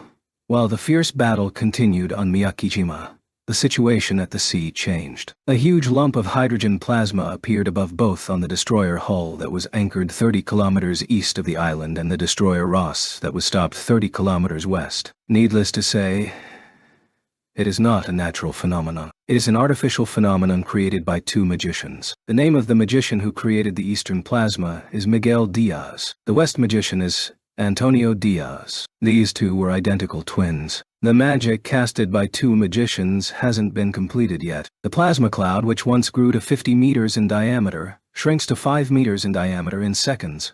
Correction, it's compressed. For both plasma clouds, compressed into a perfect spherical shape, began to dash at exactly the same rate at exactly the same time. The plasma cloud above the destroyer hull is to the west. The plasma cloud above the destroyer Ross is to the east. The two plasma clouds rush through the course of head-on collision at a speed that is more than 10 times the speed of sound. Tatsuya coincidentally recognized the magic cast on the east and west seas when he'd just taken out the parasites. Here's the actual line quote. FFE. Emmy Carla. Beely. CIA. Oh. In Oe. Are they trying to make high-density hydrogen plasma collide above the Miyakijima? Approximately 6 seconds until collision. Nuclear fusion does not occur even if it collides at this speed, but if you continue to apply pressure from the east and west at the timing of the collision, the story changes. This is Synchroliner. Fusion. The time for thinking about 1 second. 5 seconds left until the collision. He didn't have time to estimate the exact explosive power it has, but considering Brazil's use cases, it may reach at least a few kilotons of TNT equivalent, and possibly tens of kilotons. Tatsuya didn't hesitate to use gram dispersion to nullify it. The basis of magic is plasma creation, diffusion prevention, activate. The very identical magics are used, with only the direction is reversed. The first step, the decomposition analysis of the magic sequence. Judging from the nature of this magic, erasing any one sequence of these magics can stop the magic activation. But here, I'll erase both magic sequences. The second stage, aiming at the magical sequence to nullify, and the final stage, gram dispersion. Activate. At that moment, the luminous bodies flying at supersonic speeds over the east and west of Miyakijima were scattered. This is a bit of a pause, but at the meteorological observatory, which is observing Izu Islands on a satellite, there was an out-of-season UFO turmoil. However, destroyer hull didn't realize as much as the meteorological observatory station, and there was no uproar. Synchroliner fusion has been nullified. Nullified, not failure. Null. It's nullified by somebody's interference. Miguel Diaz was arguing violently with his CAD operating assistant's magician. Then, the destroyer Ross sends a message to Miguel. Miguel, it's me, Antonio. The one calling him was Miguel's twin brother, his partner for casting Synchroliner fusion, Antonio Diaz. What is this, Miguel? He never heard that our magic is nullified. I'm the same. Antonio, let's do it again. Even when we don't know why. It's because we don't know why. This time, let the engineers observe. So even if it's going to be nullified again, we can observe the cause, like that. If we know how to nullify it, we can take countermeasures. Miguel Diaz wasn't saying he would take steps to make this operation successful. It's for the next battlefield. If there's a method to nullify Synchroliner fusion, they have to find a magic that nullify that nullifier method, or the meaning of their existence will be shaken. You're right. Very likely Antonio too thought the same thing. He immediately replied with confirmation words. Percent if it sounds funny, it actually is. EV2D, DRV or MIT Afrig DH. Zo, Rafi Arans Shay. It can be simply translated as nullify that method, but then the nuance would be lost for the future too. However, the lines following it break off unnaturally. Antonio, dot. Not. Miguel can't hear the contents from the speaker, but the buzzing sound is heard, so the communication is not cut off. What happened, Antonio? Major Diaz. It wasn't his younger brother Antonio who answered Miguel's screams. Miguel, who was attacked by an ominous feeling, holds his breath and waits for the next line. That... Mr. Antonio suddenly disappeared. What do you say? Antonio Diaz left a small blast and disappeared in an instant. Miguel didn't immediately understand what he was saying. Does that mean my brother was bombed? No, I think it's different. Let alone corpses or parts of his body, there's even no drop of blood left. Winnow thought his body's silhouette was swaying, but there's wind, and he disappeared, as if he himself is turned into the wind. Major Diaz, what is happening? Is this your magic? Did Major realize the teleportation magic? No, don't. Alien to know what HA perplexity runs through two destroyers. The engineer and the destroyer Ross said that he was turned into the wind and disappeared. Is correct, but no one of the two ships seriously thought about such a thing. Target is erased. Confirmed. Tatsuya, who killed Antonio Diaz using mist dispersion, puts back Silverhorn on his right hand to his waist holster. Nevertheless, never expected that Synchroliner fusion was a magic that casted by a pair of people. The fierce battle continues on the island. It's not a situation where he can leisurely analyze the magic. Even knowing that, Tatsuya couldn't help thinking about the secret of the strategic class magic Synchroliner fusion he had just acquired. Make plasma clouds run face to face with exactly the same magic to make a head-on collision. It is a magic that will not happen if the course or timing is a little off. Perhaps it even needs a magic interference power at the same level too. In fact, the level of the phenomenon interference power contained in the magic of Miguel Diaz and Antonio Diaz that I observed was completely the same. The magicians who know who are likely to meet the conditions. Surf Kasumi and Izumi may be able to use it. Tatsuya-sama. At the same time that something that seems to be a conclusion came out, a communication came in from Miyuki. What's happened, Miyuki? It was the right time to get out of his current thoughts. By responding, Tatsuya stored his thoughts on Synchroliner fusion into his memory, and refocused his attention on the ongoing battle. Felt strong magical power from the two destroyers that stopped east and west of the island. He thought it was an attack on us. But did Tatsuya-sama prevent it? Both are correct. The Synchroliner fusion released from the destroyer was nullified using Gram dispersion. Synchroliner fusion. Was Miguel Diaz of Brazil involved in this battle? Yes. But don't worry. Diaz, as a strategic magician, has already been neutralized. Thank you. As expected, Tatsuya-sama, it's just as wonderful as usual. Just in case, should neutralize by locking movement of those two destroyers first, before the assault landing ship. Think it's a good decision. Do it. Then, A will take immediate action. Yes.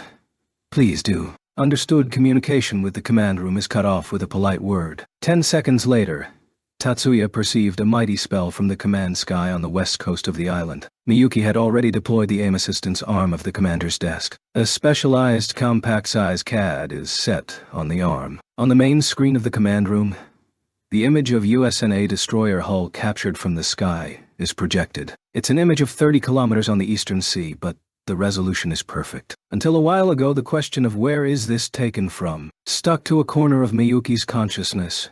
But there's no idle thought within her right now. Because of a word please from Tatsuya, her consciousness was completely focused on the magic that's about to be activated. It can be said that Miyuki was in a kind of trance. The extreme concentration made her unrealistic beauty look more inhuman and transcendental. The command room is calm. The cooling system adopts a method of cooling the walls and ceiling from the outside. Nevertheless, the tip of her long hair when she's sitting on the commander's seat swayed a little. The CAD is aimed at the destroyer, which is projected on the screen. Miyuki, with his back straight and in a neat posture, grasped the CAD grip with a powerless motion, and then silently pulled the trigger. All mechanical processes are handled automatically. There is no voice which reports the processes step by step.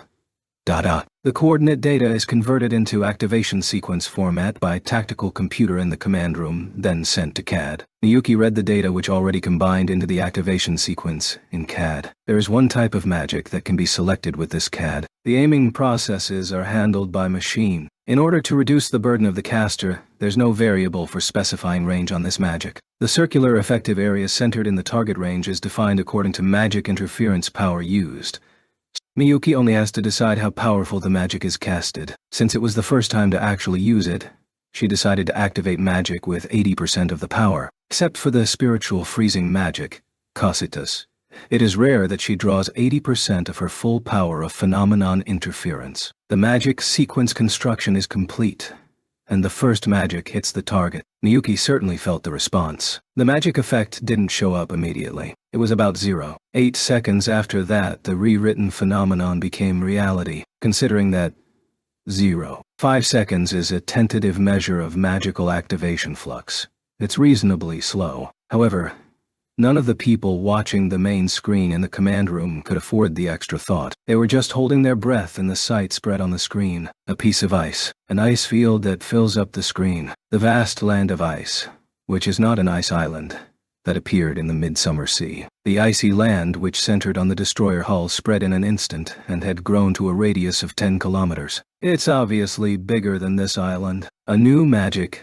Glacier Age, that's created by Tatsuya, just for Miyuki. As its name suggests, this magic, as if recreating the Ice Age rather than the coldest winter of the Arctic, was overkill for a single destroyer. This magic is suitable for confining a large fleet. The magic that makes a large fleet neutralized with a single blow. If the magic is able to destroy a fleet-scale naval force with a single blow called strategic class magic, it invites a wondering question whether this magic, Glacier Age, isn't considered as strategic class magic because of the difference between destroying and neutralizing. The staff, who were finally able to take their eyes off the sight of the shock of filling the main screen, turned their awe to the Miyuki sitting at the back of the command room. Miyuki, who was keeping a calm mental state, misunderstood the staff's line of sight as seeking the next instruction. Put the destroyer on the west 30 kilometers to the main screen. Yes. In response to Miyuki's order, the staff member in charge of the search system turned in hurry to the console and operated it. The ice island that contained the destroyer Ross had a radius of 5 kilometers, and the ice field that captured the assault landing ship Guam had a radius of 1 kilometer. At the third time, Miyuki seems to have finally grasped the power scale. In less than a minute, the USNA surprise attacks naval forces were completely silenced. I've predicted to some extent, but this is completely at the strategic class level, and, what's more, it even exceeds the scale of the origin magic. Looking at the Glacier Age when Miyuki activated it, Tatsuya had a headache in his mind. Tatsuya compared it against Bezobratsov's Tumen Bomba. Strictly speaking, it's his monologue for comparing the scale of chain cast used in Tumen Bomba and Miyuki's Glacier Age. I didn't intend to flaunt the magical power needlessly, but it's Bezobratsov who created this chain cast system. He would have noticed that Glacier Age implemented the chain cast, And of course Bezobrazov must have noticed that Miyuki's glacier age was better in terms of scale than his Tumenbamba, as he seems a man that is highly prideful. Just hope this doesn't lit his annoying competitive pride. Though thinking so, Tatsuya was convinced that Bezobrazov would intervene in this battle. Again. Stolen again. Just as Tatsuya thought, Bezobrazov sensed the activation of the glacier age. However, the point which made him angry was a little different from what Tatsuya's thought. Bezobrazov was angry because part of his magic, Tumenbamba, was used. For Bezobrazov, the magic-linked expansion system that Tatsuya, personally, calls as the chain cast is not an independent technique, but it's just only a part of Tumenbamba. For him, the ocean blast used by Ichijo Masaki and Miyuki's glacier age are magics that plagiarize Tumenbamba's process. There is no intellectual property right like a patent, right? Because magic developed for military use is never revealed. Even if some part of the magic process is misappropriated, it is not possible to claim infringement. But emotions are another matter. Just because he doesn't have legal rights on it, it doesn't mean he likes it if his original magic is stolen. Especially the one who steals it is his hated enemy. Originally, Bezobrazov intended to intervene in Clark's Miyakijima surprise attack on July 30th. No, it may be more appropriate to describe it as taking advantage rather than intervention. No matter how many surprise attacks are done, it is just not enough simply using magic against Shiba Tatsuya.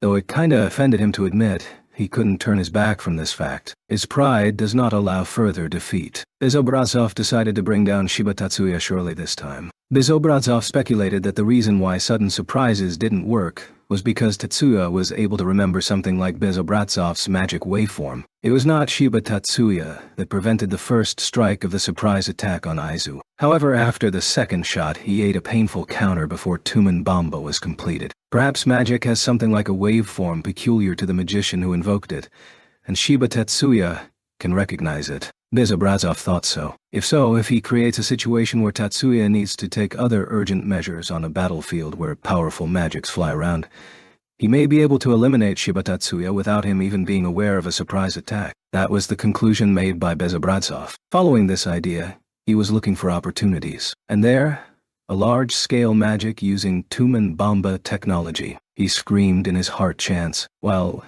angry and crazy when he found that. Bezobrazov requested the military command department to carry out the plan prepared in advance. A hypersonic missile was launched from the Birobidzhan missile base, located 150 kilometers west of Khabarovsk.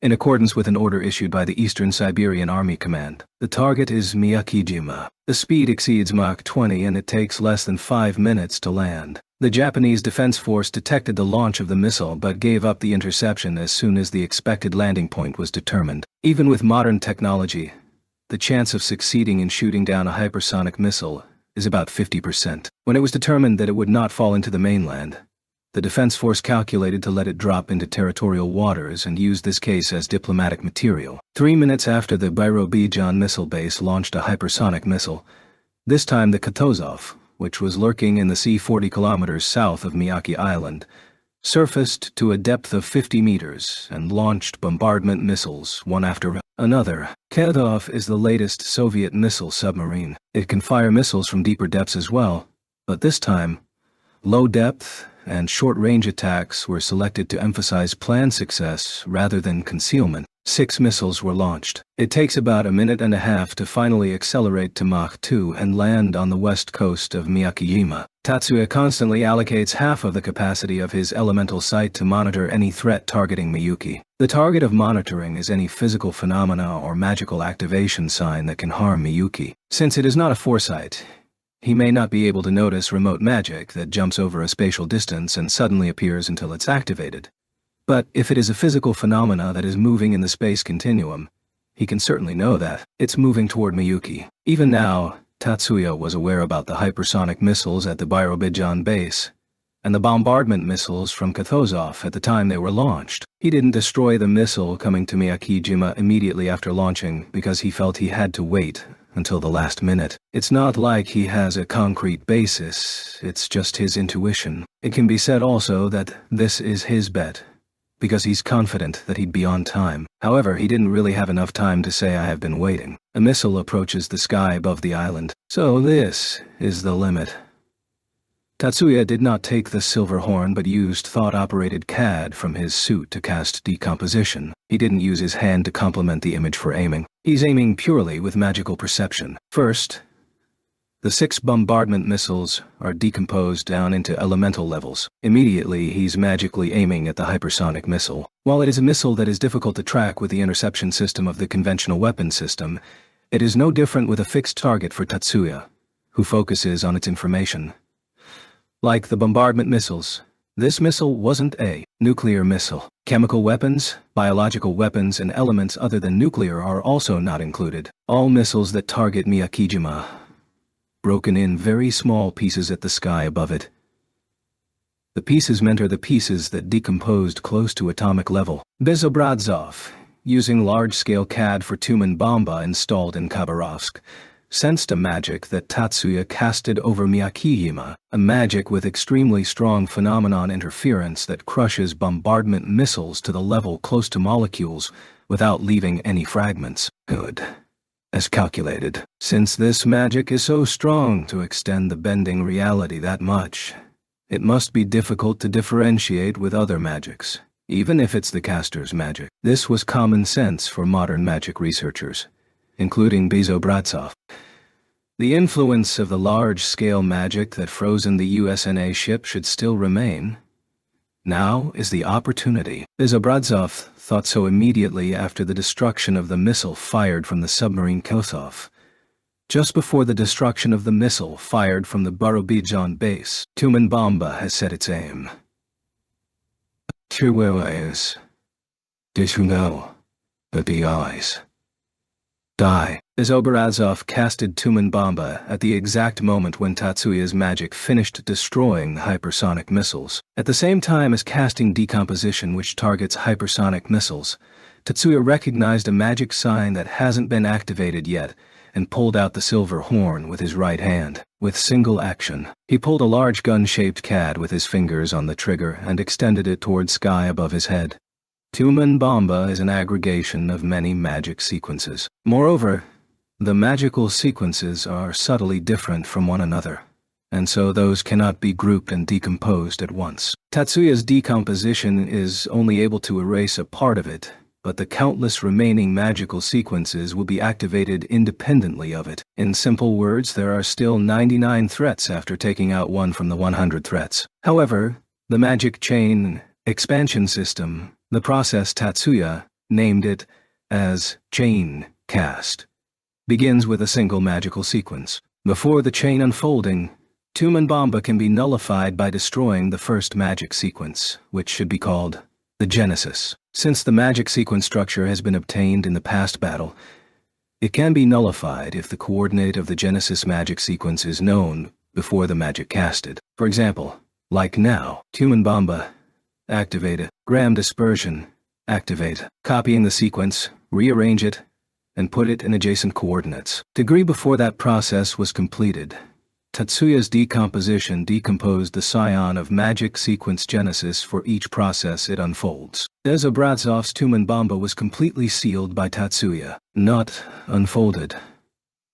Is Tumen Bomba just erased? Certainly the response of Tumen Bomba that activated was lost, and Bezobradzov was severely upset. Impossible. How on earth did he destroy all thousands of individual magic sequences? It's impossible. No human processing power is able to do that.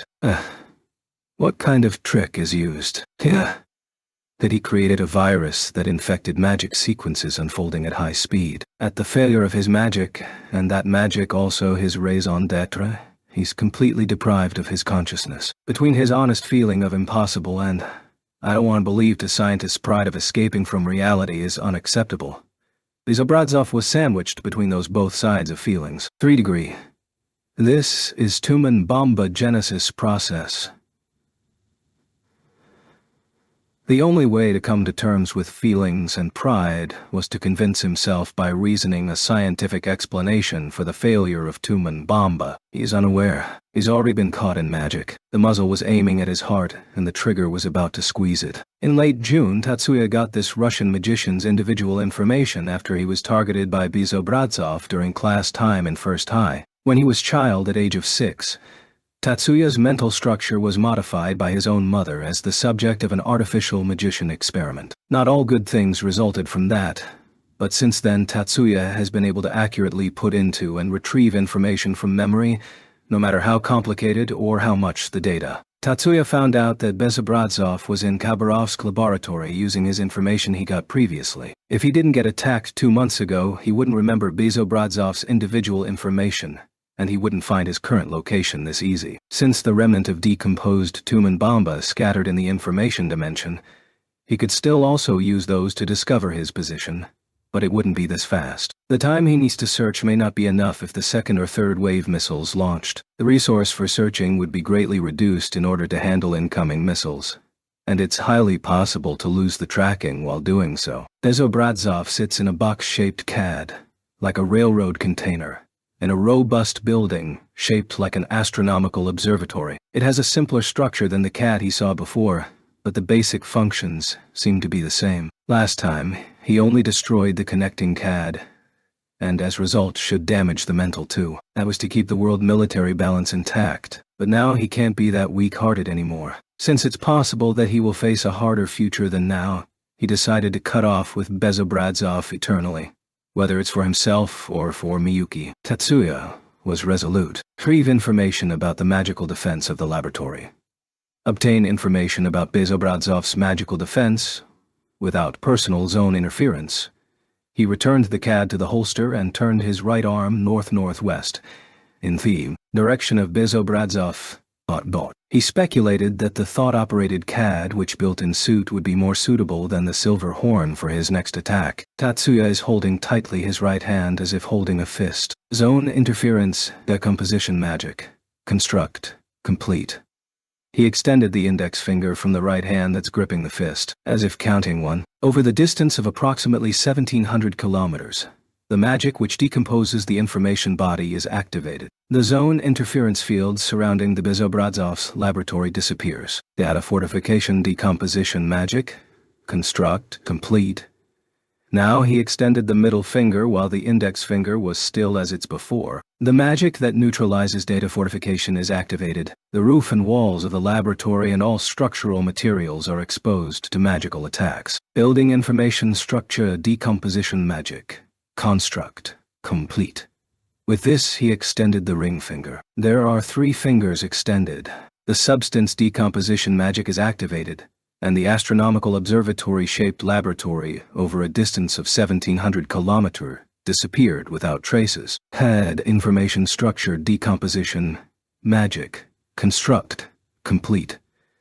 Now, it's the little finger. The substance decomposition magic is activated. The large CAD which Bezobradzov was in turned into dust without trace, just like the laboratory. Personal data fortification decomposition magic. Construct. With this, he extended the thumb and all his right hand fingers extended. Because the magic of decomposition for the information body was activated, the data fortification that protected Bezobradzov's whole body fell off. Body information structure decomposition magic sequence construct complete. Tatsuya squeezed his right hand firmly again. It's like crushing something invisible. Mist dispersion hit Bezobradzov's body directly. The magical defenses of Bezobradzov's personal laboratory disappear. The roof of the laboratory, the walls, all the structural materials and equipment, and furniture are destroyed to sand. The large CAD he was lurking in collapsed, losing its outline, the case, the console, and the electronic circuits. At this stage, Bezobradzov finally realized the strange happening. However, immediately after recognizing it, he had been cut off the connection forcefully with the running CAD, and it greatly impacted his mental state. Perhaps he was fortunate that his consciousness had become uncertain and he was less in pain and despair. Bezobradzov's vision of his body and his clothes became blurred. His form was distorted, its color fading, and at a moment it burned together with a tiny fleeting flame. He disappeared from this world. Even if Bezobrazov is killed, the battle is not over. Parasites that have landed on the island must also be cleared up, but Tatsuya's priority is the new Soviet base and submarines that have launched missile attacks. These two both would be hard to be handled by anyone except Tatsuya. There's no option of not fighting back. Leaving it as it is would only invite more trampling. The only one who protects your dignity is yourself. This is the same whether for individuals or nations. He picked up Silver Horn again. Unless it is an opponent with extremely strong magic power such as Bezobrazov, gun-shaped CAD is easier for aiming image for long-range magic sniper. Tatsuya turned back to the south. He knew that the submarine was lurking underwater there after it launched the bombardment missiles. Not more than 5 minutes have passed since it launched the missile. It shouldn't have gone far. Ship name Kathozov. 40 kilometers south of Miyakijima. Depth of 50 meters in water. Ins. Currently suspended. The submarine Kathozov was not moving from where the missile was launched. Whether it's as Tatsuya worried that it's preparing for second-wave missile launching, or whether it's ordered to observe the measure of the battle. In any case, it's good for Tatsuya having it staying in the deep water. Irregular information structure. Tatsuya investigated the structure of the submarine, paying particular attention to the propulsion device. The propeller of Kathozov is a non-electromagnetic water jet. Electromagnetic propulsion engines are the mainstream in modern military fleets, but it's perhaps on the contrary using the non-electromagnetic to avoid magnetic detection. Regardless of the reason, it's better for him that the mechanical parts are replaceable. In terms of breaking it down, decomposition level, disassembling parts. Disassembling parts that are designed to be replaceable from the beginning is less difficult and less burden for decomposition. Tatsuya pulled the Silver Horn trigger. Massive damage to the Kathozov propulsion system happened. Although it does not cause fatal damage to the hull, underwater repair is impossible. If it's left like it is, it will be stranded on the sea. Kathozov, which doesn't have a nuclear engine, also doesn't have a device for seawater oxygen exchange. Eventually, the oxygen in the ship would be exhausted, and the crew would be wiped out. Kathozov has no choice but to surface. Just in case, Tatsuya subsequently destroyed all the missile launchers in the submarine. Even if it's said destroyed, it's not rough measures as far as blasting or disassembling it, but rather breaking the hatch opening-closing mechanism. Now there's no longer any concern about attacks from bombardment missiles. Tatsuya turned direction without waiting for Kathozov to emerge, using Silver Horn to aim the target over 1,700 kilometers north-northwest, 150 kilometers west of Khabarovsk, and the Birobidzhan missile base. Trace back missile information. The information of the hypersonic missile that was decomposed is traced back to the past with elemental sight. In a moment, he traced back the missile, which reached a maximum of 20 Mach in 5 minutes, and reached the underground silo where the missile launched. From there, he broadened his vision horizontally. Tatsuya's mind looks like an aerial photograph, but sees through the underground. That forms the image. Confirm 6 unmanned missile silos underground. Birobidzhan missile base has 6 underground silos. Surprisingly few. The bases may spread those out in case of enemy attacks. Perhaps they have the idea that spreading mobile silos by geographic distribution is to avoid total annihilation, rather than preventing them from being neutralized before launch. A strategy that only a large country could afford. Even if he's going to destroy those, any other bases still could attack him. When it happens, he'll handle it too. This current situation is where he should pull the trigger, which can be considered as an admonish too. Aiming 6 underground silos. There were other missile control facilities underground, but this time he removed manned facilities from the target. He has to remove targeting those manned facilities to avoid problems escalating. Tatsuya decided that it's enough of these 6 mobile silos for his purpose. Mist, dispersion, activate. Tatsuya casted decomposition into target to the elemental levels. In Birobidzhan, which is 1,700 kilometers away, 6 underground silos were blown away by something other than missile malfunction. None of the people at the site understood that it was an explosion due to a pressure increase that instantly vaporized solids, such as large amounts of metals and synthetic resins, element with compound semiconductors, plywood, and artificial stone. The dust that erupted was like an eruption without a fire. 9 Japan time. 9:45 a.m. August 4th, 2007. Just over 30 minutes after the battle began, us troops landed on Miyakijima were wiped out. Wiped out here doesn't mean that no survivors, but all of the soldiers are captured, and even their wounds are cured. But the only survivors are human. Parasites are completely destroyed. There is no parasite escaped only by physical destruction. Their main bodies too are wiped, as Tatsuya didn't even let any one of those escape. In this way, the Battle of Miyakijima ended with Yotsuba's victory. Despite not being a formal operation, and officially treated as rebels' violence, the USNA's regular army was no match against civilian groups of magicians. This fact shook the military personnel of each country, including Japan itself, and made the Yotsuba's name more notorious. But it was not just that fact that made the world quiver. Anui-sama, ... No, Tatsuya-sama, thank you for your hard work. Tatsuya returned to the command room about 5 minutes after the end of the war. Stopping just before embracing, Miyuki rephrases her Anui-sama to Tatsuya-sama and welcomes him with a gentle bow. It seems all staff here act as if they didn't hear anything. Thank you too, Miyuki. In response to Tatsuya's thanks, Miyuki looks up and smiles with perfect balance between an elegant lady's and a neat girl's smile. Thank you very much, Tatsuya-sama.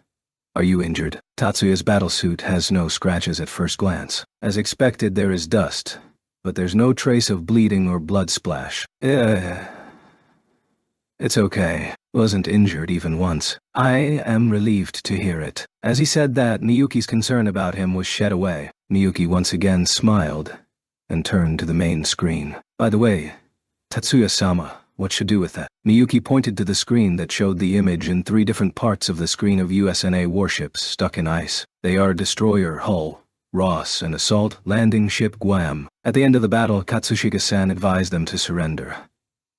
We're waiting for the answer now. If the other party agrees, cancel the Glacier Age. Understood. Command room, please connect me to Miyuki-san. As if he's waiting for the two to finish talking, Katsushika connected with voice communication. Since this is not video communication, perhaps he's using the communication equipment built in the battlesuit instead of using the mobile base's communication line. Just in case, by checking on the subscreen showing the island, Katsushika was found standing on the pier of the east coast.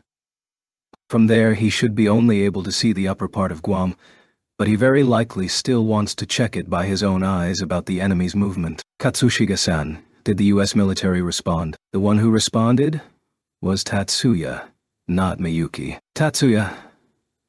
So you returned back to the command room. Katsushika did not complain that it wasn't Miyuki who responded. Just as you said, Captain Annie Marcus, the captain of the assault landing ship Guam, replied that she would respond for disarmament. She also said the 2 destroyers also agreed to disarm too. It's not surrendering but disarmament. It looks like a fairly strong commander. Because of Tatsuya's lines, Miyuki made an expression of wanting to ask what's the meaning. Because we are civilians, we don't have the power to capture military possessions or the captives. We both are in the same position that is troubled with the same problem. However, before Tatsuya answered her, Miyuki already understood from Katsushika's reply. Anyway, I'm going to have them leave the ship without weapons. Therefore, want you to remove the magic that freezes the sea. This is Miyuki's magic, right? That's right. That's logical. Tatsuya gives his consent to Katsushika's lines and looks at Miyuki. Miyuki gave him a bow, replying to Tatsuya's line of vision. The next moment, a strange thing occurs in the sea. No, it's more like that it's returning to normal, considering the current season and the sea latitude. Ice fields with a radius of 1, 5, and 10 kilometers disappear in an instant. As evidence, that's not a natural melt.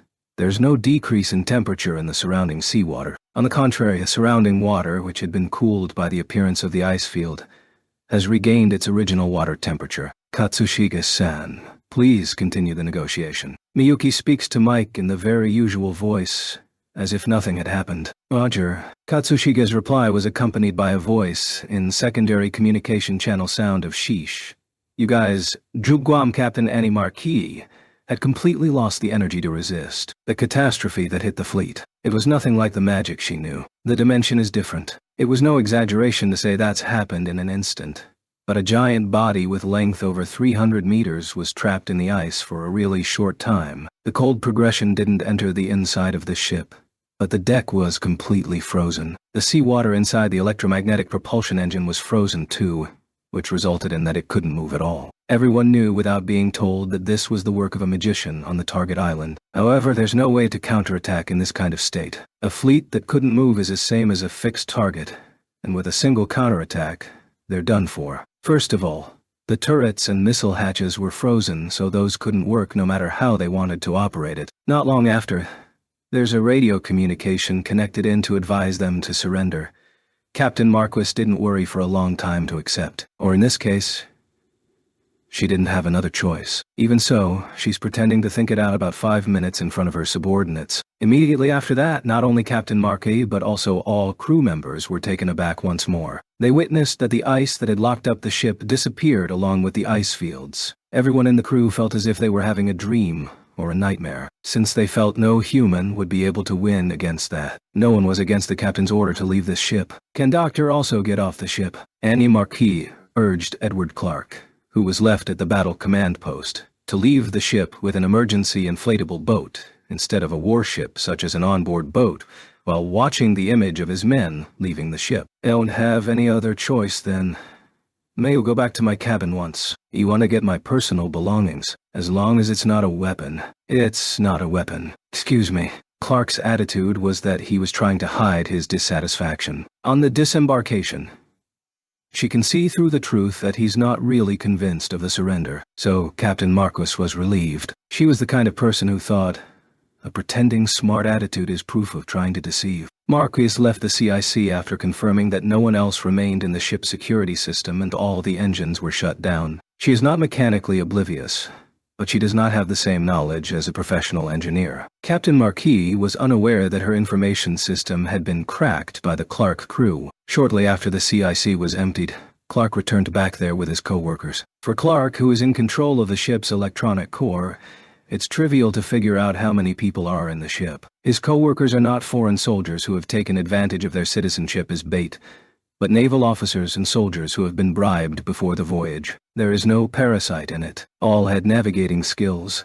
which means Clark intended to flee by himself before the operation began. It was not as much as he predicted that he'd be lost since the beginning. However, he prepared this just to make sure in case he lost. He knew that his position at USNA was getting worse day by day. That's why he knew very well that this operation was a big gamble to overturn that. If he loses here, there's no place for him to return to USNA. Clark might just overthink this. And that's indeed correct. As it turned out later, both the Pentagon and the White House are willing to discard Clark, regardless of the result of the operation. If one thinks calmly, it's not so difficult to understand. Edward Clark may have had a great influence in the underworld as Seven Sages, but in his position in society just only a government official. The source of his power as Seven Sage, Hildschalf, could also be cut at any time if the Federal General Army Staff Headquarters wanted to do so. On the other hand, Tatsuya is currently the wielder of the most powerful destruction magic in the world. Certainly, there's a side of that magic that would shake USNA hegemony. On the other hand,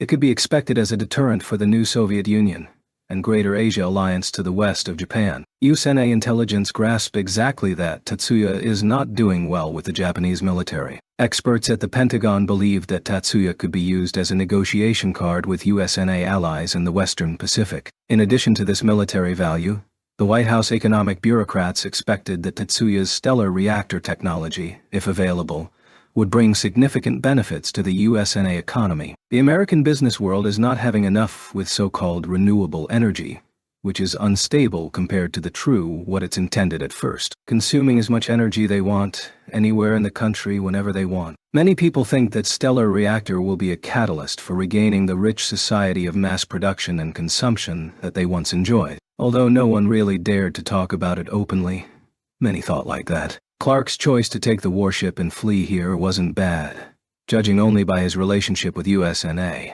Once he saw that the inflatable boat Captain Marquis took quite a distance from the ship, Clark ordered his crew to restart the engine. The emergency code which is given to the ship captain and freezes all ship's function forcefully cannot be used wirelessly. So if Captain Marcus tried to get back on board, she wouldn't make it anymore. Please launch a missile aiming at the east coast of that island. This Clark's order is not about trying to fulfill Tatsuya's assassination. The evidence is that he aimed at the east coast, not the west coast where it is known that there are housing facilities for people related to Yotsuba. He was trying to make time for his escape by causing confusion by attacking the defense combatants who were standing by waiting for the inflatable boats to land. As a result, this action led to Clark's death. Go south at full speed, Roger. Full speed. A sailor who operates the entire engine and is in charge of navigation increases the output of the electromagnetic propulsion engine to max at once, in accordance with Clark's instructions. Doctor, the LS hatch won't open. At the same time, the civil servant sitting in the fire control seat reports on the first incident that occurred on the assault landing ship, Guam. The Guam missile system uses vertical launchers. If the hatch that protects the missile does not open, it cannot fire. No choice. Cancel the missile attack. Clark switched quickly. After all, it's just for distraction, so no need to stick with it.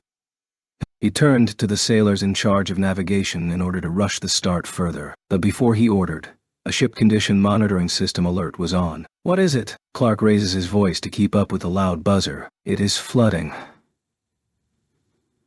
There are multiple cracks in the outer shell of the ship. The voice of the answer was louder and more hysterical than Clark's. Bulkhead emergency closure. No, that can't make it in time. The CIC fell into panic. Cracks expanded. The ship will disassemble. Immediately after the sinister feeling, Clark felt a great shaking and floating feeling. The chair is tilted. Clark understood that Guam was sinking. He couldn't make a voice to scream and his thoughts were cut off there. Perhaps he's fortunate. Edward Clark didn't have to experience the frosty suffering of drowning. Clark's life was exhausted when the sinking of Guam became apparent to everyone. His corpse was never found. Not even a death like leaving his scattered white bones. His body disappeared at the same time as he lost consciousness. It was decomposed down to elemental levels.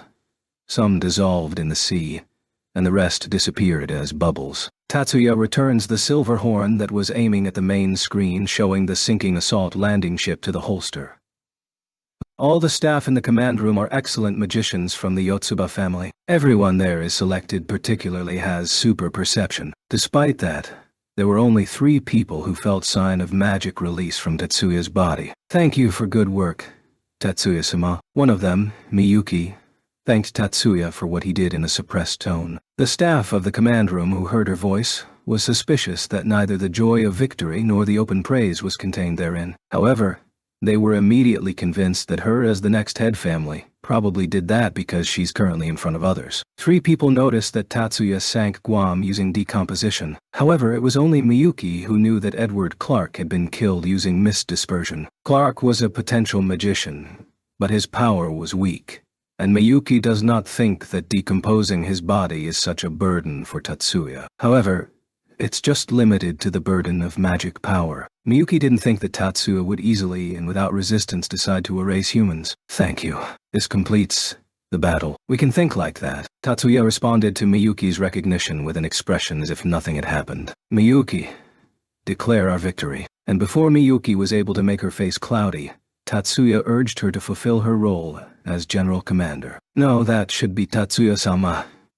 Miyuki had her eyes rounded and shook her head left and right. Miyuki, duh. But once again, Tatsuya called her name, and she was reminded that was her role. Female staff put a microphone stand in front of Miyuki. Miyuki turned to the microphone stand with straightened posture and faced the camera. Tatsuya stepped back to go out of frame. The subscreen projected a medium-size Miyuki. Miyuki looked at the camera with a dignified expression in front of her and began to speak in a calm voice. With the name of the next head family, Shiba Miyuki, declare the battles have ended. So Miyuki took a deep breath. The victor is us. Cheers scream in response to Miyuki's declaration. The cheers started mainly on the northeast coast to everywhere on the island of Miyagi. It was a cheer for victory and an enthusiastic voice for the young and beautiful leader. Shiba Miyuki, on behalf of the head family, Yotsuba Maya, would like to thank everyone for their fights. Thank you very much. On the screens set up everywhere on the island, the image of Miyuki switched to a full-person image. From the tiptoes to top of head, even the tips of the hair, the perfect dignified beauty was gracefully bowed on the screen. The island was engulfed in an increasingly fervent cheer. As Miyuki's declaration broadcast to the whole island was over, and the camera setup was cleaned up. Tatsuya and others praised Miyuki. Tatsuya, after thanking her work, walked to the seat of staff responsible for handling communications. "I'm sorry. Kante took over here." The female staff was older than Tatsuya, but she didn't seem offended because of Tatsuya's slovenly tone. Everyone in this room, in just less than 1 hour, was shown Tatsuya's ability. That woman staff yielded her seat to Tatsuya with a bow as if she bowed to the emperor. Tatsuya used his familiar method to connect the communicator to the satellite internet line. "I'm Shiba Tatsuya, a Japanese magician." The message began with such an ordinary greeting. "Today, at 9:41 a.m. on August 4th, Japan time, Tei destroyed with magic a missile facility in the new Soviet Union, Birobidzhan. This is a self-defense action against the hypersonic missile that launched and targeted the Japan territory, Miyakijima, where I'm currently staying." However, the words that followed were at the opposite pole of the ordinary. The missile was destroyed before it landed, but Ai could not ignore the threat of the second and third missiles launching, as she couldn't afford the time to negotiate. It's possible that when looking for the people responsible to negotiate,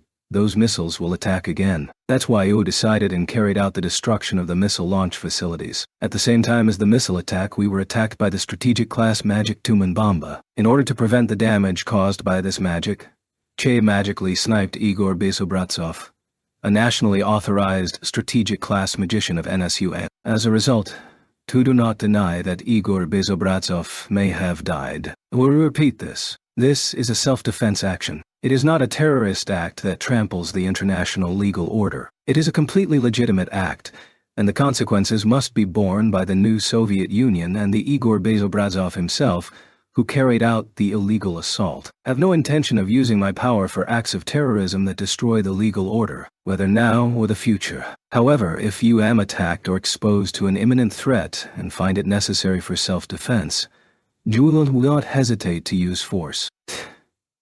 Think you understand that I'll have the necessary force to defend myself. I can deal with unjustified attacks directed at me without large-scale explosions, indiscriminate slaughter, and significant destruction of our living basis, wherever in this world they attack from." Tatsuya intentionally changed his tone here. "I will declare here again. I want peaceful coexistence with magicians and others. But when I need to use force to defend myself, she will never hesitate to use the force." This voice message was sent directly to the private news site of the Government Public Relations Office in the USNA, the new Soviet Union, the Greater Asian Alliance, Southeast Asian Confederacy countries, and Australia, not to mention Japan. This message was sent at 10 a.m. Japan time. It was 9 p.m. on the USNA East Coast, but within a short time in the United States, not only internet news sites but also major TV networks reported as top news. About 1 hour later, the Soviet Union denied the content of the message as factless. There was no fact that the missile was fired, nor was there any destruction of the base. However, as if they had been waiting for it, the USNA Department of Defense releases a satellite photo of the destroyed Birobidzhan missile base. As a result, Tatsuya's message gained credibility that was accepted by the world as undoubtedly a fact. Taking advantage of this, the USNA Department of Defense claimed that the surprise attack on Miyakijima was due to a fake order forged by the new Soviet Union agent, Edward Clark, and the troops involved in the surprise attack were victims deceived by Clark. They made an apology to the Japanese government and demanded a calm response so as not to escalate the situation. Tatsuya did not deny the USNA government's claims. The world has recognized that Tatsuya has a deterrent power that is equal to or surpasses the strategic armies of the so-called four powers of the USNA, the new Soviet Union, the Greater Asia Alliance, and the Indo-Persian Federation. Ozuro, even after Miyuki declared the end of the island and Tatsuya sent a message to the world. In fact, not all of a series of battles were cleared up. The new Soviet missile submarine Kathozov, which launched a bombardment missiles from the sea on the island of Miyakima, gave up and surfaced about an hour after becoming incapacitated. The new Soviet Union soldiers who had escaped from the submarine by an emergency boat were rescued as drifters unrelated to the battle by the defense combatants of Miyakijima, and Tatsuya decomposed and sank Kathozov. 10. Without waiting for the day to change, from the afternoon of August 4th, the mass media flocked to Miyakijima. Of course, the purpose is Tatsuya. None of the reporters wanted to look for the truth about the out-of-place and out-of-season ice field which suddenly appeared and disappeared near Miyakijima. This ice field was observed not only by the National Meteorological Observatory, but also by civilians. This kind of anomaly happening usually appears on the top page in any news. Degree? Everyone on TV, in newspapers, online news sites and others, pointed the microphone at Tatsuya to get even a bit sensational comments. Tatsuya didn't refuse to interview, but he didn't meet all the media's demands. Had he tried to fulfill all the media's wishes, he would have been unable to eat or sleep. Some reporters, in a provocative manner, argued that Tatsuya's action was nothing but terrorism, and that his statement was a challenge to the international community. Not only there, but there were also newspaper publishers writing him an article as a criminal, and some broadcasters of some TV stations denounced him. All of those companies belong to a media group that has been well known for a long time standing against magicians. However, the government immediately asserted that Tatsuya's actions were legal in both domestic and international law, and so those presses couldn't lead the public to their opinion. It seems that the Japanese government's quick response was aimed at putting off the question and criticism as to why the military didn't respond to the missiles, or might be, they couldn't detect the missiles at all. The Ministry of Defense countered that it had been detecting hypersonic missiles from the time of launch, and it was said that the reason for entrusting missile interception to Tatsuya was in accordance with the memorandum regarding defense cooperation that the government had signed with the Magic Society for some time. 37 TLN changed the structure of this line, or paragraph itself, because the actual line is really hard to follow. Put this into 3 different lines, but in actual raw text, it's only in one line with separate explanations in that one line. There were many people who had the impression that this was being obstinate, but since the memorandum itself had been published before, its suspicion did not make a big voice. However, public opinion wasn't much affected by Japan government's comments, but it's more affected by influential military experts, diplomats, and international law scholars in America that they're defending Tatsuya. Americans were more proactive in speaking about this issue than Japanese. Many Americans who are experts expressing their opinion publicly, opinion of Tatsuya's attack on Birobidzhan base and killing NSU's Bezora Bradzov, that it was a legal self-defense on various grounds. NSU was still denying the fact about Bezo Bradzov's death. Their enthusiastic attitude was enough to create speculation that the White House might be pulling strings behind the scenes. As the news about positive public opinion has become dominant, was something that should not be welcomed by the media. The belief that criticism is the reason for journalism existence remains strong, even at the end of the 21st century. Only 3 days after the incident occurred, the media jumped at a new story, and all withdrew at once from Miyakijima. August 7th.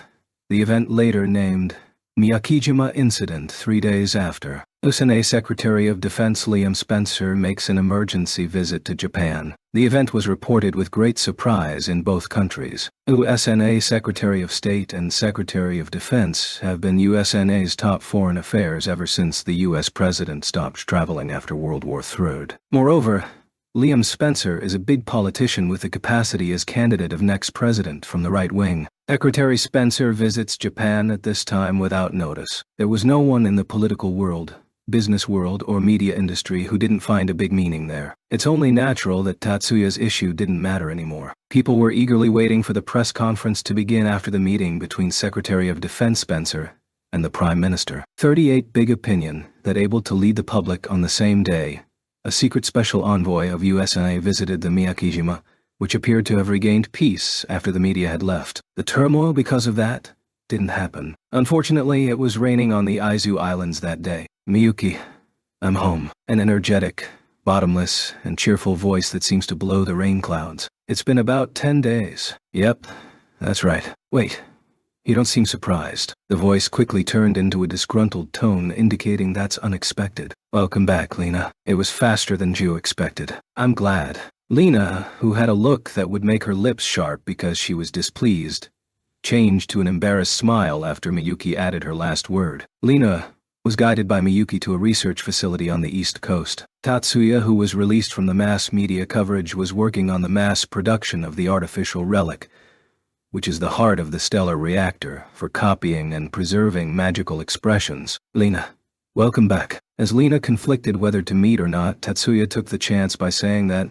Lena just answered shyly, "I'm home." Say, why do Miyuki and Tatsuya take this as if it's obvious? Immediately, she raises her resentment. Take what? I meant, your two welcome back things. Isn't it just strange? From an objective point of view, it may be the correct point. However, it's a self-explosive statement, and incorrect for Lena to say. Isn't Lena who said, "I'm home" first? Immediately after Miyuki's counterattack, Lena choked. Because Ta and Miyuki believed that Lena would definitely come back. Subsequently, Tatsuya asserted with the words "definitely" and believed in a tone that it wasn't a joke. What a bunch of embarrassing people. Even Lena's strong words didn't break the smile of Miyuki and Tatsuya Flat's expression. Degree. It took 5 minutes for Lena, who faced down with red face, to restart. 5 minutes later, Lena deliberately clears her throat with a slightly reddish face. Tatsuya, who was at loss whether it's better to laugh or be serious, decided to wait for the next word with a serious look. Have an autographed letter from the White House to Tatsuya. A letter from the White House. From the President. Miyuki widened her eyes while Tatsuya beside her made a dubious expression by knitting his eyebrows. Not to the Japanese government, but to me. He made sure that the envelope was addressed to him. Lena, can I open it here? And asked Lena so. Rather, please do. You don't know the content, so you would be happy if you could tell me. Degree TLN. Putting idiot or stupid doesn't seem right. Considering the context, nodding to Lena's eyes, Tatsuya picked up a craft knife instead of a paper knife. From the envelope that can only be seen with a polite official letter, he took out a thick paper note, which is rare nowadays, and expanded it so that it can be seen not only by him, but also by Miyuki and Lena. Even so, those two didn't make a rude move by stealing, looking at the content of the letter, which was addressed to Tatsuya from the side. The letter was purposely written in English and Japanese with the same content written. It was long and detailed sentences, but Tatsuya read through both English and Japanese content all at once and looked it up. In a nutshell, it's a settlement offer. Tatsuya's lines were quite predictable, so neither Miyuki nor Lena showed any surprise, but rather nodded with a convincing look. It is written that they want to build a close cooperative relationship to maintain peace in the Pacific region. Against this line, both Miyuki's and Lena's reaction were different. As opposed to Miyuki, who didn't react much, Lena was exasperated and bitterly laughing. She was a USNA high-ranking officer, so she realized the intention of the additional term Pacific region, that it's literally limited to that region. In other words, don't touch the Atlantic Ocean. Tatsuya knew this too, but he in the first place didn't want to have trouble, so he didn't against this term. More than that, he was more interested in this second point. Tatsuya looked at Lena and made a light smile. What? The sinister feeling made Lena's face slightly cramped. As a proof of willingness to cooperate, they're lending Lieutenant Colonel Angelina Shields as the collaborator for free, without a time limit. What did you say? After screaming, Lena became stiff. Amazing. Did Lena get promoted to Lieutenant Colonel? Wait a minute. However, immediately she started to argue with an impatient look. I've quit STARS. I've even sent them a retirement notice. That's why it's Lieutenant Colonel Angelina Shields, not Major Angie Sirius. Such a thing is a scam. Tatsuya leaked with a small laugh.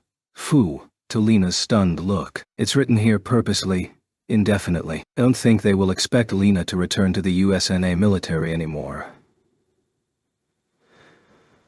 However, if she emigrated, it would look problematic for them, so they decided to treat it as renting you out. Do you think so? Oh, if that's the case, hey, I'm not an item. Relieved or angry, Lena was so busy. Also, it says that they want to be a sponsor for the Stellar Reactor project. For the time being, Tatsuya decided to let Lena in her own excitement and moved on to the next, non-negligible point. Sponsor. Miyuki immediately responded to the topic. It's actually they're providing the money, so they demand the technological result.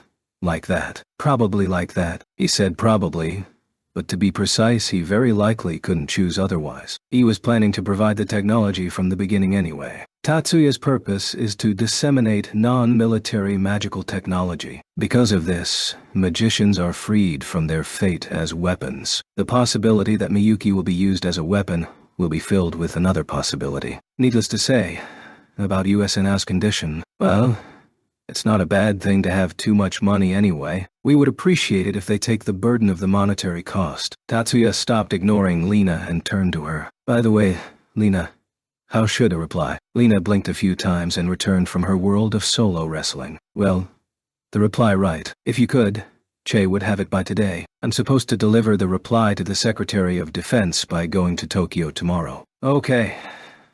This is content. Don't have to consult with the main family about. I'm going to reply now. Tatsuya took out the classic fountain pen from his drawer, purposely using the notepaper the same as the letter he received, and began to reply his acknowledgement with his own. Alongside that, Miyuki speaks to Lena with a low voice so as not to get in the way of Tatsuya. Nevertheless, Lena was really decisive. What Miyuki had in mind was about the happening that she had struck down a collection of parasites in winter last year. Tatsuya back then gave a helping hand to Lena by saying, if you want to quit being a soldier, Kei can help. On the other hand, Lena refused Tatsuya's offer, saying, I never think that I'll want to leave stars. You meant about decisively leaving the military. 40 TLN. A 48 hash. 8 TTPS. Dictionary. Go. Nay. JP word. A 48 hash. The meaning. Fio 7 UAIF. Yet. Taking consideration seriously on things that have no real practicality since this answer immediately came out, meaning that Lena herself didn't forget about that. Well, he was made to think about it from that point on. Though I was a teenager, in the deep part of my heart, there's a feeling of, I don't want to do it. I'm looking away at that real feeling, until finally realized that it's wrong to continue doing what I don't want to do. Lena seemed shy, and still confessed her change of mind with a solid tone. It's because you guys that I'm able to realize it. I'm grateful to you. Miyuki shakes her head with a gentle smile. It's you yourself that made your mind, Lena. Even though it's only on a psychological level, it's really hard to cut off when you're Star's general commander. I really think that you're amazing. Lena turned away her eyes and said with a stiff tone to hide her embarrassment, leave aside about me. If we're talking about being decisive, it's Tatsuya.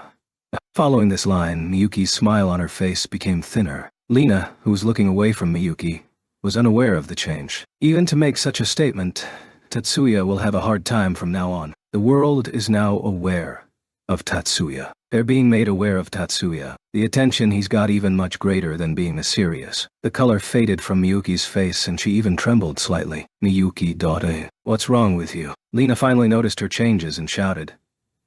No, that's me. Before Miyuki finished saying it's nothing, Tatsuya overrode with his lines. He decided it by myself. Tatsuya kept his face down and continued in a soft tone, while moving the fountain pen to write. Miyuki, you don't have to worry about that. Miyuki stopped trying to argue. She forcefully smiled. It's wrong for her to lament. It's the same as insulting and disdaining Tatsuya's determination. Because of the message that Tatsuya sent to the world, the existence of Miyuki's magic, the Glacier Age, became hazy. For the time being, the future where Miyuki was forced to act as strategic class magician was pushed away. But the price is great. The world now perceives Tatsuya not simply an individual or a magician, but a single deterrence power for it. The future where Tatsuya is not required to function as a military force. A future where he is not compelled to be a weapon, desperately, was pushed away. For Tatsuya and Miyuki, the future that's ideal for both. The future that people take for granted. It